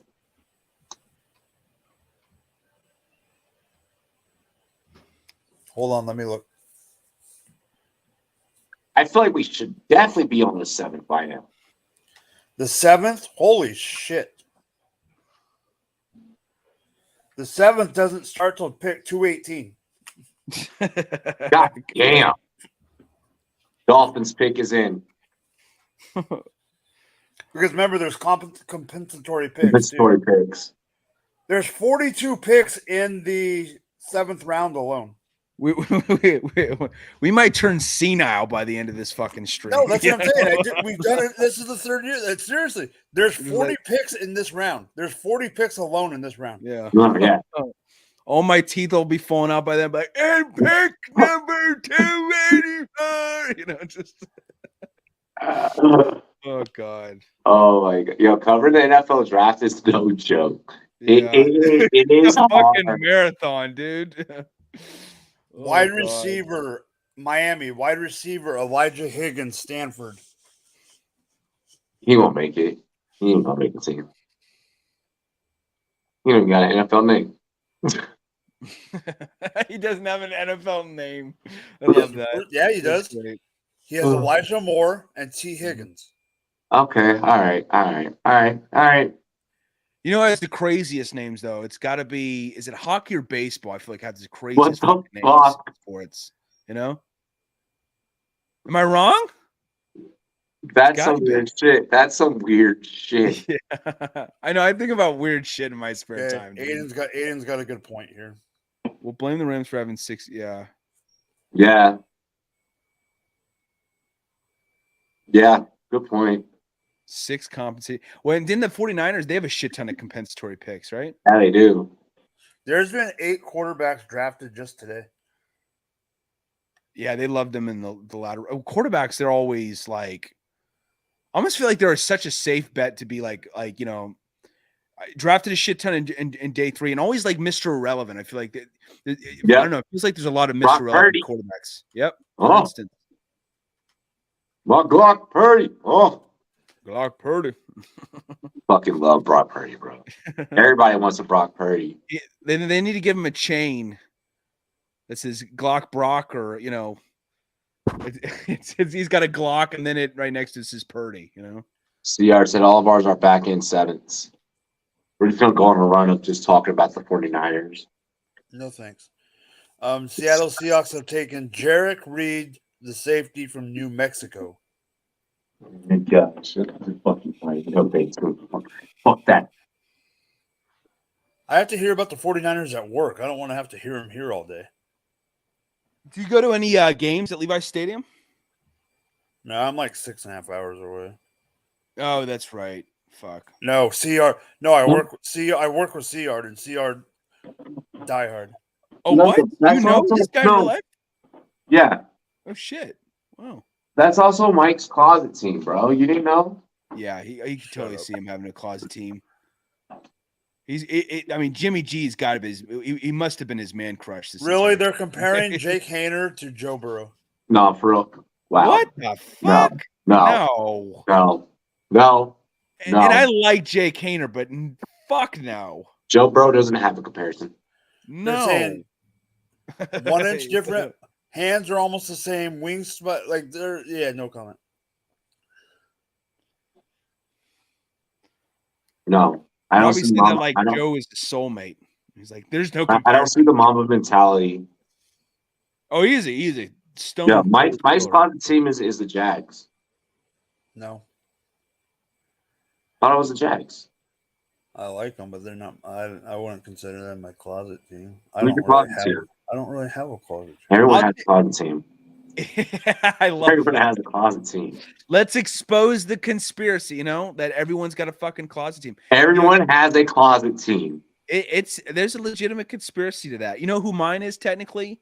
Before I was a Bears fan, believe it or not, the guy who got me into watching football was Muhsin Muhammad, who ended up becoming a Bear later on in his career, but he was originally a Carolina Panther. And I was born in Carolina, so that was the team that I gravitated towards So initially. you're a Carolina. So what you're saying is the Bears are your closet team, and you're a real Carolina. fan. Whoa. No, basically what I did was I totally cheated on the fucking Panthers for the Chicago Bears, you know? Like I straight up pulled a Brad Pitt on their ass, and I abandoned them, you know, and I left them for my one true love, the Chicago Bears. So my dad was born a Steelers fan. Mm-hmm.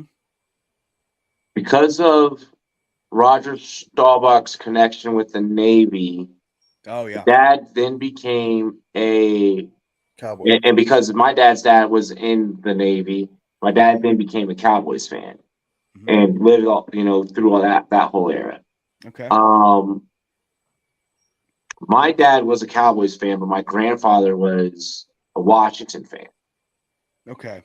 Interesting. So I started off as a Dallas fan. My dad tried to make me a Steelers fan. He's like, you know what, your grandfather. He's like, you know what, your grandfather on my side was a piece of shit. He's like, you know what, let's just explore this, Cowboy shit. And then like, I was a big Deion Sanders fan, an Emmitt Smith fan, and then that whole offense actually, just all those skill positions, Emmitt Smith, Michael Irvin, Deion, like I love those guys. Then I was like, fuck you.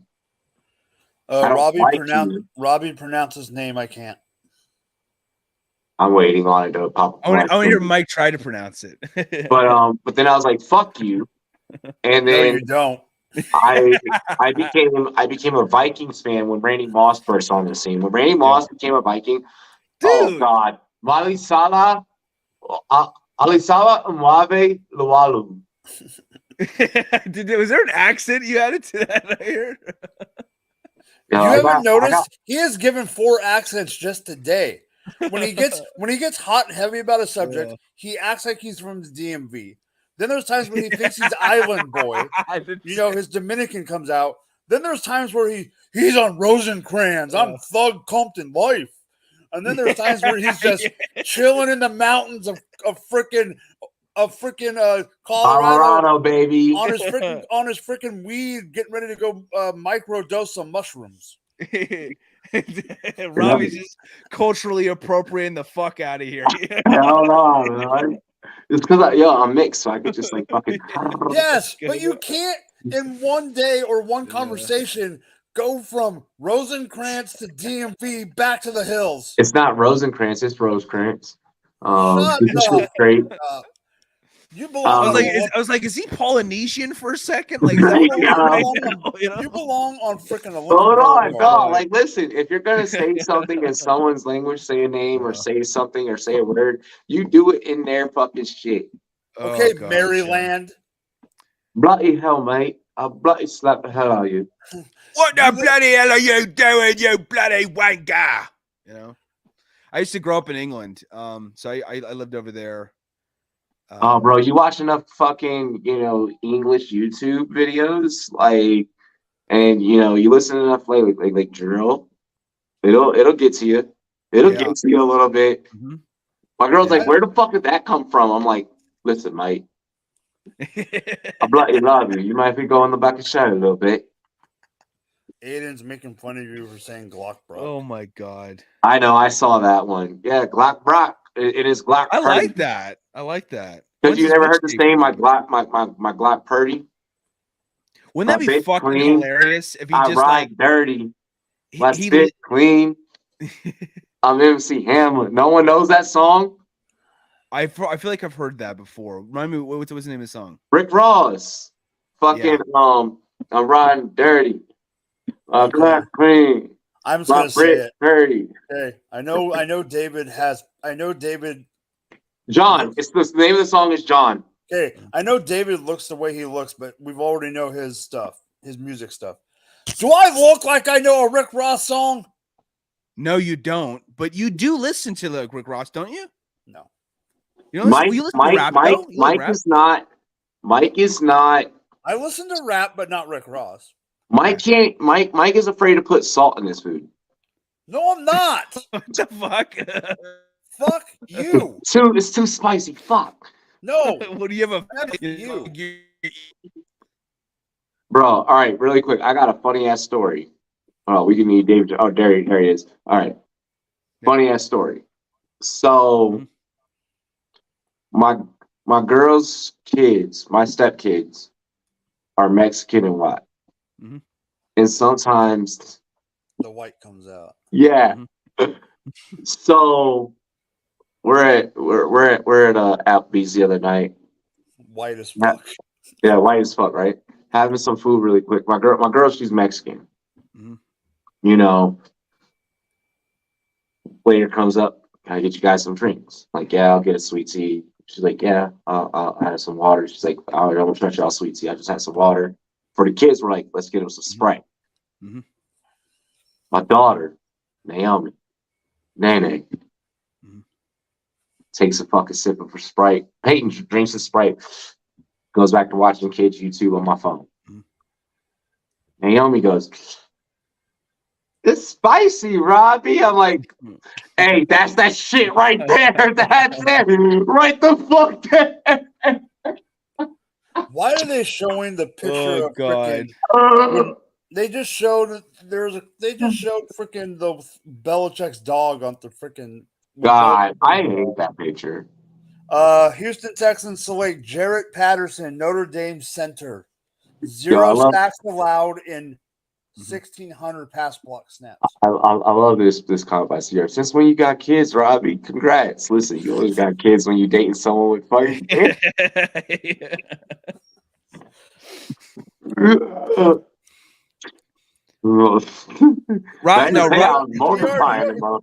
CR, you have a kid of your own. His name is Chase. Robbie's the Antonio Cromartie of the Rumboyz crew, right?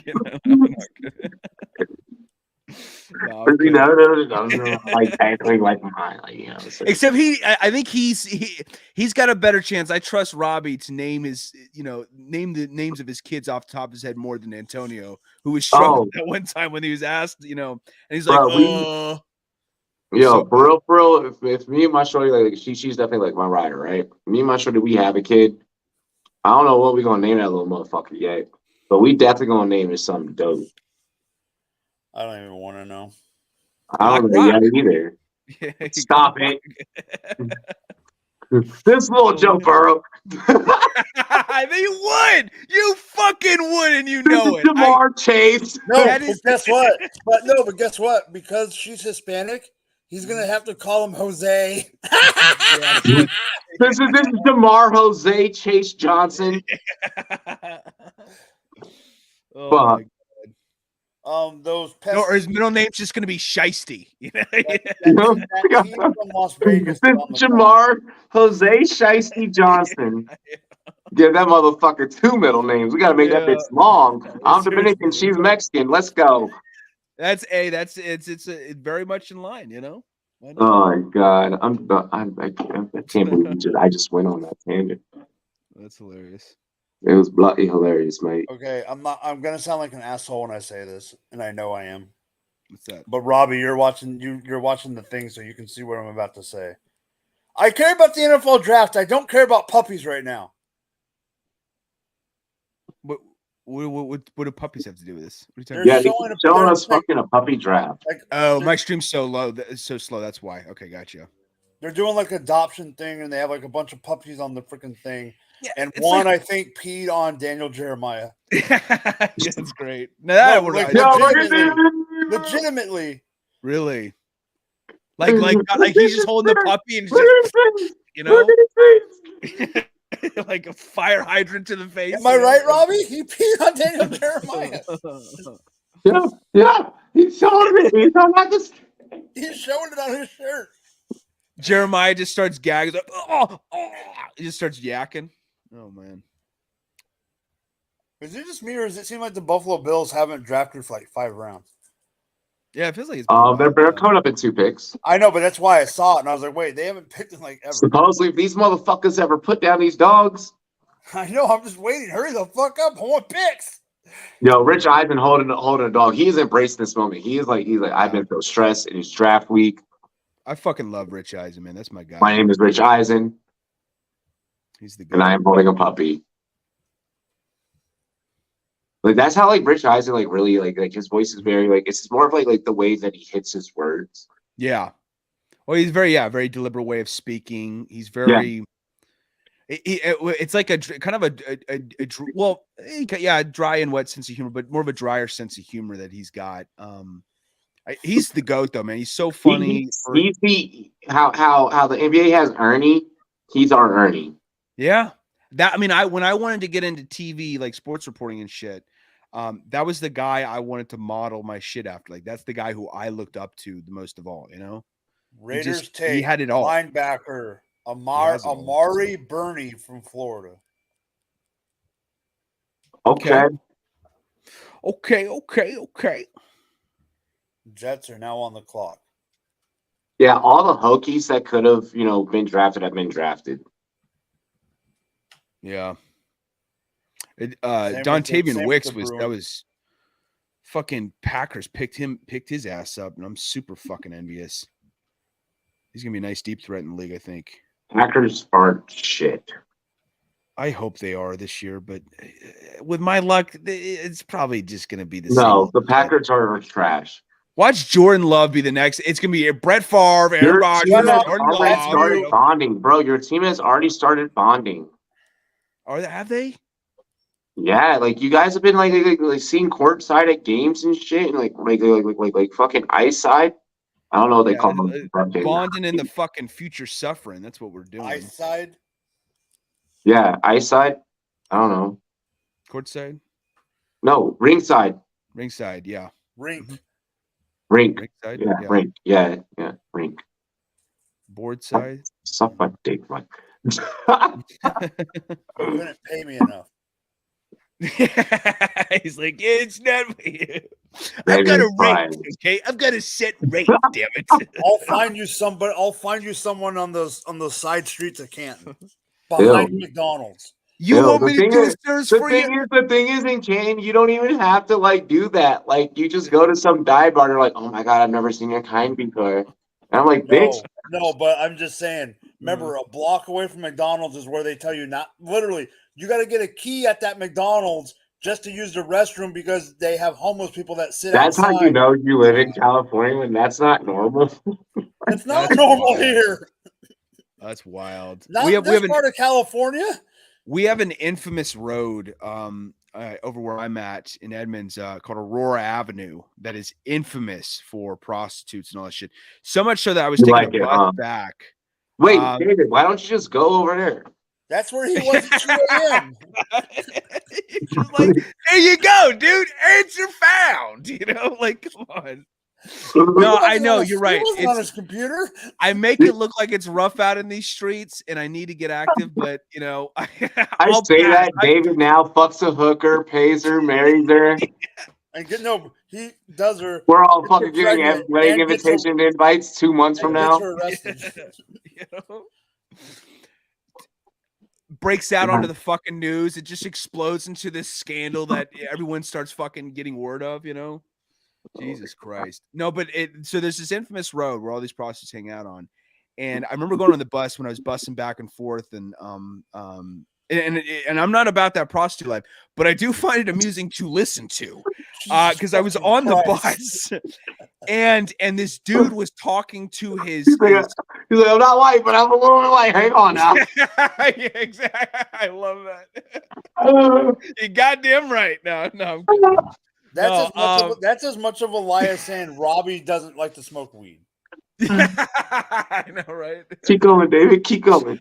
And this dude is talking to his prostitute like I don't know if you guys ever saw that episode of It's Always Sunny where Sinbad is like talking to Dennis in the hospital bed. He's like, "Yo, you my bitch, okay? You my bitch."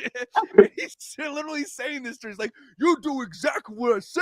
You my bitch. You understand?" Okay, Seard, I know you're joking, but we have an Aurora, Colorado here, and that place is nasty. No, he's talking. He needs to get to Aurora Boulevard. Yeah. And she's like, it was just so awkward because she's like, I know, but just relax a little bit. Like, no, you my bitch. Relax. like what kind of response that woman? You are in distress right now. Cry out for help. It was right in front of me too. I was just watching. I would have turned around to her and I'd be like, "Listen, man, there's a whole movement of women outside marching for you. It's called Me Too. You know, file a fucking complaint against this motherfucker." I know, right? You know, go to HR and God, this is not the employment for you. You can do this on OnlyFans. There's a way out. The Jets took Jarek Bernard Converse from LSU DB. Okay. Wait, no, I have Houston's pick. No, I know, but we missed the Jets because it was that commercial. Oh, okay. But they just put up the last 10 picks, so I wanted to say it. Yo, we have really turned this draft day into like a full-on fucking podcast. We did talk about everything. Fun. I know. I love it. I like when I love talking about sports. That's the thing too. Like, as much as I love talking about sports, you guys know I talk Like I'm like the fucking Energizer Bunny with this shit. But I love talking about this Sounds stuff like too. you're the I don't- Energizer Buddy with something else on Aurora Boulevard. You know? Hey, they call me the Energizer Bunny, between the sheets now. That's what they call it. No, I'm kidding. No. Yeah, right now no one's calling you anything. and her name was Bunny. Well, chastity. It was chastity. So let's get the facts straight. All right. So, no. But it's, like that's the thing though. Like oh man, it's wild out in these streets. It's wild out there. It's hard out here for a pill. Well, because the industry I work with very few women. The only women that I generally work with are the people who are maybe they're a producer or they're a sideline reporter. Generally, there's very few women that work in my industry. Sadly. It's not really easy to meet chicks when you work in mortal sports. Yeah, I know. It's not. No, it's predominantly male. And then there's the girls. Then there's the girl reporters who go on ESPN and get caught on camera calling other women. Yeah, and then get fired. Marley Rivera, who I remember. I remember. Like, I didn't work on the same show as her, but I remember seeing her at a couple Mariners Angels games and stuff. And yeah, she's fucking done. At ESPN, she's a free agent now. It's crazy. Done. Yeah. I drank all my beer. I need to go and get more. It's only $250. It's already $150. So, in my defense, they were only cans. Wait, I had hold 2 on. from Modelo, and We've already been on for 5 hours. And I've had 4 beers. Holy fuck! We got another round. God damn it! Like I said, we're gonna die on this stream of old age. Okay. I have a birthday party I have to go to. Is it a kid's birthday party or is it like an No. event? So it's an adult birthday party? Yeah, there's whiskey waiting for me. So you should start pre-gaming. No, I'm not allowed to. Oh. There's people at this event I can't pregame. Oh. Hint, That's hint. rough. I can partake there, but I can't hint. I can't pregame like I want to. Hint, pregame. Where are you going? Where the fuck is he going? I'm right back. I gotta go take a piss. He's going to Aurora Boulevard. We all know it. Oh, I gotta step out to a certain avenue. He's like, it'll only take me 45 seconds. Some Daisy Dukes were calling me, Oh my gosh. That's a man. I did not think this round was going to take this long. We're still in the 6th. Hey, stop. I got an announcement. Great. Bengals. Houston took a wide receiver. Yeah. Xavier Johnson. Huh? Xavier Johnson or some shit like that, or Xavier Hutchinson. Hutchinson. Yeah. That's what I wrote. That's what I wrote my first ever profile on. Okay. For nerds. So I needed it. He's like, I needed it. He's like, I needed it. I needed him to land somewhere in the draft. We are almost into the 7th round. No, we're not. Andre Lovias. Yo, I am that's not. the wide receiver from Princeton. Yeah. I'm not saying that last name. We have 11 picks left in the 6th round alone. Andre Losivas. Losivas. I fucked that up. Mm-hmm. That's just definitely French. It's either French or like Western European of sorts. God damn, they're expecting. Yes, NFL Network's expecting this round to go all the way to 4:30. Fuck. Oh, it's an I. You know what? Eurosivas. Sivas. Kick. Packers do it again. They just took the kicker. Who do they take? On Anders Carlson from Auburn. He's got a leg, but still. Hey, David, Xavier Hutchinson went, and so did the wide receiver from Princeton. I fucking hate my team, dude. We can't draft anyone good. And both guys went to teams that have already drafted a wide receiver. Fuck me. Houston and Cincinnati. I mean, I don't even know, dude. What over under on wins this year? What are you giving us for the Bears? What, 6? Over. 7? Did Robbie freeze up? There you go. For like a second. Not like you. Dude, he's on the track team throwing discus too, Robbie. Look at that. That's pretty filthy. All-American, too. He's pretty dope. I remember, yeah, this guy has gotten a lot of hype. Andrea Iosivis. Is Robbie? Yeah, Robbie's frozen right now. Yeah, because bro, doing shit. David. Oh, you're frozen. Wait, I just seen you were frozen. That's all. What? I know. It freezes when I check my messages. Okay, I didn't know I was pissing you off. Bring that up. Sorry. Oh, man. Come on. Yeah, let's get it moving. Stop messaging me. Just draft the rest of the fucking Georgia team, someone. Come on, let's go. Let's get it. Let's get, Kirby Smart is going to be Mr. Irrelevant. Yeah. Yo, this motherfucker Will just keeps asking questions. And I'm Herschel like, Walker's going to get picked up one of these fucking picks, Like, that's what's going to happen. It's going to be Herschel Walker. That would happen if Dan Snyder was still in charge. Exactly. That would definitely be in his fucking wheelhouse,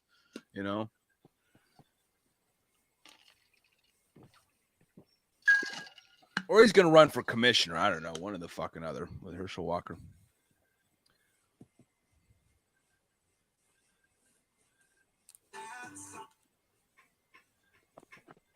All right.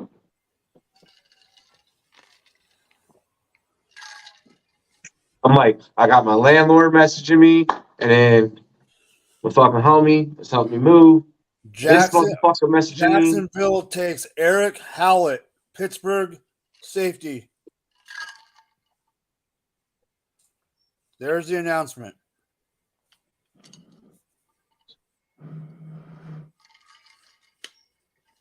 Nine picks until the 7th round. Starts. And then we got 40 more picks. Yep. Oh, dear Jesus. I didn't even think about that. All those fucking compensatory picks just added the fuck up, dude. Holy shit. There's gonna be a whole new draft of just compensatory picks, But Mike, at least I didn't have you do this all day by yourself though. Yeah, I had to come in, help you out if I could. Oh, well, you're gonna have to like you two are probably gonna have to push it. But I mean, I'm just saying, like, don't you leave us, Robbie? Don't you leave us? I have I have to freak out. You stick it out. Well, whenever this thing better end, then no soldier left behind. Damn it. No, I'll get into the 7th round with you guys. I'll be able to coach you guys into it, hopefully. I'm not worried about that part. Let's see here.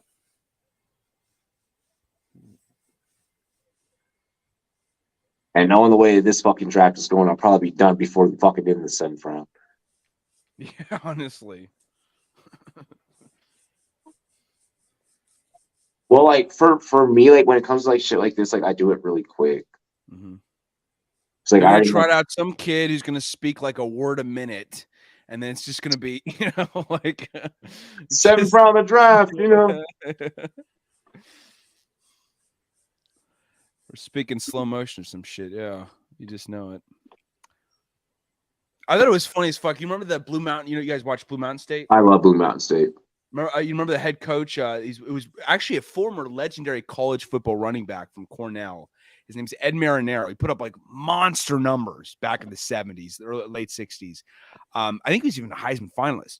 So he was brought out for a pick one time, and he was taking so fucking long. Like he was doing the shtick. Like he was trying to be funny and goofy and stuff. But all the people literally had to come out of all the NFL draft people said, like, you need to wrap it the fuck up now. Okay. Like they like literally had to interrupt him during this thing. And it was just, it was so awkward and stuff. And yeah, they're all about the timing and all that. But today it feels like, feels like it's just been a marathon. Oh, bro. I mean, so this is Mike's 3rd one working with me, I think. I've been doing this 6 years, like 5-6 years. I'm so accustomed to it. Like when Mike messaged me, like when we were getting ready for this, and he was like, "You can't let me do the last day by myself." He's like, "You can't." He was like, "You can't." I was literally like, you no. I was like, "Bro," I was like, No, I don't remember what I don't remember what happened last year. I was with my ex last year. That's why that you happened. want to know what happened? Can I say what happened, or would you like me not to say what happened? What happened? You went Did I and got get sick? tanked. You went and got tanked the night before. Told me you were taking a 20-minute nap, and 2 hours later you showed back Yeah, up. no, yeah, I couldn't wake up. Yeah. You said I'll be back. 20-minute power nap. Hour and 57 minutes timed later. Mike was counting the minutes. I had to call Pat. No, because this is the problem. It was literally the first weekend that I had produced on my own, so I didn't know what the fuck I was doing. Oh, yeah.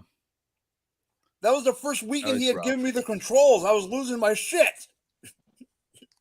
I would have hopped in the chat if I were there at that time. At least give you like some tear emojis or something. I called Pat and made him get on fucking air. I said, "You're getting you do it now. You're on." No, and get the fuck up here. Yeah, no, he pulled it off. It worked out great. Yeah.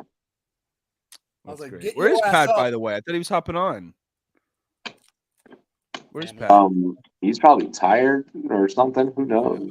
Who knows? He's snoozing. I can text him, but I might interrupt him. Are you drinking Logan Paul shit? You know what? Here's the thing. I was going to say that. The Prime ain't too shabby. That may be the one thing he didn't fuck up, Everything else in life. It's because it's not all him.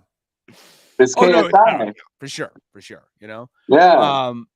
But the lemon lime one, it was an energy drink that I tried. The lemon lime energy drink Prime. Mm-hmm. Not too shabby. Yo, this just not bad. Like, it's actually pretty fire. The best thing that's ever happened to a Prime bottle was the Rumboyz drinking it. Was getting slammed at WrestleMania by Logan Paul because KSI was in the outfit and freaking got destroyed. Yeah, that shit was weird. I was like, why are you wearing a Prime bottle mascot? What the fuck? I missed this. KSI came to ringside with Logan Paul, but you couldn't see who it was. There was like a filter, like so you couldn't see the guy. And then 3/4 of the way through the match, he took it off. It showed it was KSI. He started helping Logan Paul beat up Seth Rollins, and then right while Logan was almost in midair, getting ready to jump on Seth Rollins on the table, he threw KSI on the table, and Logan Paul just freaking obliterated KSI. Yeah, well, he beat his ass in the boxing match too, right? Didn't they box? Oh, they really? boxed. KSI would probably would beat both of them. Now. Titus Leo from Wagner. Yep, Titus Leo. Edge. Okay. Go ahead, Colts.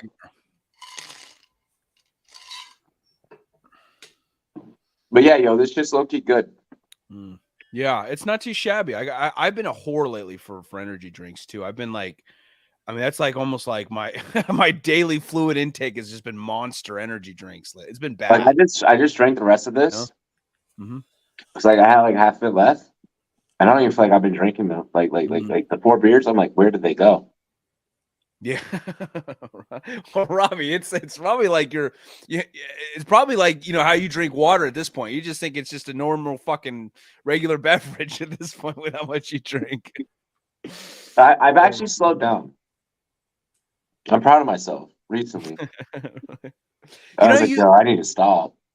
Well, I remember last time because you were like hella. Was it last year's draft on day 3? You got like hella CrossFit. I want to say you took a snoozer, and I'm proud of you. You made it through this one. You took a break, but it wasn't because you were like too faded or anything. So.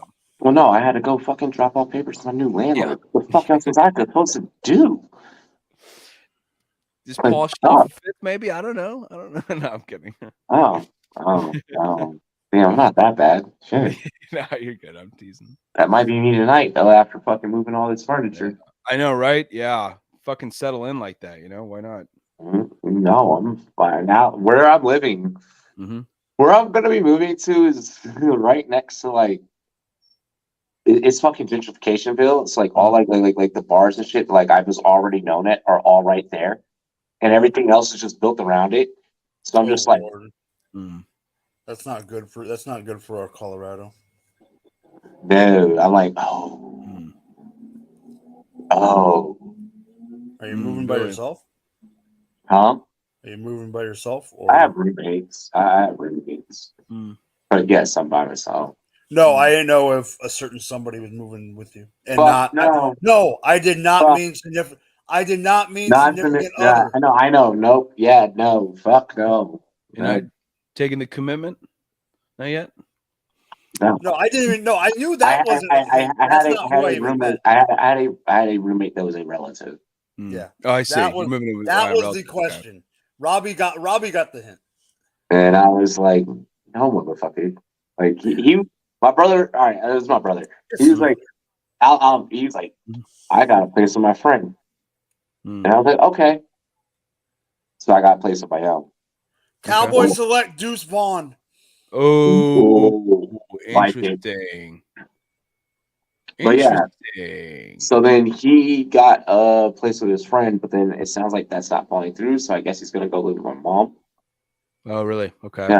So I got my own place. There you go, dude. Yeah, I was like, Got to dig the freedom, I know Chargers wanted Deuce Vaughn. You guys have would have made Spiller. sense with the Chargers. That would have made a lot of sense. Chargers also wanted freaking Bijan. Really? It would have gone after Bijan. I mean, I guess I could kind of see that, No, Atlanta Wait, wanted the whole. Is Deuce Vaughn have a relative? There's a guy crying in Keyshawn Vaughn. Oh, Keyshawn from Vanderbilt? No, I'm kidding. I'm making that up. No, there was a guy crying in the who is that? In the Dallas War Room. And now he's hugging Stephen Jones and the family. Mm. Yep. Who is that? I'm going on mute. All right. He's like, Google's gonna tell me. No, it's not. I guess that was a relative of Deuce. Mm.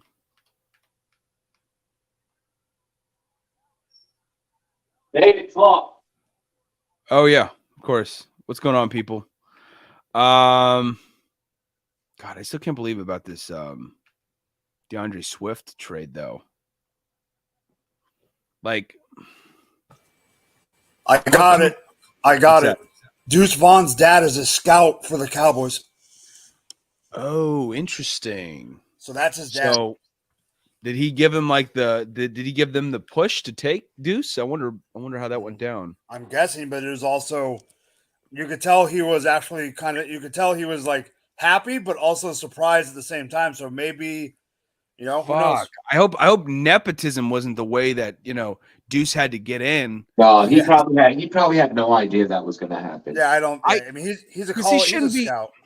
He shouldn't have been an afterthought in this draft. I really, really love Deuce Vaughn out of Kansas State. I know he's smaller, but there are a lot of guys. I mean, Darren Sproles was hella small, and he thrived to the utmost degree. And they went to the same school.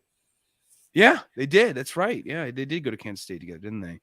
So it's like, why the fuck not take a chance on this guy who was a monster? I mean, we're talking almost 2,000 yards from scrimmage last year, and almost in back-to-back years, in fact, with Yeah, this guy's been a scout for the Cowboys since 2019, 2018. So it's not just recent. Gotcha. Yeah, I dig Deuce Vaughn quite a bit. So this is a nice pickup for the Cowboys. A little surprising though that he went to the Cowboys, if anything. I would have figured. I mean, I figured they would have gone after, because Tony Pollard's not a physical, big-bodied back, and they lost Zeke, obviously. So who replaces Zeke as that, that physical back? No, it makes sense.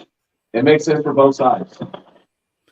No, it's not that it's a bad fit. I just didn't think they would go that route, I figured they would have gotten a bigger bodied back to couple with Tony Pollard.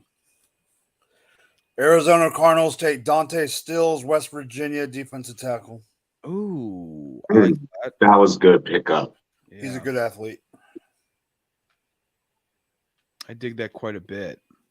2021, 15 tackles for loss, 7 sacks. Holy cow. Yeah, he's nice. No, I just saw a picture, David, of the defensive tackle we got from Texas. Holy shit. Big boy, isn't he? He's a fucking big boy. Yeah. 350. We have 4 picks remaining until the 7th round.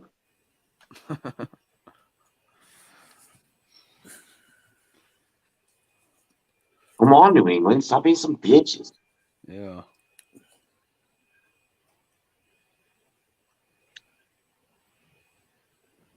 You got to think about which kicker to take next. You know? They've already taken the kicker and the punter. I know. They're going to double down and make sure they sure up that shit with another one. Bro, I'm so interested at however I'm going to be setting up my new fucking room. I'm like, fuck. Like, am I actually going to be able to set up like the full studio, or is it going to be like half of a studio like I did this time? Like, or am I going to be able to like do like the full thing? It's going to be interesante. Where's a long snapper? Says Leafs. Yeah, there hasn't been an LS taken at all. Fucking Tony Romo would like an ugly ass sandwich like that. That dude, I don't get into his commentary. I really don't. And even when he tries to do commercials, I'm like, your acting is terrible and your comedy is dry. He's not funny. He's so awkward. He tries to be funny, and I'm like, what? Like, how did he get booked for this gig? The only thing that's funny about Tony Romo is that he smiles like a fucking Muppet. You know, when you see him smile, it's like, well, like a lot of those you have to audition. We know who New England's taking. Aiden has got the information from insiders. Yeah, I'm waiting on the name to pop up. No, he said somebody's about to draft Robbie. If I saw my name pop up. But every time he's like talking to, and he's always talking to Jim, like addressing him by name, you know, we don't know that he's right fucking next to him. You know, he's always just exactly. It's like, what's going on here, Jim? It's crazy, Jim. And it's like, shut the fuck up. Like, he's good in the booth. He's good in the booth to me, and that's about it. Like when he's breaking down plays and like calling what's about to happen next, like Romo vision and shit. Like, I'm with it. When he's doing like a commercial or something, like, God, get this man off the screen. He breaks down, like he knows the X's and O's like nobody's business. I give him that. But that's the only thing that he's elite at, in my opinion, as a commentator. Yep. That's it. I loved him as a quarterback, though. I thought he was great for Dallas, in my opinion. I think he was super underrated for Dallas. But I think that Dak is, but I also feel the same thing about Dak being for Derek. Me too. Dallas. Very comparable in terms of like where they stand in the NFL as quarterbacks, you know? Dallas just never did many. I mean, well, Dallas tried to do everything they could for Romo. Romo just came up short. Amir Speed. Yeah. I think it was a little bit of Dallas, but I mean, like there were a lot of times where Dallas was almost like the Chargers of the NFC East, where they would just shit the bed late in games, and it was at times it could be Tony Romo's fault, and then other times it'd be the Cowboys' fault. Like, you know, penalties kill Dallas. Yeah, penalties kill Dallas. I'll never forget, like when he's playing Peyton Manning, and like he'll have games where he'll throw 3 interceptions, and the Dallas will keep themselves in the game somehow, and he'll fuck up the game with the last second interception. But then there are games where he's going in a shootout with like the Broncos with Peyton Manning. He throws 5 touchdowns, 600 yards, you know, some crazy shit like that, and he loses the game on a last second interception. It's like, well, the Cowboys shouldn't have given up 50 points to begin with. Bro, yeah, Dallas has a significant issue with that. Like until that problem is truly diagnosed, that's also why I'm saying I don't think that Dallas ranks in top 2 in the NFC East. I do think that Washington has done enough. Let's be realistic, especially because Taco isn't here to troll or anything. Rivera tanked that game. That game where Washington could have gotten in, you tank that. Mm. And then because then in your press conference, like, well, I didn't know that was going to get us in the playoffs. You knew. You knew. I don't know. I mean, I like Ron Rivera. I don't think he would throw the game under, but I like Ron Rivera as well. You knew. You knew that new ownership was coming. You knew that game was on. You knew. It was done. It was done on purpose. You knew that you weren't going to make the deep run in the playoffs. I remember even going on air the day before, and I was like, or the morning up, and I was like, I wouldn't be shocked if we're not going to go all the way, especially because after losing to the Giants, when it was like, yeah, we should have won that. What else do you have left to fight? I'm not going to fight for a wild card spot when I could have just gotten it. I mean, yeah, they probably wouldn't have gone far. I mean, I knew with all due respect to Heineke, who's a gamer. I think he's tough as nails, but I don't think he's I didn't think he was the answer. No, hell no. They weren't going to go very far. Yeah. So my point be, if you got to rebuild, you got to retool, you got to get all the pieces that you didn't have. Mm-hmm. The Rams just took a running back. Who they take? Zach Evans. Ooh, damn. Ole Miss. Interesting. Damn. Not a lot of Ole Miss love in this draft. I was a little surprised. I mean, Ole Miss found a way to fucking fall off the mat. This was a rough year this last year for them. Yeah. Okay. Real talk. What's that? Robbie, you can address this first because I know David is more into the real shit than the fantasy shit, except for Aurora Avenue. Yeah, that's my true fantasy right there. About that fantasy life. Does this affect Cam Akers being a 6th-round pick? It could. I think that it's a possibility. I think that right now anyone that says yes is overreacting. But it could, or it could just be a running back by committee, which it could be a compliment, yeah. Yeah, and that's not a bad thing. So I feel like let it ride, let it be. I feel like it's more of a compliment.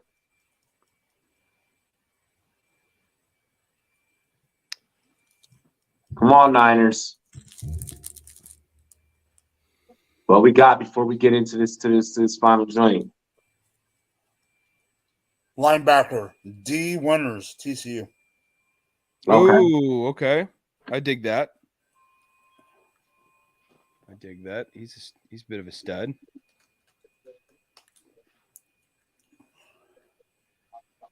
$14.5 tackles for loss, 7.5 sacks, 80 tackles.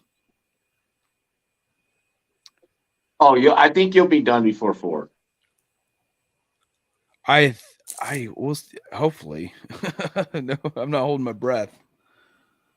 But I think we still have 43 picks left. It's what, 219 there? It's 319 here. I'm saying we have 43 picks alone in the 7th round. I mean, if we gotta kill it, then we gotta that's the permission I wanted you to tell me without asking. Yeah. Okay. It suck, but at the same time, this is long. The 7th round. Yeah, we'll put a bow. I got you. Yeah, just cover as much as we can up until that final minute. I got it.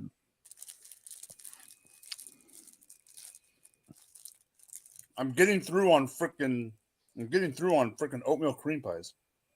The Wendy's things, right? The Wendy's, not Wendy's, but what do they call them?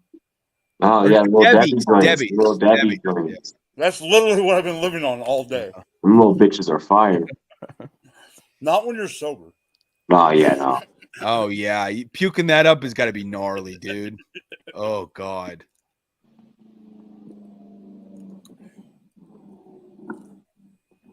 Bengals take the last pick of the 6th round, fittingly, is a punter. As it always should be. So Michigan had their kicker taken by the Niners, and now their punter is taken by the Bengals. And the pick is in. The first pick of the 7th round goes Final to the stretch. Chicago Bears. Oh my God. And it's the Chicago Bears on all the fronts. Let's see how they screw David's day. Yeah. Yeah, we also have to remember that the 7th round is going to probably go significantly faster too. Oh, I know. would imagine so. Wait, I really got confused there for a second. Looking at the bottom ticker, it literally goes Atlanta, Jacksonville. Yep. But for a ATL, second, I literally ATL, thought I had double, but I thought I had double vision for a second. I was like, wait a second. Nah, bro, you ain't that blind.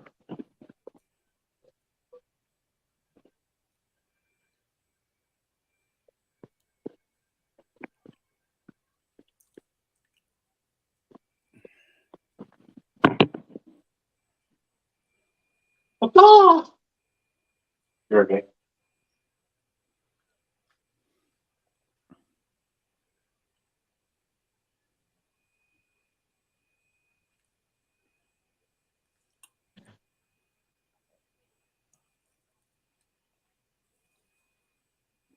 You know the NFL Network needs to fill time in the 7th round when they're playing a game on screen called Stump the Truck.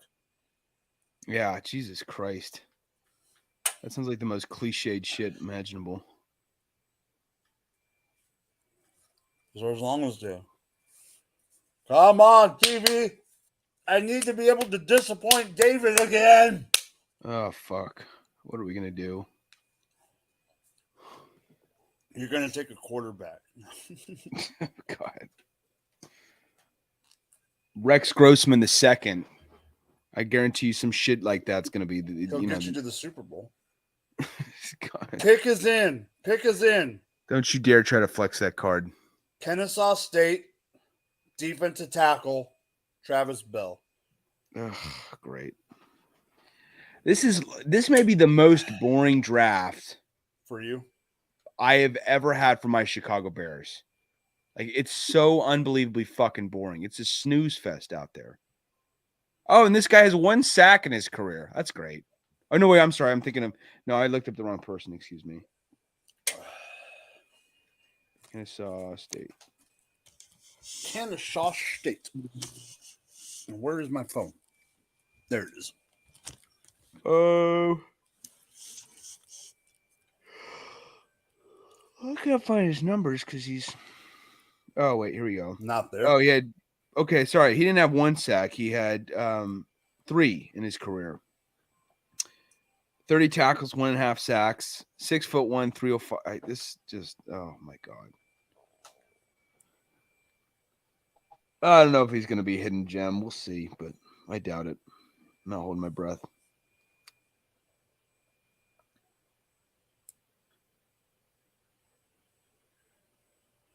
Wait. What the? Detroit takes Antoine Green, wide receiver, North Carolina. And oh, yeah, I know him. That's a good pickup.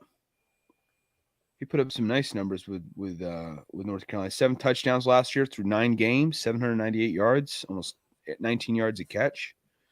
Good size, fast. I mean, he's really good. That's a nice pickup.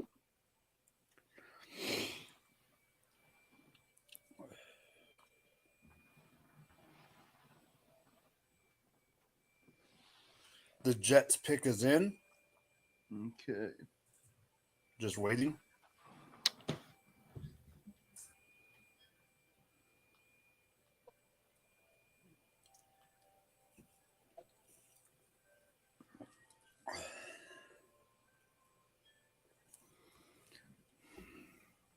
What are you drinking, by the way?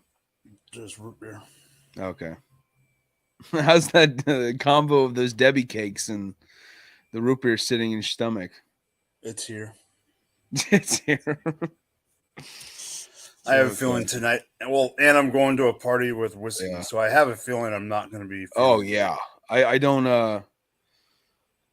I don't want to trade places with your toilet by the end of the night. You know, like that's gonna be fucking rough. All righty, fellas. Listen. I got it. What were the last 2 picks? Let's see. Hold on, I gotta announce this pick. The Jets just took my favorite deep sleeper tight end who should have been drafted earlier, Zach Kuntz out of Old Zach Dominion. Kuntz? Okay, I like that. I love that for the Jets. The pick I'm before, surprised he dropped the pick this before low. that was that team called the Bears. They messed up and picked a defensive tackle, and then the Lions took a wide receiver from North Carolina. Gotta love it. I swear, someone is like trolling the fuck out of me on purpose in the Bears organization making these picks. You know, That's your fault for being a Bears fan. His name is Ryan Poles. Make better decisions in life. Stop being. Never mind. I can't say that. I'm on YouTube. Yeah, throw up here. Zach, I like that pick. Embrace Zach, real pain like a Washington fan. Indianapolis, I know, right? Indianapolis is on the clock. All right. Well, Yep. I'm gonna let you two rock out this 7th round. Okay. If I am back, I am back. If not, Mike, you have permission to kill the show if you gotta leave. Yeah, I got it. I'm gonna make this as quick as possible. Ready. Holla. See you there, man. I'm not gonna end it. Hang on. Yeah, do not do that again. Alrighty. You heard about that, right? What Thursday, he ended Thursday. Oh yeah. Was it last week? No, this Thursday night, the first night of the draft. He had to leave for Oh. 45 minutes and accidentally hit the leave button, not his leave, but ended the whole broadcast. Oh, fuck. So we had to hurry up and start another stream. Gotcha. You had to split it up. Oh shit. Yeah. Who was all on Thursday night? I missed you guys' stream. It was at that point. It was me, him, Taco, Pat, and somebody else.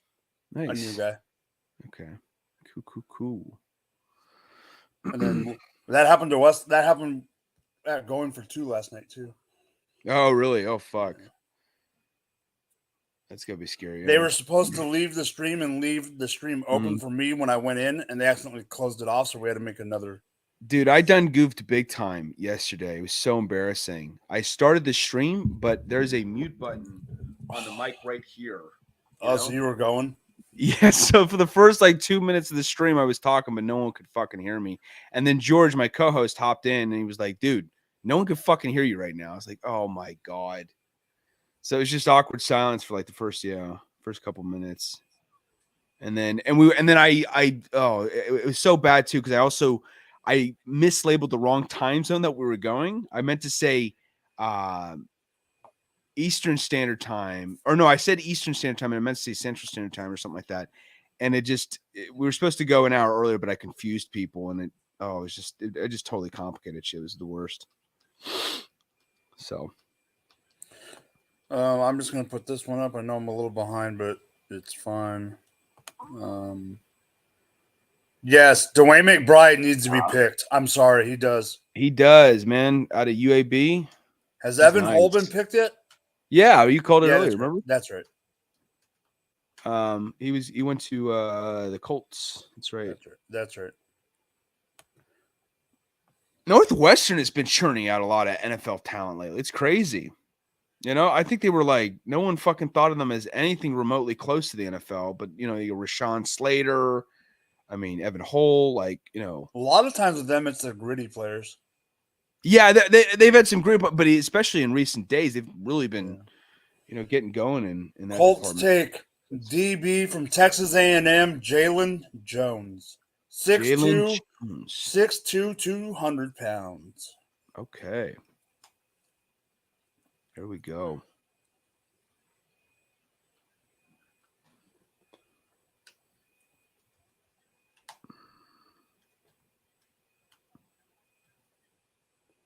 Jalen Jones. We have a Jalen Jones on my Bears team already.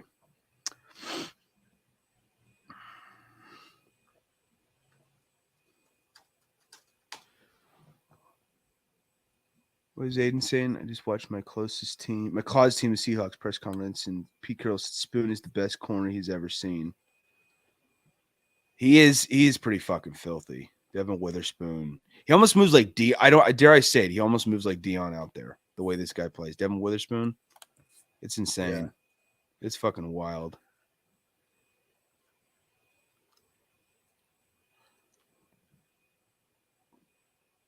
Damn, this Jalen Jones guy's pretty good. 0 touchdowns allowed.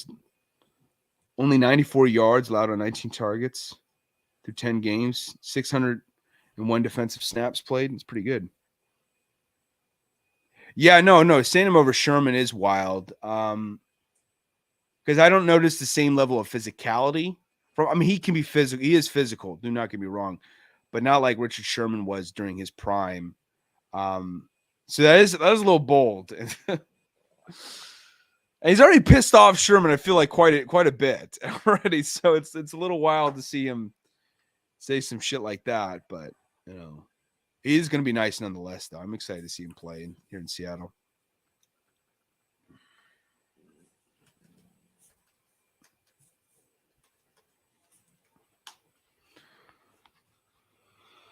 Oh man. Okay, so the Vikings are on the clock. Pick is in. Just waiting for that to happen. Mm-hmm.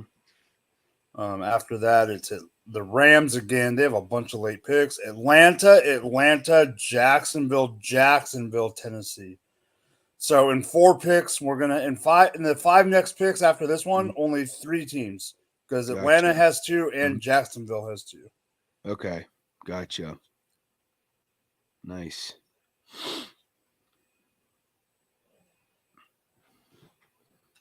So I'm trying to think. There it is. There's our guy. Who's that? Minnesota preparing for no Dalvin Cook. Dwayne McBride. Oh, there we go. UAB's finest. Here's the problem. I like the pick for football. I don't like the pick for fantasy with Madison already there. Yeah. I mean, unless Cook is gone. Yeah. I mean, I think Cook. I mean, there were rumors that they were shopping him. Yeah, there's rumors that they're shopping him, but one of the reasons they're saying that they're not getting bites is there's rumors that he's going to have to be a June 1st cut. Okay. Like, because the money they owe him. Yeah, he's getting he costs a hefty price. I mean, I think it's possible he could circumvent Alex Madison on the depth chart because Madison has averaged less than 4 yards a pop over the last 2 seasons. So Rams take punter Ethan Evans. Now they're starting to speed shit up. There we go.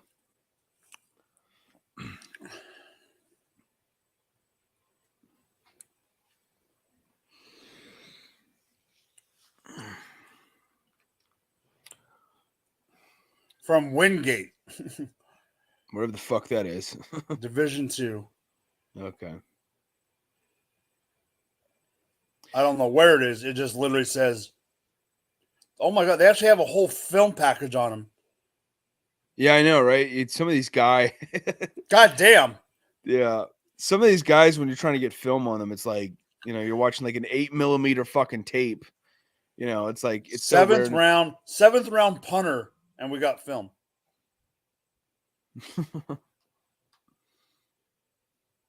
How do you even stumble upon those guys? Like, are these coaches just like, spamming the fuck out of these? Are these coaches just spamming the fuck out of these scouts and being like, you got to see this tape, you got to see this tape, you got to see this tape? Like, these random ass schools out of in the middle of fucking nowhere, getting this attention from NFL teams. It's crazy.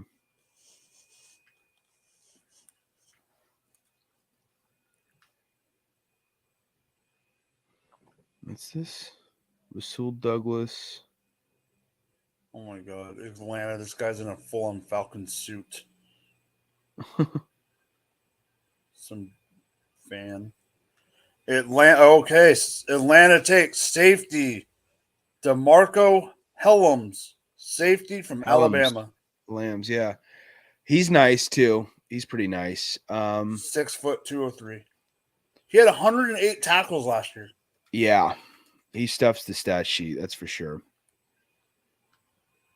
Had a pretty good. Do you get all your defensive stats from PFF or where? I get PFF, Sports Reference. Okay. I'll find certain shit on Twitter, on articles, pretty much. That's the thing. I wish there was.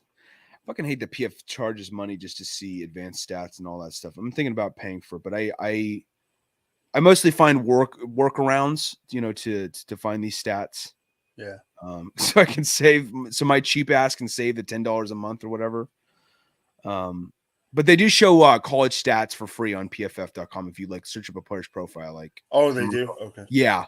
They'll show certain stats how many tackles, how many assist tackles, how many snaps, how many missed tackles. For DBs, they'll show how many yards they allow, touchdowns, receptions, targets. I need to look at that for some article shit. Mm-hmm. I love what but the cool thing is though, if you're looking for numbers what Sports Reference and NFL Reference and Baseball Reference and all those pages, they're doing a lot more advanced shit lately, which is really dope. They're trying to do what PFF is doing, but for free. Yeah. And I really respect them for that, So even Leafs defense is the same shit in the chat. He's like, fuck that paywall bullshit. Yeah, I agree. Um, Raheem Jarrett has not been taken yet, huh? Wide receiver from Maryland. I don't believe so. No, I haven't heard his name. I don't think he has. I think everyone else has. Mm-hmm. Because I don't know if you know how bad I delved into this shit this year. Mm-hmm. On wide receivers alone, I think I have 30 to 36 hours of film watching. Holy fuck. Damn, dude. You went all out this year with it. Okay, so watch. I'll do this real quick. I'm not going to show it where it shows everything, but I will do this real quick. Okay. Oh,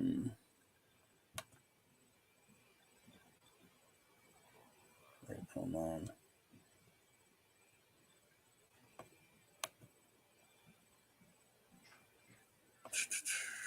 Nope, that's not what I want. I'm trying to do it. Hold on. If I can't, I can't. I'm not too worried about it right now. No worries, dude.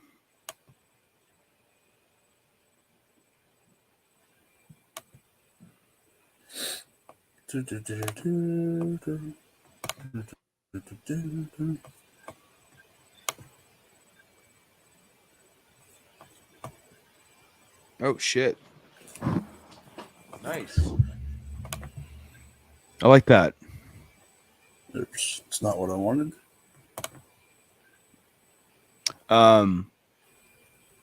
Yeah, I mean, I liked it too that you seem to be very all encompassing of what you want to factor into evaluating players and shit. I think that's important. I hate it when people just pick and prod at one little fucking thing.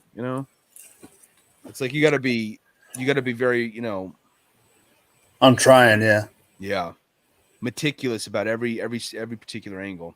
And this year I finally got my model, not my model, but the way I want to do it. So now next year I can do.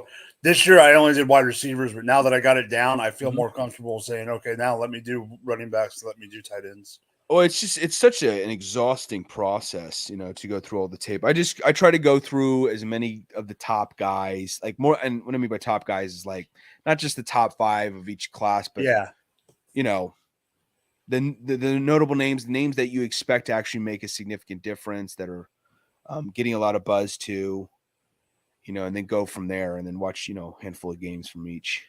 And YouTube's been really nice about that too. If you want to watch tape, is you can just go on there and say the person versus 23 versus whatever team 2023, and you'll find a good, amount of shit to study.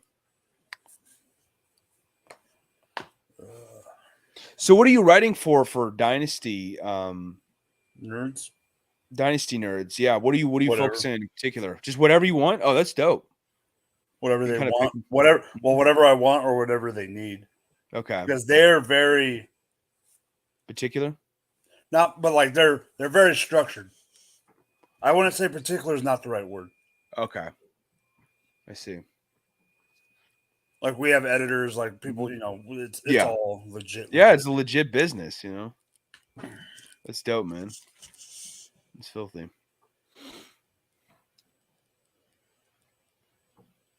I had it come. I had my last. So I had my first. So I did the rookie profile on Hutchinson. Yeah. But then I had my first real article come out the day the day of round one. Mm-hmm. Oh, nice.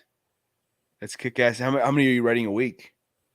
Oh, it's probably only going to be like one or two. It's probably not going to be. There might not even be one a week sometimes, depending on how much research I got to do or whatever. Just being a contributor, it's literally my. Literally, they said minimum one a month, and I'm like, okay, whatever. Yeah, that's too easy. Like, it's just I'm more doing it just for the. Yeah, you enjoy doing it, you know. Exactly. The tedious stuff is where it gets kind of, having to do some of my self editing before I can turn it in and all that stuff. Mm-hmm. Yeah. Much respect to you though. I'm so lazy. I couldn't get into the writing process. Like I wrote a long time ago for certain places and stuff, and it just was like I want to be on the mic, if anything. Like that's what the other day I literally wrote. There's times where I'll literally sit on my lunch break at work, and I don't have a laptop at work or anything, so I'll literally sit there on my lunch break. Yeah. And write like a paragraph in my notes on my phone. Nice. Like on my note thing. And then transfer it over when I get home into the document or, whatever. Yeah. Just so I can keep moving it. Like the other day, the wife wasn't feeling good. So she went to bed like at 8:30, 9 o'clock. And I stayed up to like midnight writing. Holy shit. Damn, dude. Just grinding it out. Well, because I was trying to get all the stats right. I was digging in. I didn't want my article just to be fluff. I wanted it to have... Yeah, some substance, some actual, Jaguars take Cooper Hodges, Appalachian State. I think that's the second or third guy from App State today. Yeah, at least the second guy. Yeah, that's for damn sure. Yep, second. They just put it on. It's funny. They literally just put it on the board. Cooper Hodges. Oh, you know what they're doing? What's that? They have a thing on the corner because I was wondering why it kept popping up. It's got Michigan, Tennessee, Appalachian State, and Emory. And it says how many guys have been drafted from those four schools. Because Rich Eisen went to Michigan. Yeah. Charles Davis went to Tennessee. The other guy, Peter Schrager, that's on there, went to Emory. Yeah. And Daniel Jeremiah went to App State. So they're keeping track of They're just keeping track of their alma maters. Interesting. That's interesting. Jacksonville also takes defensive tackle Raymond Vohasek from North Carolina. Raymond Vohasek. Vohasek. Okay.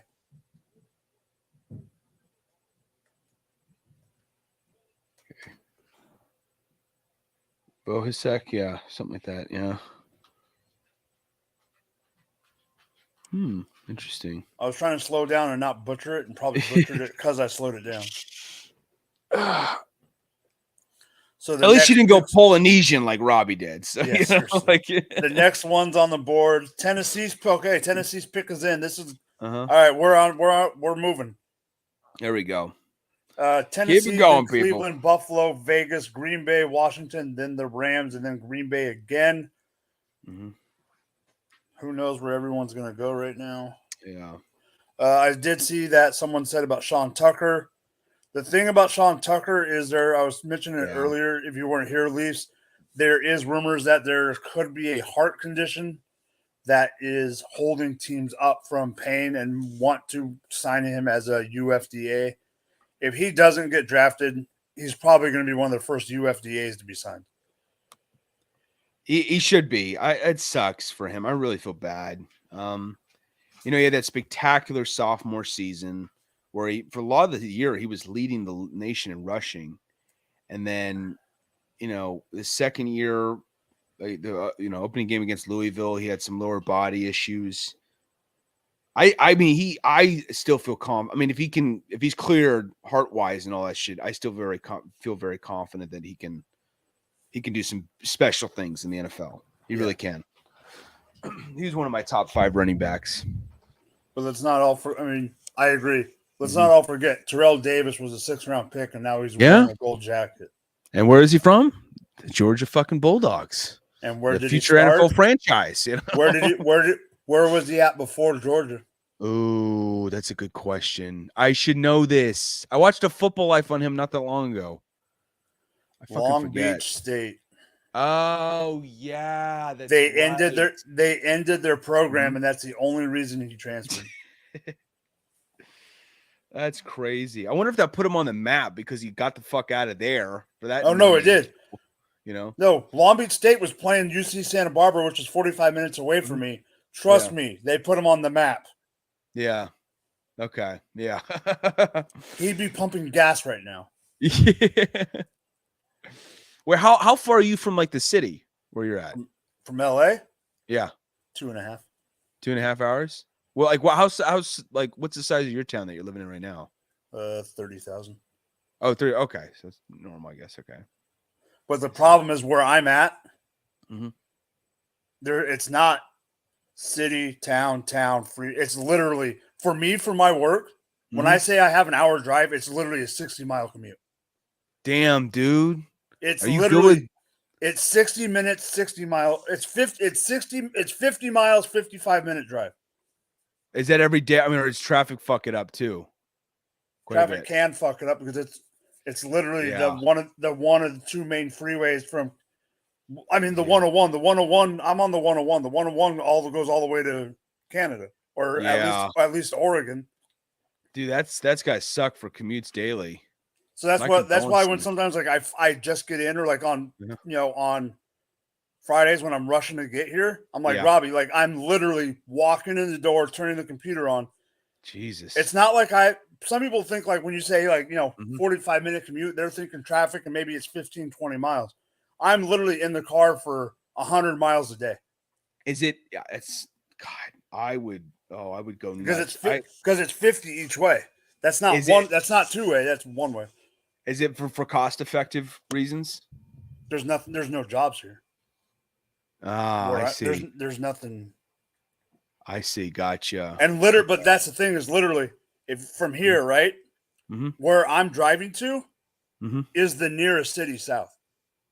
Wow. There's literally I'm in that spot of California where it's spread out. There is literally Uh-huh. nothing between me and where I work. Wow. Damn. I didn't even know even Cali was in any way, shape, or form structured like that. And then Just, there's a spot, and then like where I grew up is 17 miles, 20 miles west, right? Or 20 miles yeah. east, right? Mhm. There's not a single city, but there's literally 20 miles there, and then it's Mhm. 25 miles north to the nearest town that way. There's literally that's how spread out it is here. I didn't realize that. I mean, I know it has like every place will have some rural areas, but not that rural. Yeah. I didn't know you were living in that rural. Like, I didn't even think It's California not had even, but that that's rural. it's not even. Oh, I mean, where I'm at, it's not even. I wouldn't even consider it rural. It's just spread out. Or, I'm sorry, spread out. I should say, yeah, because you said you had 30,000. Yeah. There's rural like in the like by Fresno and all that, where they have like farm town after farm town after farm town after farm town every 15 minutes, Hmm. and that's all spread out. Jesus. Buffalo's pick is in while they're showing the Motley Crue concert from last night. Oh, Motley Crue performed. Oh, wow. Yeah. How many more picks do we have? Let me look.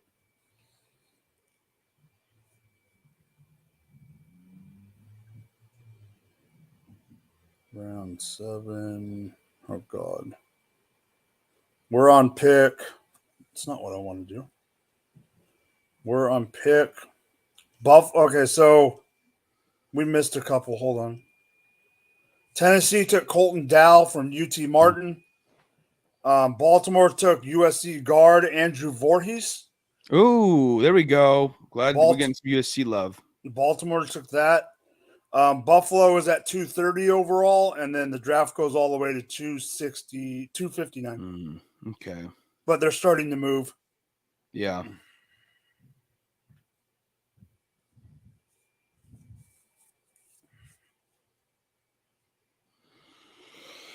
Please don't tell me they took a timeout in the draft for this stupid concert from last night. Oh, gosh.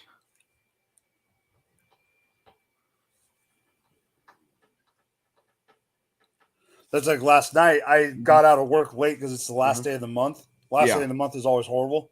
So I was planning on coming here before I went on the GF2. Mm-hmm. I didn't leave the office till almost 6 o'clock my time, Wow. and still had to get on GF2 at 7. So like I was pushing it. Yeah, you were hauling ass, huh? That's crazy. Who's on GF2 with you for your podcast regularly? Jordan, Arsenault, and Jamie.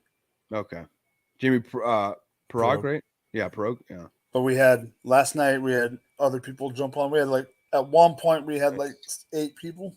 Nice, dude. That's what's up. Buffalo takes guard Nick Broker, Ole Miss. Let's see. Broeker.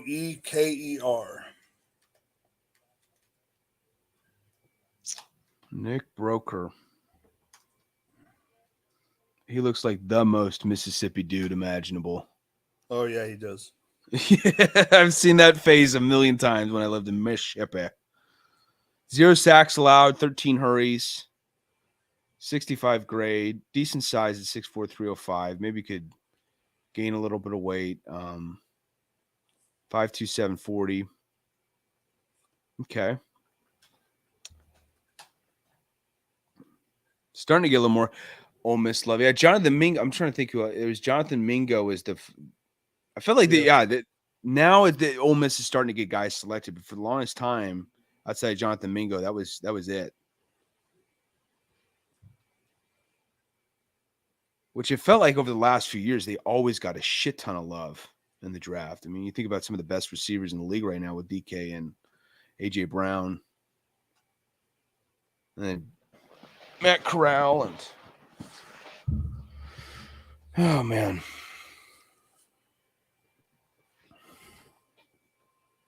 So where are you going today? You're just going to like a work party? Is that what you're doing? No, I got a birthday party for a friend, close friend. Gotcha.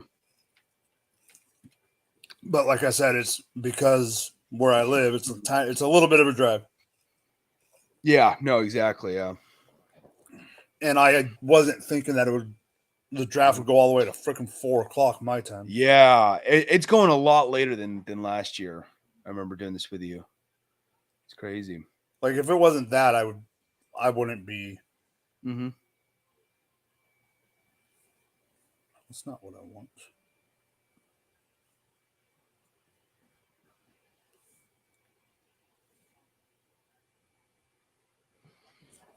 What else do we got?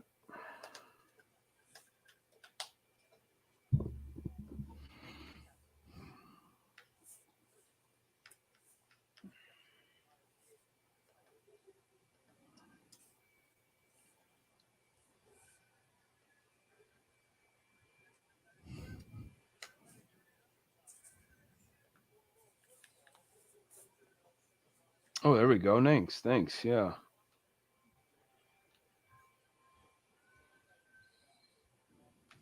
That's why, if you look at the cover photo, that's why I did not like the Zach Evans pick. But I mentioned it in the draft. I mentioned it in the article about the draft. I like these predictions too. I mean, Akers, I was not someone who was high on him initially. Like going into last year, but he kind of ended out the season. Yeah. So the parameters, because they asked me to do that article. Oh yeah. The parameters that were they said you could do it on any position. I go, what about running back?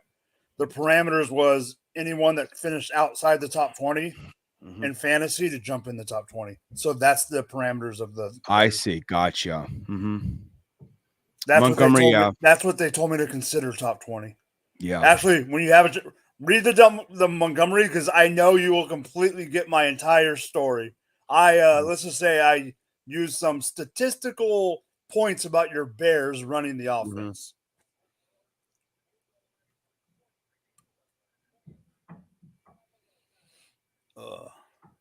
Dude, I didn't realize Andrew Voorhees was a first-team All-American. Yeah, he was filthy. How is he this late in the draft? It's so weird. The draft process is so fucking complicated. It's as big of a mystery as it gets in terms of trying to determine where a guy is going to go and why he's going there. Like some of these guys, they'll just and it's for the most minuscule of reasons sometimes, like Mike's like, I remember like I was watching, speaking on a Football Life and stuff. Like I remember watching a Football Life with Mike Singletary, and he absolutely dominated at Baylor. He was like multi-time All-American. Every single year he was stuffing the stat sheet, did everything right. And he was like, okay, why wasn't I drafted in the first round? Oh, they said I was too short, Yeah. And that was it. That's all they told him. That's literally all they fucking told him. And then he goes on to win the fucking Super Bowl, 2-time Defensive Player of the Year, one of the all-time greatest middle linebackers. And it's like, that's literally all you had against him was just his fucking height. Like, you got to come up with more shit than that. They're really weird in the NFL draft about this stuff. I don't dig it.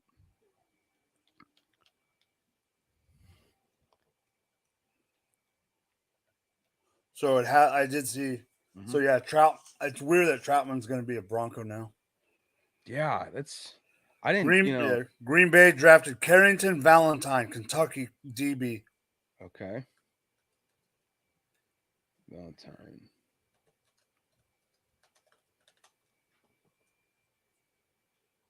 Interesting.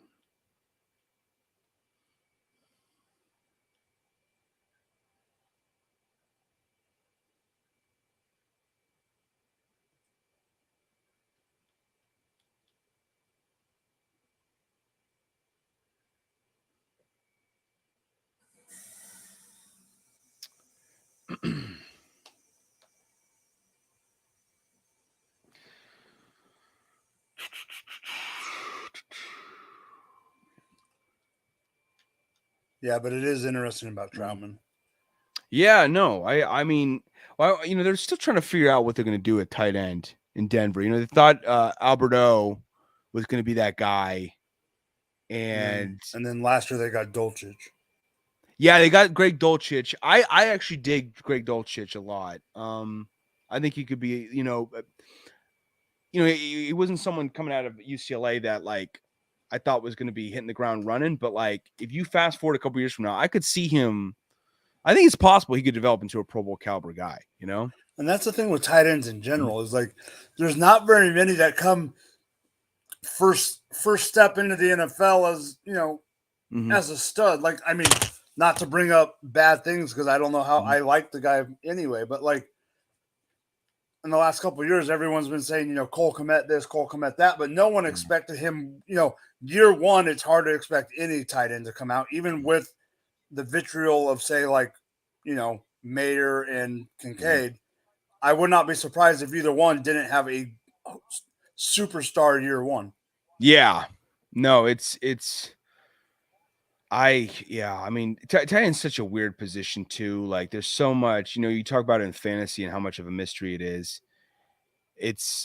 There's so much inconsistency too with like it in real life, honestly, from year to year. There's very few guys who are on a consistent basis. That's why there's not too many like Hall of Fame, tight ends in recent memory. Yeah. Like I remember thinking Tyler Eifert was the next guy, going to be the next special guy, but he fell off hardcore after just a couple years, Well, the one that I was on was I thought Eric Ebron was going to be the man. Yeah, especially when he came into his own with the Colts too, which was really nice. And I mean, he had some nice moments here and there. Don't get me wrong. Even with the Lions, I think his career was a little underrated. But like, it's just that's a very hard position to break down from a consistent basis. I feel like, and even running backs kind of get into that to some degree, where you see these guys, oh, they rushed for 1,000 yards one year, and then they're like, don't even get remotely even close to that ever again. It's like, how the fuck does that even happen? You won't see that from a quarterback or a receiver, like that steep of a drop off. Yeah, for sure. It's crazy. The Washington Commanders take edge rusher Andre Jones Jr. out of Louisiana University, or University of Louisiana. Okay. Louisiana Lafayette. I'm surprised they haven't taken Andre Carter yet, have they? No, they have not. I know some people were worried about his overall strength because the lack of reps at the combine, but like they were saying earlier on NFL Network, that's also what happens when you have to stay in Army shape at the same time. Yeah, they're lean as shit. They got to abide by certain weight requirements. That's got to be such a tough lifestyle, man. I can't imagine. Dude, I would not have survived in the military. I think I would have just been, I don't know what the failing process is for like how you get bounced out of the military, but I know I wouldn't have fucking lasted if they thrusted me into it. There's just no way. So I'm happy he's getting a chance though to like pursue an NFL career, because I know they have strict guidelines as to who qualifies for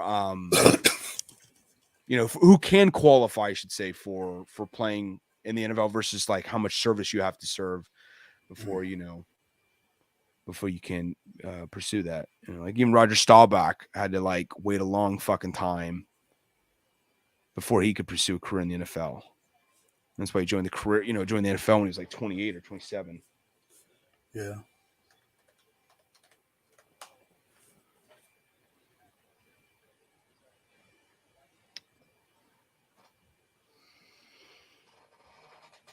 Oh man.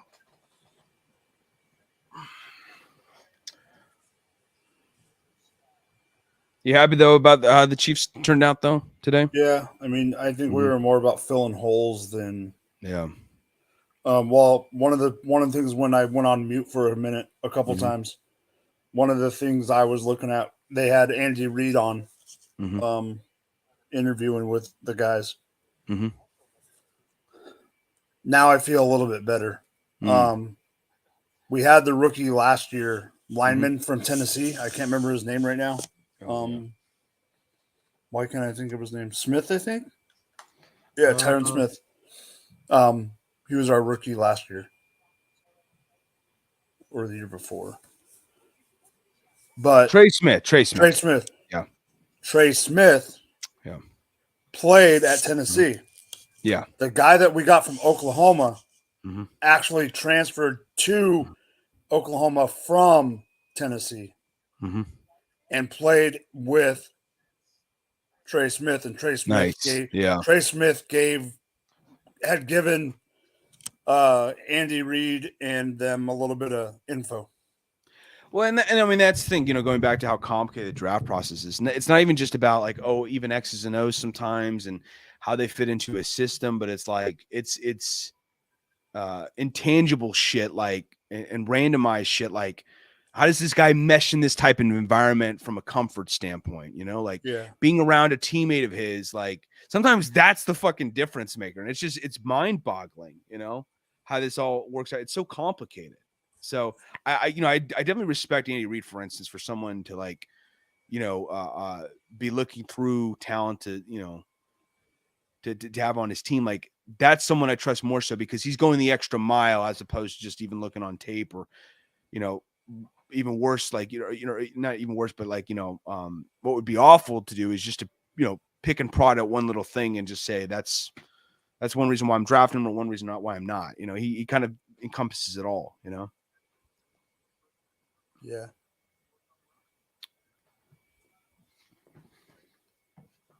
Okay.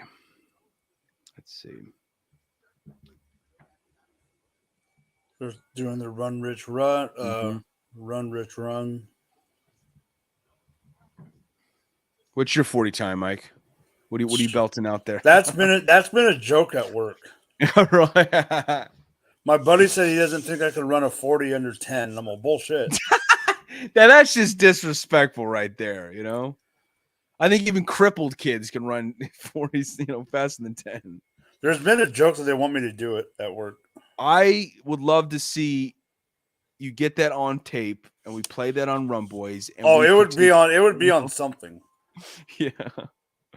We got to break it down, the form, the technique, the execution,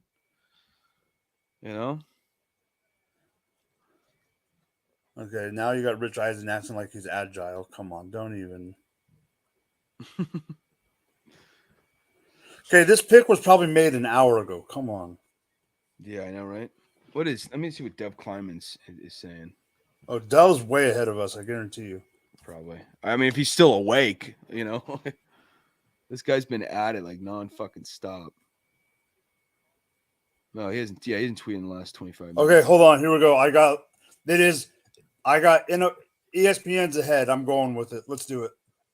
So we stopped at Andre Jones from Washington. Rams took Jason Taylor, safety from Oklahoma State. Yep. This name we will all know. Yeah. Green Bay takes running back Lou Nichols from Central Michigan. Oh, that's a good pickup. Yeah. That's nice. He was near the leaderboards. Yeah, he was near the leaderboards in college football with rushing yards back in 2021. 1,800 plus yards rushing. So the Colts are on Filthy. the clock. The Colts are on the clock. Okay.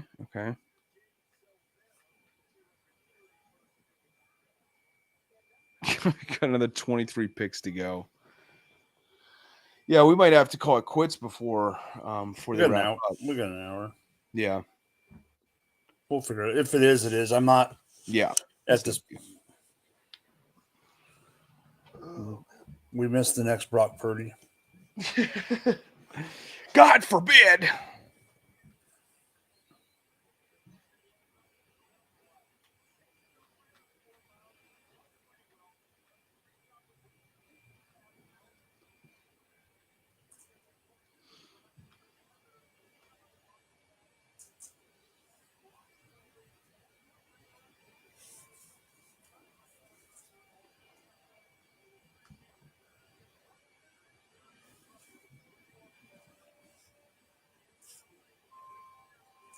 Let's see. Dove died. I don't know about that Leafs defense. His Twitter, his Twitter's, yeah, he's just fucking around. Green Bay, Lou Nichols. They just put that on the screen. Now they're caught up.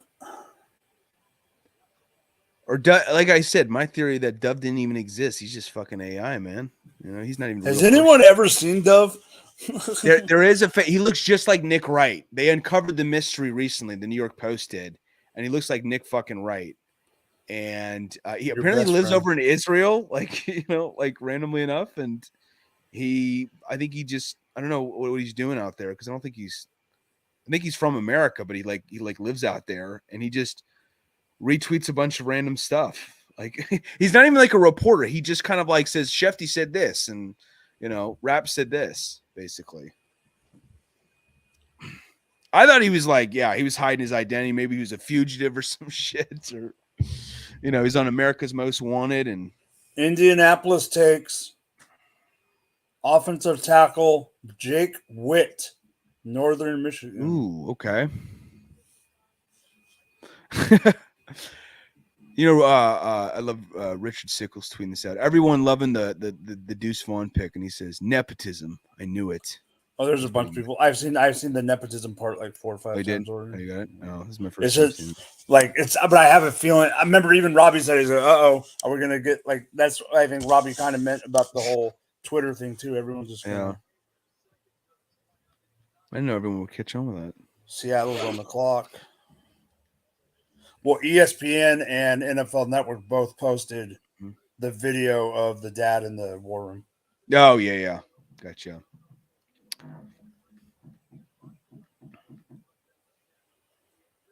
Seattle takes what the F? What? Seattle takes running back Kenny McIntosh out of Georgia. What the fuck are they doing over there? Over here, I should say, where I'm at. I don't know why I'm saying over there. Will you drive over there and tell us? Yeah. Hey, yo, Pete, what the fuck are you doing? He's just sitting right next to me. So you have Ken Walker and you draft Charbonnet and Kenny McIntosh. Yeah. That's wild. What I don't know. Maybe they're seeing something we're not seeing. I mean, Pete's done some great things in Seattle, Pete Carroll too senile.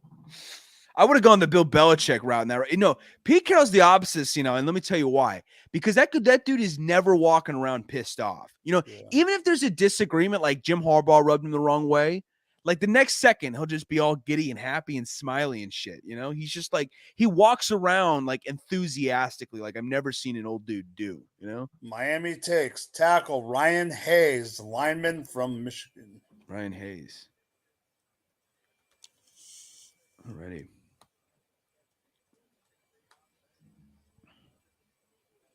He's like also hella short. Pete Carroll is in real life. Dude is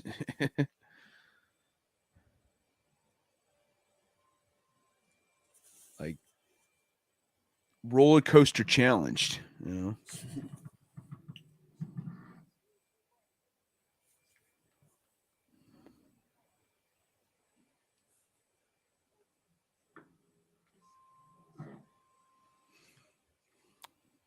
Kenny McIntosh, I don't think I would disagree with that, Leafs. That Kenny McIntosh is a better version of James Cook. Cook is fast as shit. McIntosh, I don't see that blazing speed. Cook is like a blazer, man.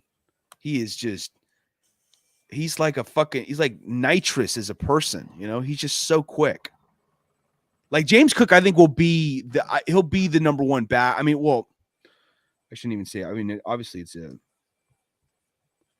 it's probably a foregone conclusion at this point. He's going to be the number one back for the Bills this upcoming year. But Damian Harris having joined there, I still think James Cook has the potential to be that special guy when it's all said and done. You know, to be like, he may even be their next 1,000-yard rusher. I could see it, you know?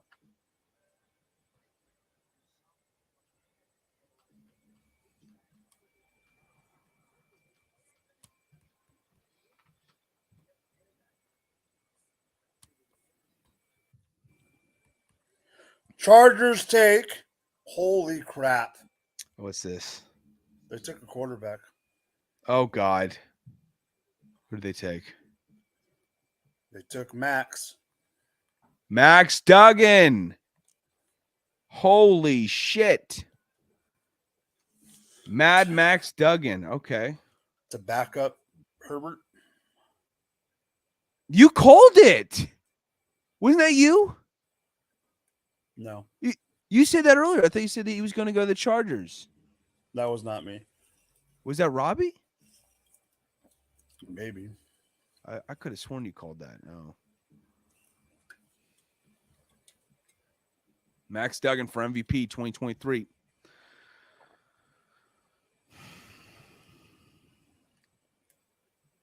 No, but Brock Purdy did show, though, like, your draft position is so overrated, you know? It really doesn't fucking matter. There's so many guys come out of nowhere and can win it. Yeah.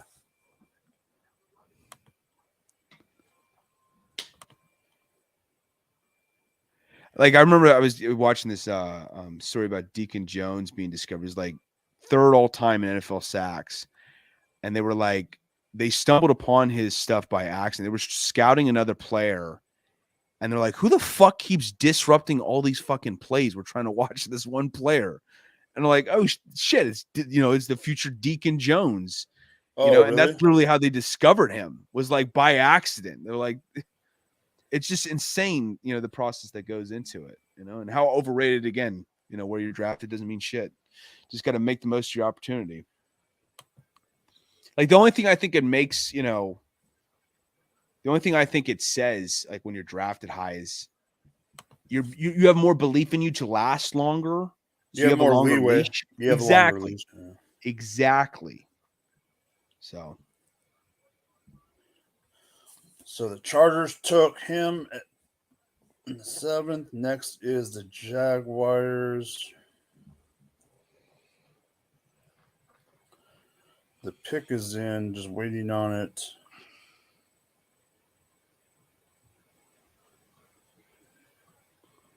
Yeah, fucking reuniting, if you will, Max Duggan with Quentin Johnston.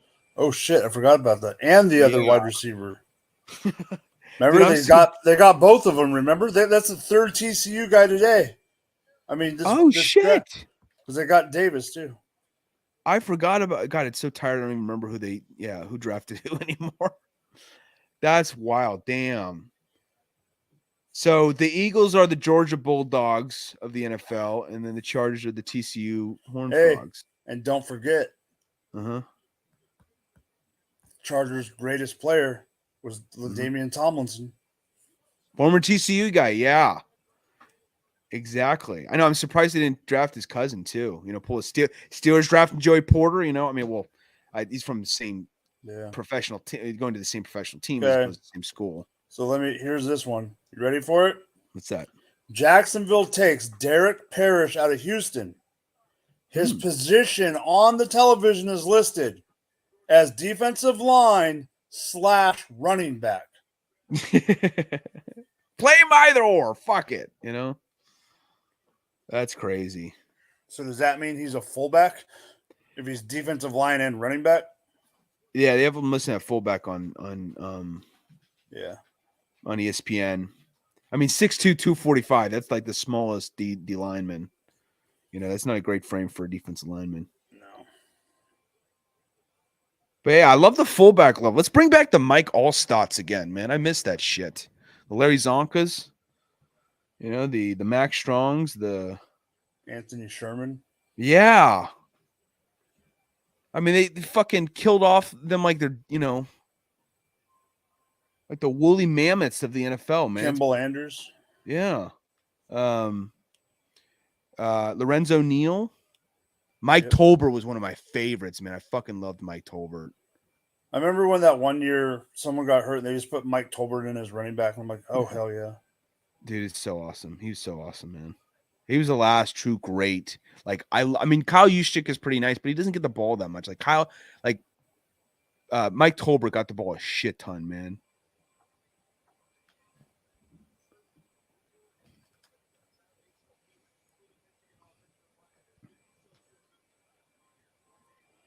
Pittsburgh takes DB Corey Trice out of Purdue. Okay. And as of currently, Georgia and Alabama are tied with 10. Michigan at 8. TCU 8. TCU has 8. Really? They've been creeping up, huh? I did not expect that. One of the special teamers was TCU. Oh, really? Green Bay is on the clock. Mm-hmm.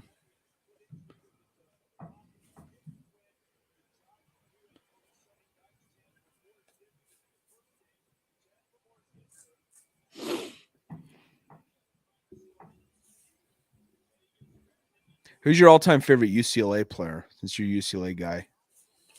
All time? Yeah. Oh, it's tough. I remember watching Donnie Edwards. Donnie Edwards? But I'd probably... Receiver, right? Or linebacker? Right. Linebacker. Not because of the last name, but right when I was like in high school, when I, hardcore into like getting into like college football, or whatever, more, pro before. Skip Hicks. Skip Hicks. Okay. He just didn't do much in the league. Oh, I see. Third rounder. He was on the team with McNown and all those guys. God, yeah, he put up monster numbers. Yeah, UCLA. he put up monster numbers. Fuck. 17 touchdowns, 1,300 yards 1 year. Well, that's 17 through the ground, with 3 more through the air. Another 26 touchdowns and 1,600 yards another year. That's insane. What a monster.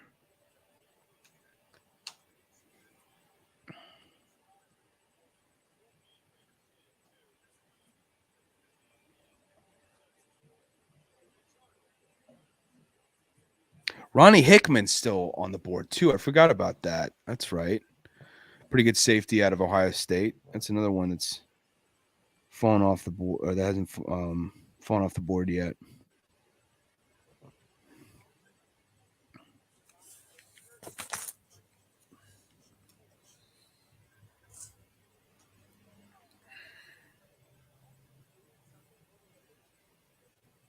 Green Bay takes safety Anthony Johnson Jr. out of Iowa State.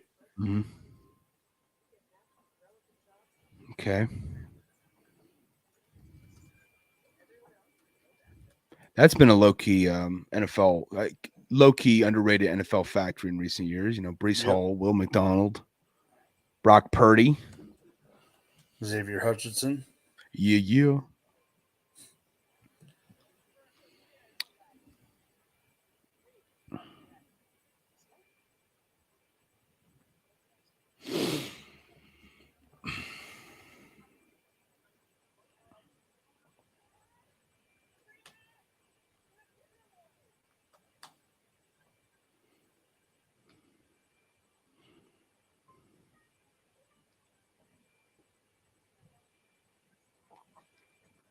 The Giants pick is in. Mm-hmm. Come on.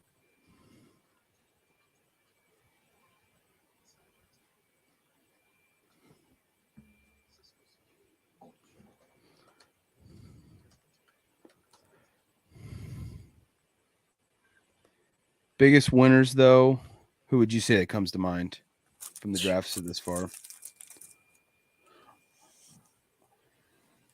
Oh no, Jarrett Thomas is my favorite Chief, but UCLA skip Hicks.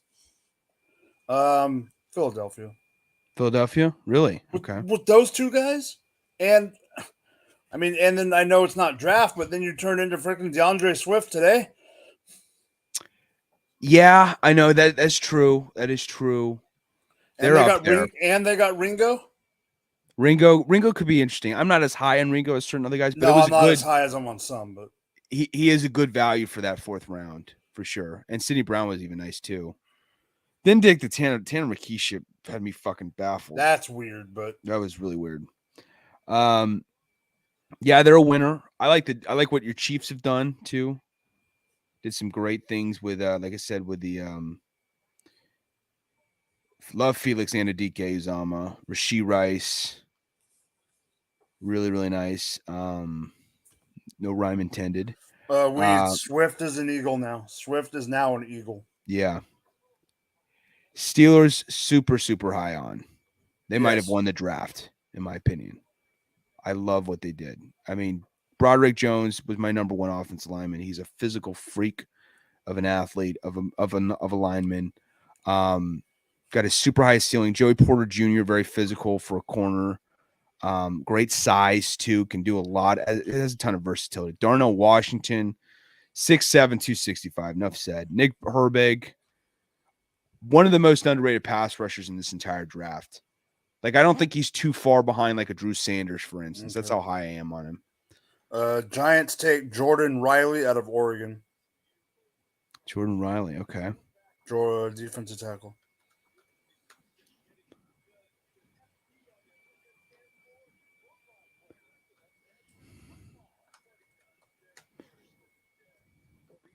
Losers, gotta go my Chicago Bears. That's for damn fucking sure. Absolute took the hardcore L right down the fucking throat. I think you're harder on them than you need to be, but I understand your philosophy.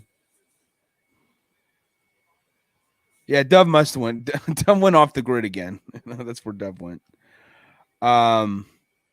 It's the truth though. There's nothing that I'm like, oh, this team's going to be a contender now that we drafted this guy. You know, none of those guys gave me that idea. Maybe Zach Pickens is the one guy like I could feel optimistic about. But no one I'm like, this looks like an absolute fucking gem. You know, Darnell Wright, I mean, it depends. Like the thing about Darnell Wright is I think he has an interesting ceiling because, you know, he did some great things at Tennessee, especially with Will Anderson Jr., but against him. But I don't know where we're going to play him, how we're going to play him, how he's going to fit in because of where we're playing him. Sewell, though, I should say I do like Sewell, but, you know, I don't know where he's going to fit to with Edwards and Edmonds, who we picked up in free agency. Other losers. You know, actually bounced back kind of nice, I thought. We were harping on the Falcons. I actually thought they finished out not too shabby, getting Phillips and Halam, Zach Harrison. I thought they did actually not too shabby. Not great, but, you know, it made a little bit more sense towards the end.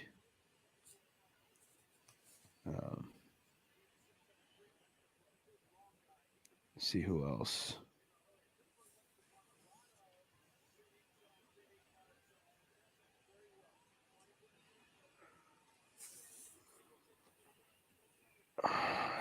Seahawks, no. I thought they had a good draft. Not a great draft, but a good draft. Even though the fucking running back shit was weird. So weird. But I would have liked to see them address edge rusher earlier. Bengals did really well too. I liked a lot of what they did. Yeah. Cowboys pick is in. I'm just waiting for it. Mm-hmm. They went to commercial, so I don't know how long that's going to be. I think we're going to get another stretch of having like 3 or 4 in a row.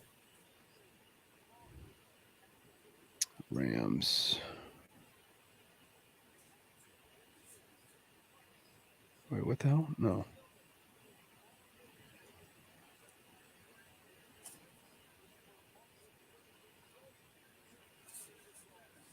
I will say I wasn't huge into what the Rams did. I mean, Travius Hodges-Tomlinson was nice. Well, I like their latter picks, but the problem is they didn't have any picks till the 2nd or 3rd round. Yeah, but even then it was like, well, I shouldn't say it was that bad because I forgot about Kobe Turner, and Bennett's a little high, but I didn't think it was. I mean, I do actually respect Bennett as an NFL talent. Like, he's not going to start or anything like that right now, but like maybe he could do something later down the road. Like we've seen crazier shit happen. Yeah. Oh yeah, we saw Josh Rosen go in the top 10. Yeah, exactly. Dallas takes wide receiver Jalen Brooks from South Carolina. Jalen Brooks. Love me some Jalen Brooks. We've been really good at churning out defensive talent lately. Defensive talent and offensive line talent. It's been pretty nice as of lately. I'm sorry, not defensive. I'm sorry, I misspoke. Jalen Brooks is a returner. Yeah, and a wideout. But even wide receivers too, though. Farrell Cooper, Deebo Samuel. Going back to Sidney Rice, who was my guy. That was talk about favorite college players of all time. Sidney Rice was that dude for me. I fucking loved me some Sidney Rice growing up. Hated though he went to the Vikings. Oh yeah. Borderline betrayal as a Bears fan.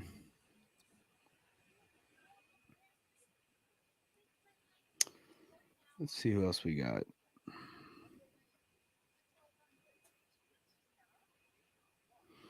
There weren't too many hardcore losers in this draft, I will say. Like, there was no one, unless you're talking about my Bears. That's the one team, like, I thought they were flat out embarrassing. Emphasis on embarrassing. I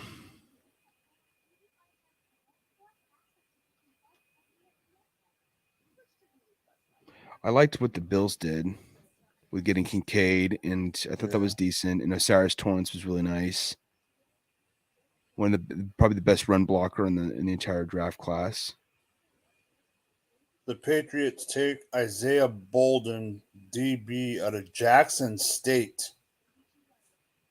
So he's a Dion dude. A former Dion. Yeah.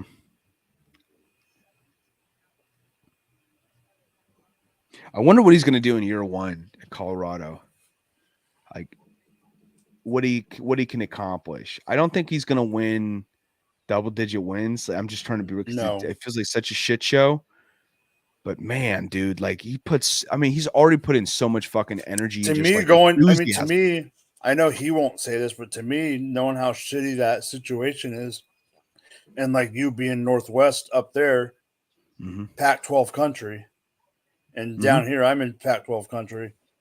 To me, I would say going 500 would be a success. Yeah, no, absolutely. Going above 500 would be a success. That's probably where I could see 8-5 potentially. I don't see. I think anything after that would be a big reach. But 6-6 or 7-6, I should say, to 8-5. I could see. I think it'll be better than 5. I think it'll be at least 500. Because that's how high I am on his ability to just bring guys in, and I mean, It is surprising to see him coach because I'm going to be real. I know he loves football, and I don't ever question his passion, but I just never really saw him as a coach. Of course, I don't know him that well, but like I never really saw him as a coach more so than seeing him as an analyst. Or I almost could have seen him become like a fucking actor with the way he just commanded the screen every time he was on, being interviewed. I mean, he's prime time, but he has kicked ass as a head coach, man. It's really impressive. The Bengals took DJ Ivy, DB from Miami. Okay. DJ Ivy.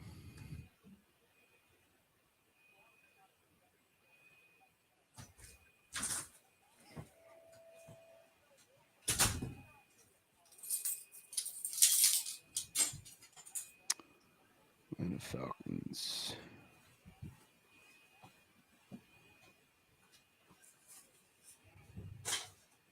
Oh, we only got 13 more picks to go. There we go. Is that it? Yeah. I think, right? Let me look.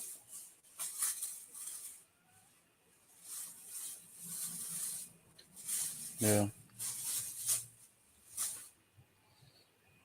Or 12 more picks, excuse me. Or no, yeah, 13, yeah.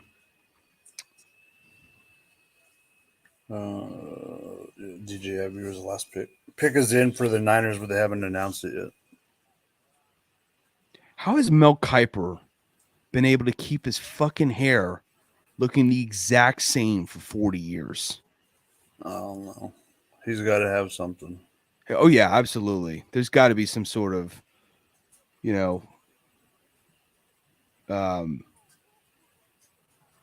dye for one. Yeah, for sure. Like, or some sort of like, was it Rogaine on steroids, Some sort of super Rogaine substance out there,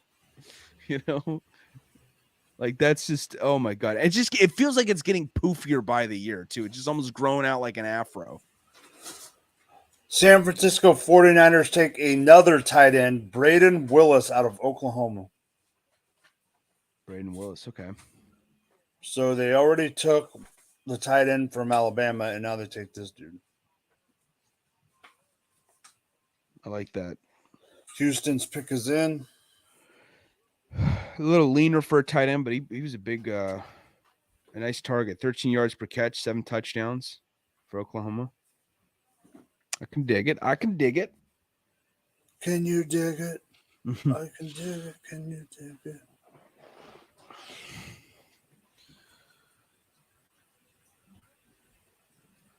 Shout out to the tag team. Can you dig it? Can you dig it? Whoop, there it is. Whoop, there it is. Whoop, there it is. Oh, my God. Just taking off on the scale of how white you sound right now.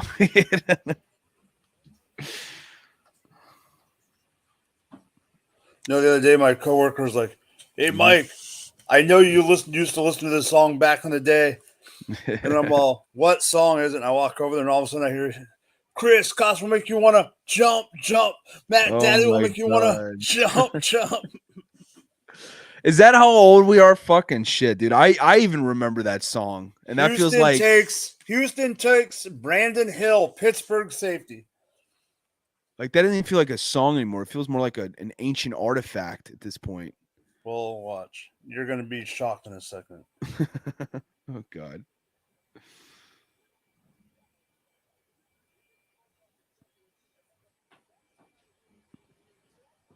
That song came out in 1992. Jesus Christ. That song is 30 years old.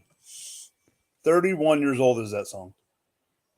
I feel like a grandpa right now with you reminding me of that fact. So I don't have any kids. I'm just I'm just old and I'm old. I'm older than you. I know, yeah.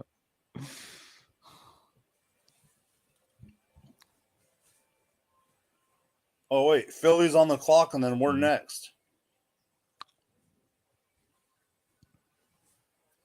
Come on, hurry up! I got 25 minutes. This is gonna be cutting it close. Yeah.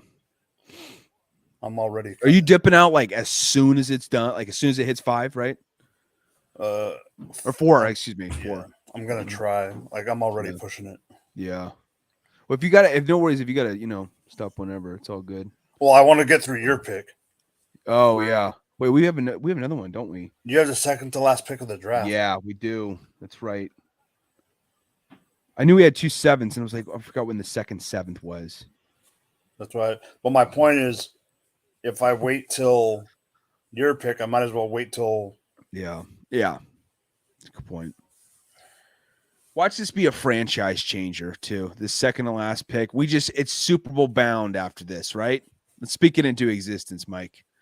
Mm-hmm. So the Patriots are the first team in over 23 years to take both a punter and a kicker. That is, I know. I was going to say, I don't recall the last time that's ever happened. So the Philadelphia Eagles select defensive tackle Moro Ojomo from Texas. And I know I got that one right. I'm looking. It's Ojomo. If it's not Ojomo, I give up. We'll put it on the board. 2-time All Big 12, Big 12 honorable mention. There you go. Come on. This thing needs to hurry up. Or Robbie needs to hurry up and get back. At least you pronounce it better than my dad. I swear, it's like clockwork. Every opportunity to pronounce a word that may be a little bit different than the norm, he absolutely flat out fucking butchers it. Like this is a dude who I'm pretty sure he told me like for the first like 25 years of his life, he thought it was pronounced jalapeno instead of jalapeno. Oh God. And I was like, Jesus Christ, you're so white right now. Well, you came from that whiteness. Yeah, I know. I got that Casper blood in me, I'm like, fuck. Here we go. Chiefs pick is in. Come on, baby. What do you got? I'm afraid. I'm afraid to look, I'll be honest.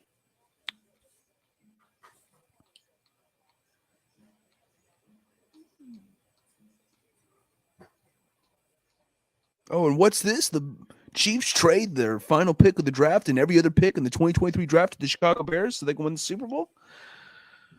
That'd be great. I'd love to take your guys' draft off your hands if you want to send it over. No. God damn it. I'll take Roshan. Sure, that's fine.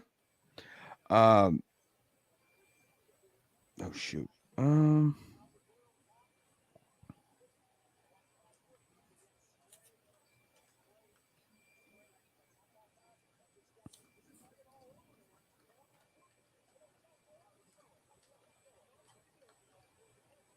Okay, why are you clapping? Just come on.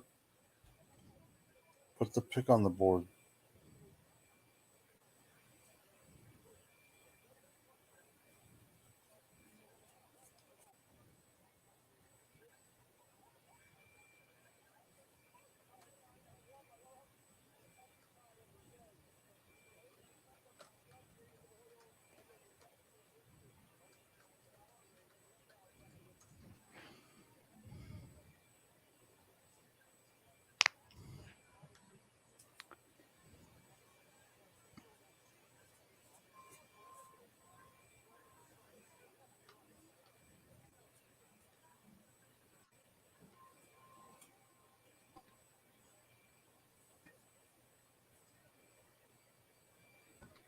Oh God, no wonder. I mean, they're bringing charity. Like they're bringing people up. So it's like, come on, answer the freaking. Just put up the pick. This is not what I need right now. I know, right?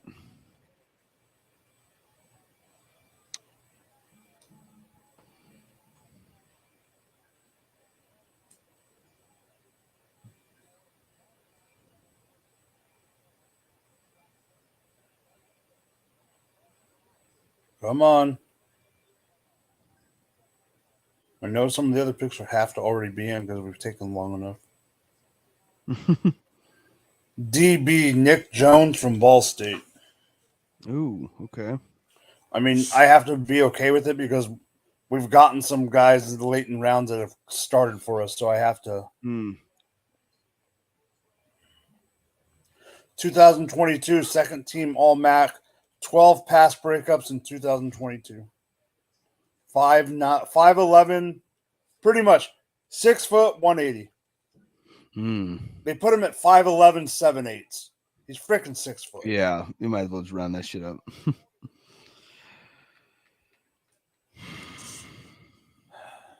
Come Nick on. Jones.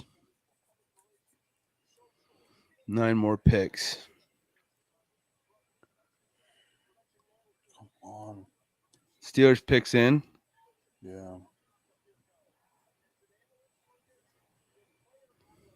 I wish Dove was here. If Dove was on, I would just. I know, yeah, he's probably passed the fuck out. He's probably just getting smashed right now, you know.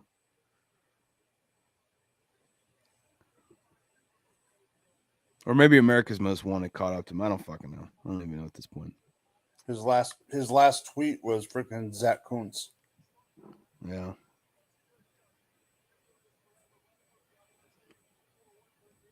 Thank you for hanging out with us in the chat, by the way, guys. Leafs defense, Aiden. Oh yeah, definitely. Jonathan Little.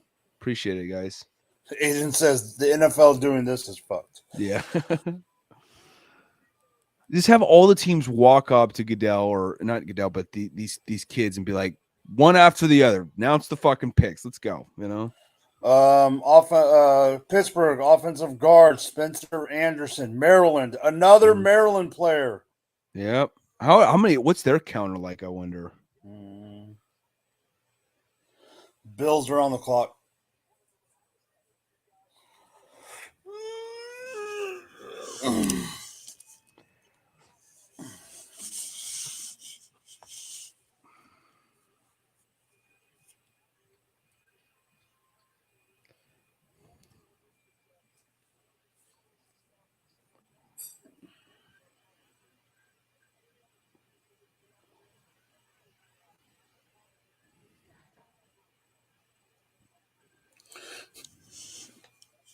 Dove says he has inside info, which I'm sure he does. The Colts would have drafted Will Levis at 4th overall if Anthony Richardson had gone before. Really? Well, so he fell all the way. There's So only say one team that wanted him that bad. Say if somebody traded up to get Richardson at 3, they would have drafted a quarterback at 4 no matter what. That's so wild.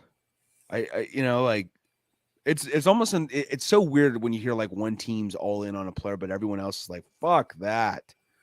I'll pass. Well, I think it was Irsay. He's the weirdo.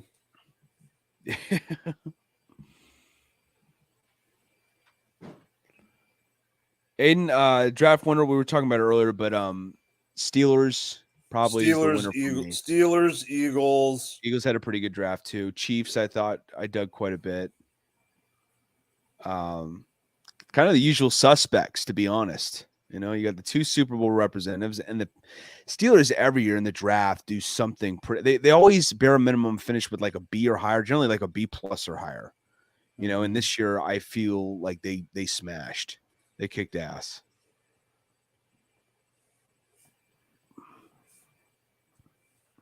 And then losers, my team, like I said, biggest loser, easily. And I'm saying that in an unbiased fashion. I mean, we really are.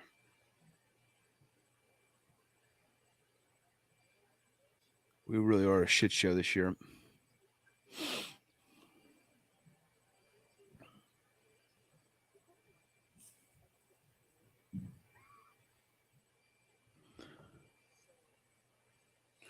Niners take wide receiver Ronnie Bell from Michigan.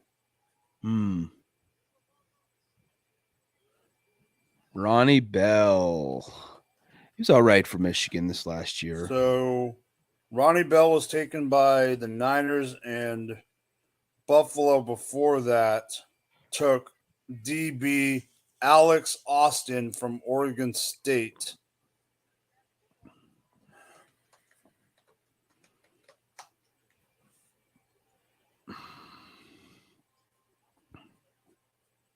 Oh, another 7 picks. No.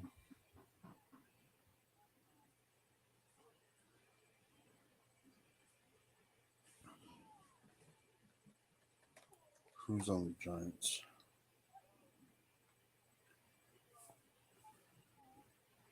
Damn, 6 hours and 45 minutes we've been live. I know I'm down. That's wild. I'm hurting right now.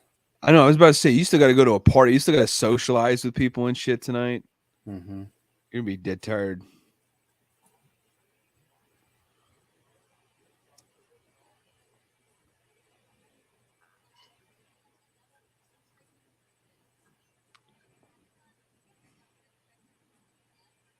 I wouldn't mind doing it if I was getting paid as much as Rich Eisen right now.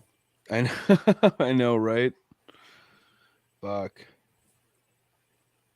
Making bank from NFL. I mean, he's the face of NFL Network too. He like started this shit, so he can dictate whatever fucking contract he wants. Probably. He's literally the first guy to appear on NFL Network.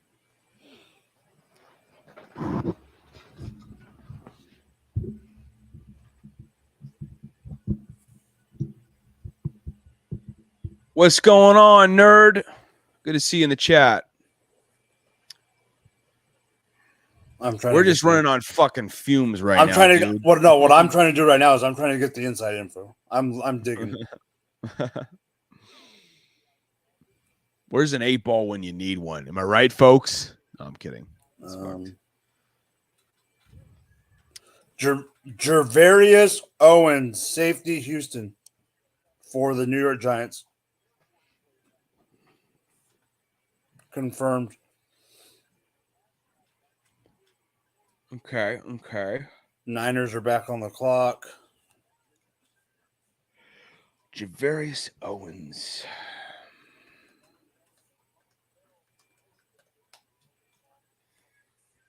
I gotta hop on another, well, not stream, but stay on StreamYard though, because we're going over logo ideas with trying to change up our logo. So I'm going over logo ideas with my co-hosts. I totally forgot about that. Yeah, we're trying to change shit up. Again? TBQ going to a whole nother level. Haven't you changed it like 3 times already? No, we've kept the same shit. I procrastinated hella with getting the logo done. So finally, I've got some ideas. But here's the thing: I'm just pitching them because I don't want to put pressure on them to like take the logo. Because if it doesn't work out and they're not digging what I created, then we'll because I wanted to create my own. You know, I wanted to see what I could do in that regard. And I'm going to showcase them my ideas. And if not, we're going to go the Fiverr route, you know? Yeah. It's literally the process we're in right now, you know? Getting the graphics going. I want to get an intro video going too, nerd. So, you know. Niners take Jalen Graham, Purdue. Linebacker. Who's your team, Ciard? Niners. He's Niners. Oh, gotcha.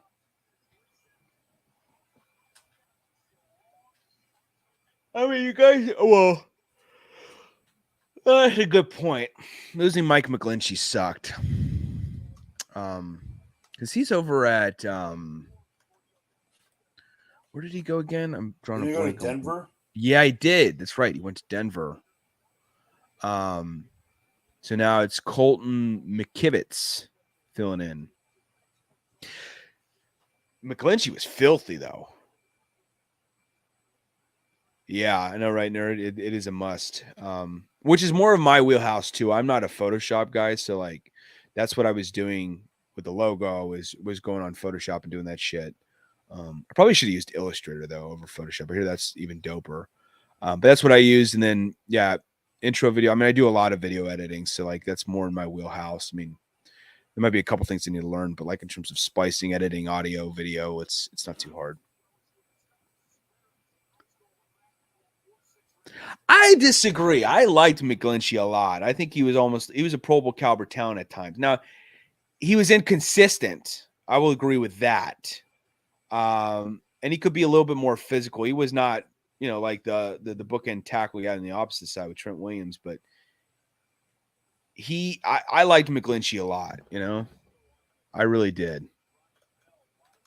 I think Denver's gonna like having him opposite side of Garrett Bowles too. I mean, that's gonna be nice. You know, he still had a 71 grade by PFF last year. 6 sacks allowed, which is on the heavier side. I do agree, but it's not. Packers take a third wide receiver and Grant Dubose from Charlotte. Grant Dubois.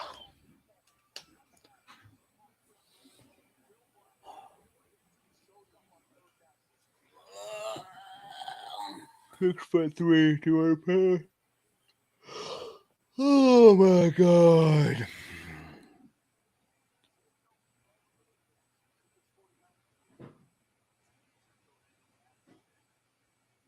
Come on. You know what's going to suck? It's going to take 10 minutes to do Mr. Irrelevant because they're going to come up and bring the jersey out and all that shit. Ugh. And it's kind of weird that they're like celebrating. Like, you're the last guy. People said you were such an afterthought that you were like, it's like being the last guy chosen for the, you know, the recess dodgeball team or football team. Like, does it really feel that good? Like, you know, I mean, it feels good that you're getting selected by the NFL, obviously, but I just think it's funny that they're like kind of poking fun at it, you know, like, hey, sucks to be you, man.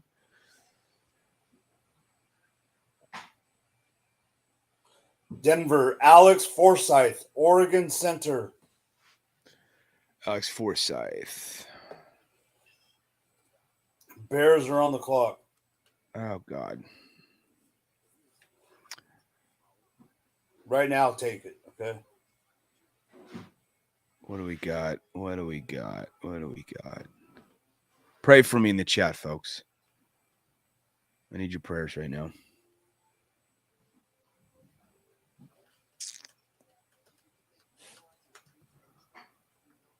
We literally, damn, you called it. We literally are going to make it, I think, right? Maybe. Alex Forsyth, though, 0 sacks allowed, 1 hurry, 72 grade from PFF. Pretty fucking solid. They should have the last pick to be a random ass fan. That's what they're going to do, aren't they? They'll probably bring a couple fans on. No, I think Aiden's saying that the actual fan should be the pick. Oh, yeah.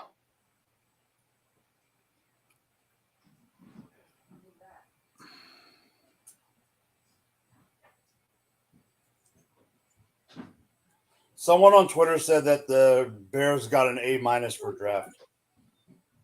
What the fuck are they smoking? A-? Jesus Christ. What are they? I knew you would feel that way, so that's why I said it. Yeah, I know. You totally baited me into being this emotional. How does someone literally? even... I'm not trolling you when to say it, but literally that's what someone said. Yeah.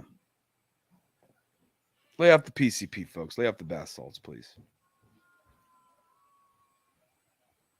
Come on. The wife's gonna come downstairs and get really mad at me in like a minute and a half. Oh, is she going with you? Yeah. It's a friend thing. Yeah. That's why if it wasn't for this, I'd already be out.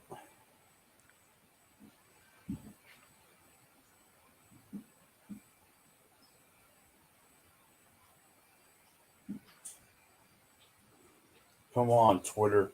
Who do you got? Come on. It says the pick is in. Yeah. Jackasses. And who the fuck is it?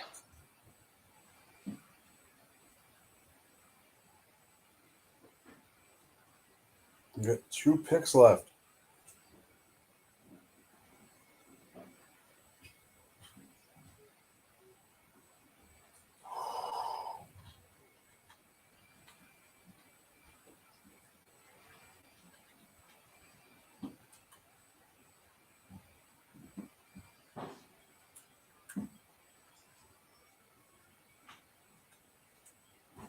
What the?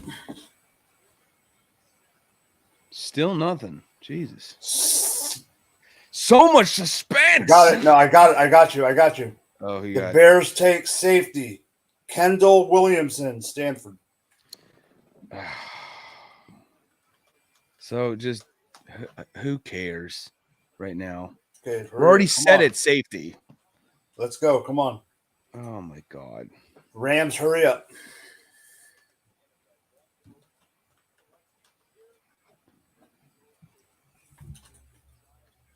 Are you kidding me? They're showing a guy in the stands that was Mr. Irrelevant back in the day. I don't care. Yeah.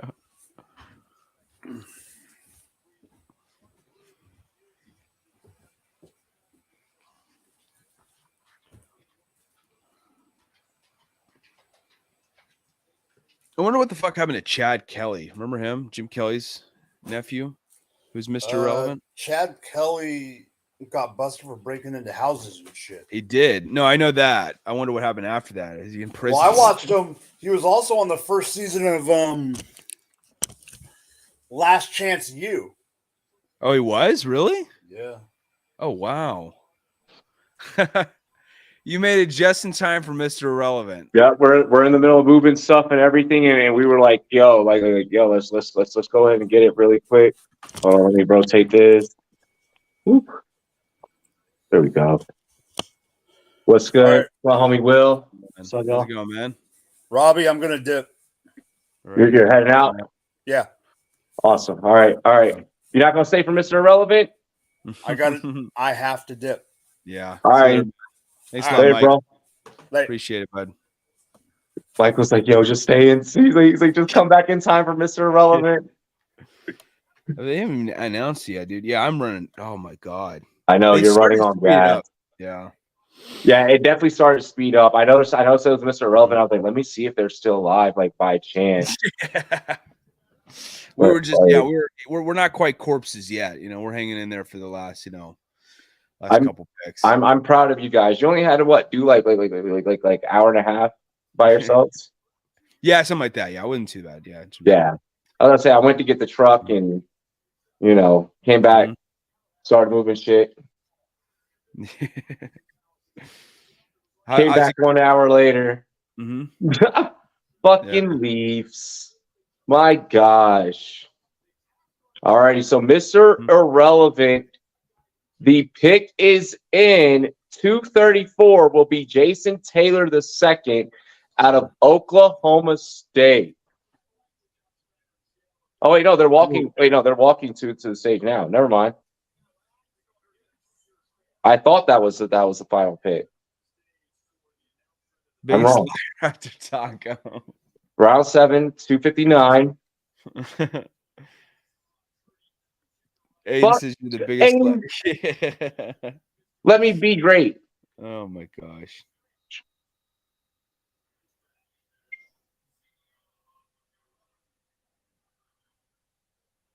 Toledo Dewan Johnson. Toledo Dewan Johnson. Deswan Johnson, I think, or Dewan. I think Deswan. I think it's Deswan. It hasn't popped up on my screen yet. Robin getting picked right here. Why do they speed it up, lady? Jesus.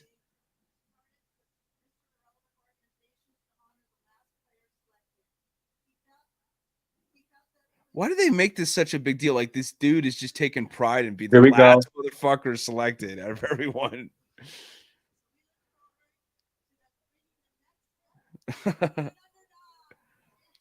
Deshaun Johnson or Deshaun Johnson.